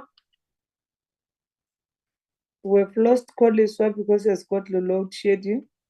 I'm not sure we'll have to postpone the minutes. Koliswa, are you here? Thank you, but I'm using my cell phone. I won't be able to flight minutes. Members, they've got the copies. Casey, can you assist? Yes. I'm trying, Chair. I'm trying now. Police one, Chair. Give me a second.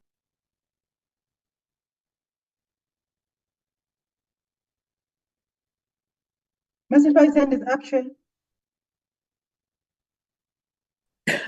Ms. Fry. Chair, it's a delayed hand, Chair. Thank you very much. I was to second Honorable Malemaki. It's a delayed okay. chair. Yeah. All right. The minutes of the 14th of December.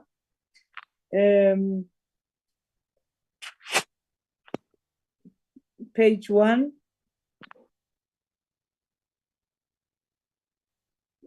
14 February, Chair, not December. Yo, wait, I want to go on holiday. I'm tired.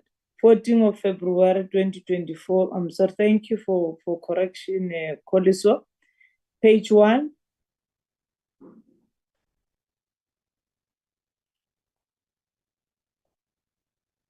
Page 2. Members can just shout if there is anything that you think we've missed. Page 3.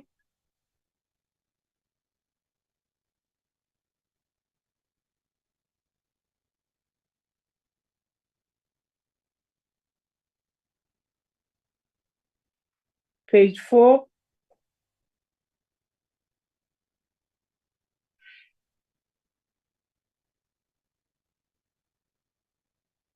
Page 5.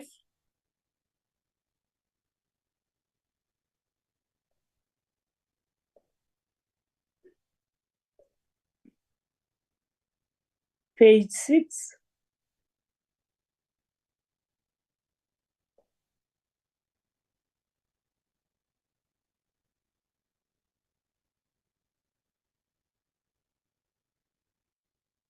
That yellow.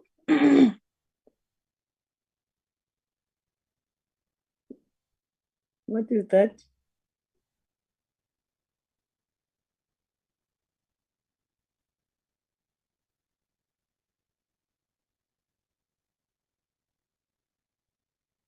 Okay, page 7.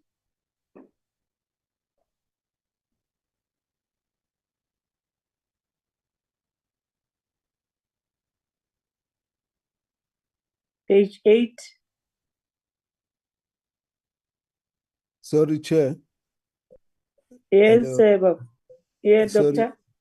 Yeah, you moved quickly. Those yellow highlights. Can someone just tell us, do we really have a proper English term such as welfarist? I think it should be welfare state approach. That sounds much closer to what we've been talking about. Unless somebody can confirm, I've been trying to look for it. I can't find it in the dictionary. But if I'm mistaken, then it's fine. Thank you. Chair, can I come in?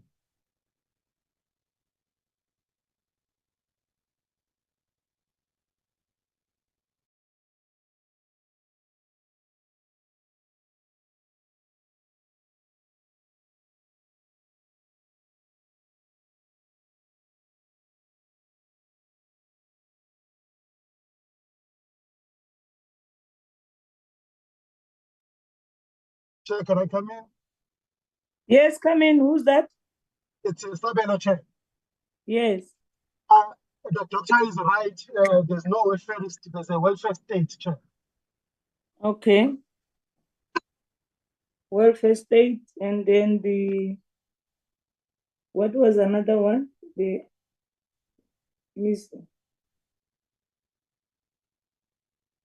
you change it to welfare state? It must be welfare state. State.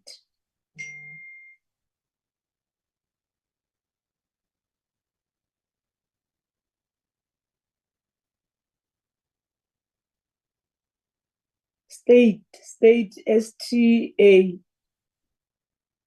Welfare state, or welfare is one word. Okay. Okay.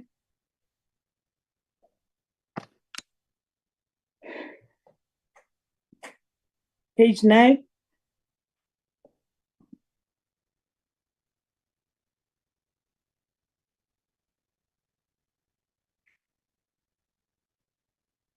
Page 10.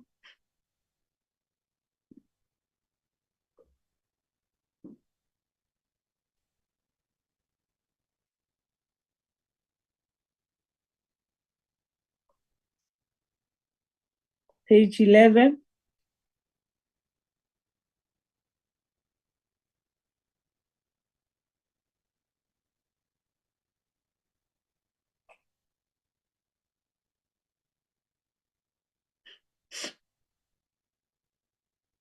Page 12. Oh, I'm moving fast here.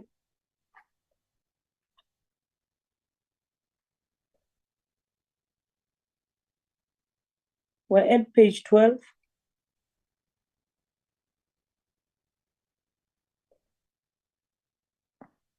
Any correction except what that the correction that was done by Dr. Mkhize? If there is no any other correction, can we get the mover for the adoption of the minutes as the true reflection of the meeting of the 14th of February? Can I get the mover for the adoption? Honorable Sikhai, your hand is up.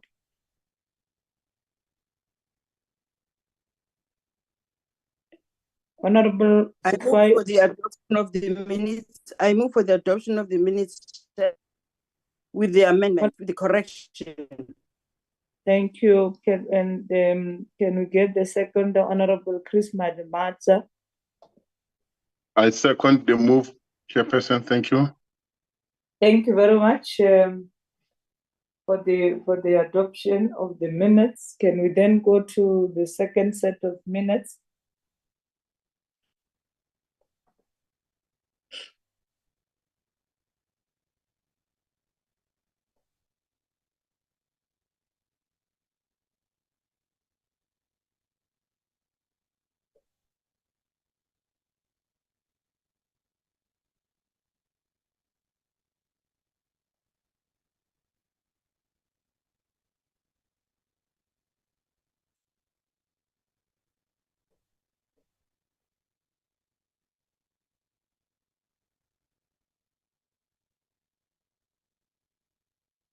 Page 1, the minutes of the 28th of February.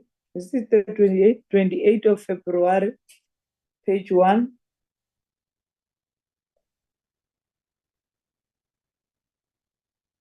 Page 2.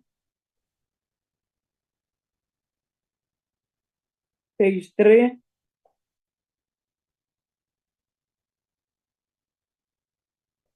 Chairperson, Bob. I don't have a way of raising my hand here, so I keep delaying. But can I just say, for record purposes, my initials are ZL.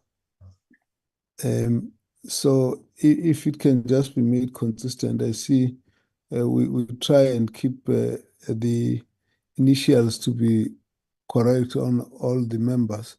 So in the previous records, if we've got the same thing, they can just attend to that, just for correctness and consistency. Thank you.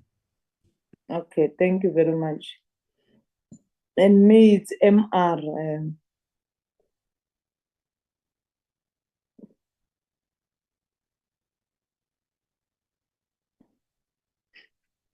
And please, as before the minutes can be filed, verify such things and then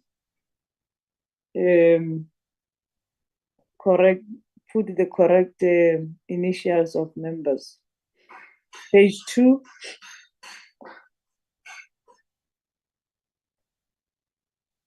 Page 3.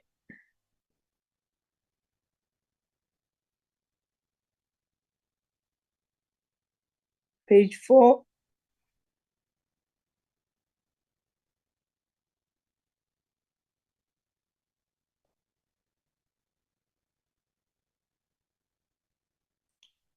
Page 5.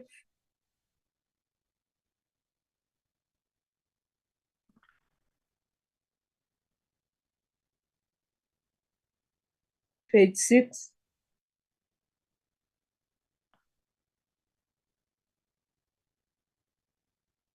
Page 7.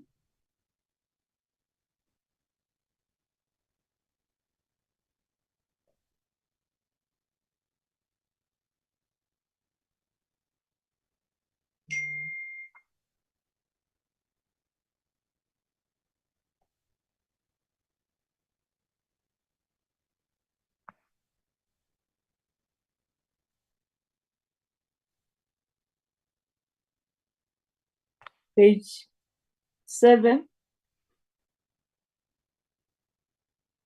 I see this resolution. Let's go to the resolution.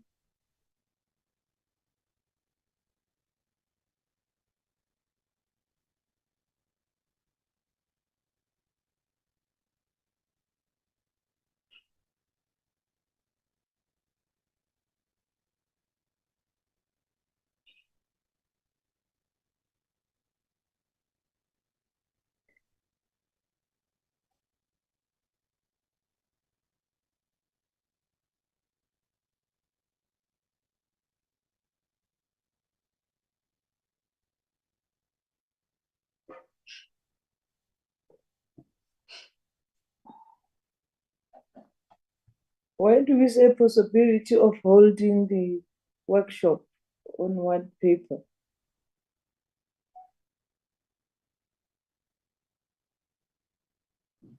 Why don't we just say that the workshop on white paper should be organized for members?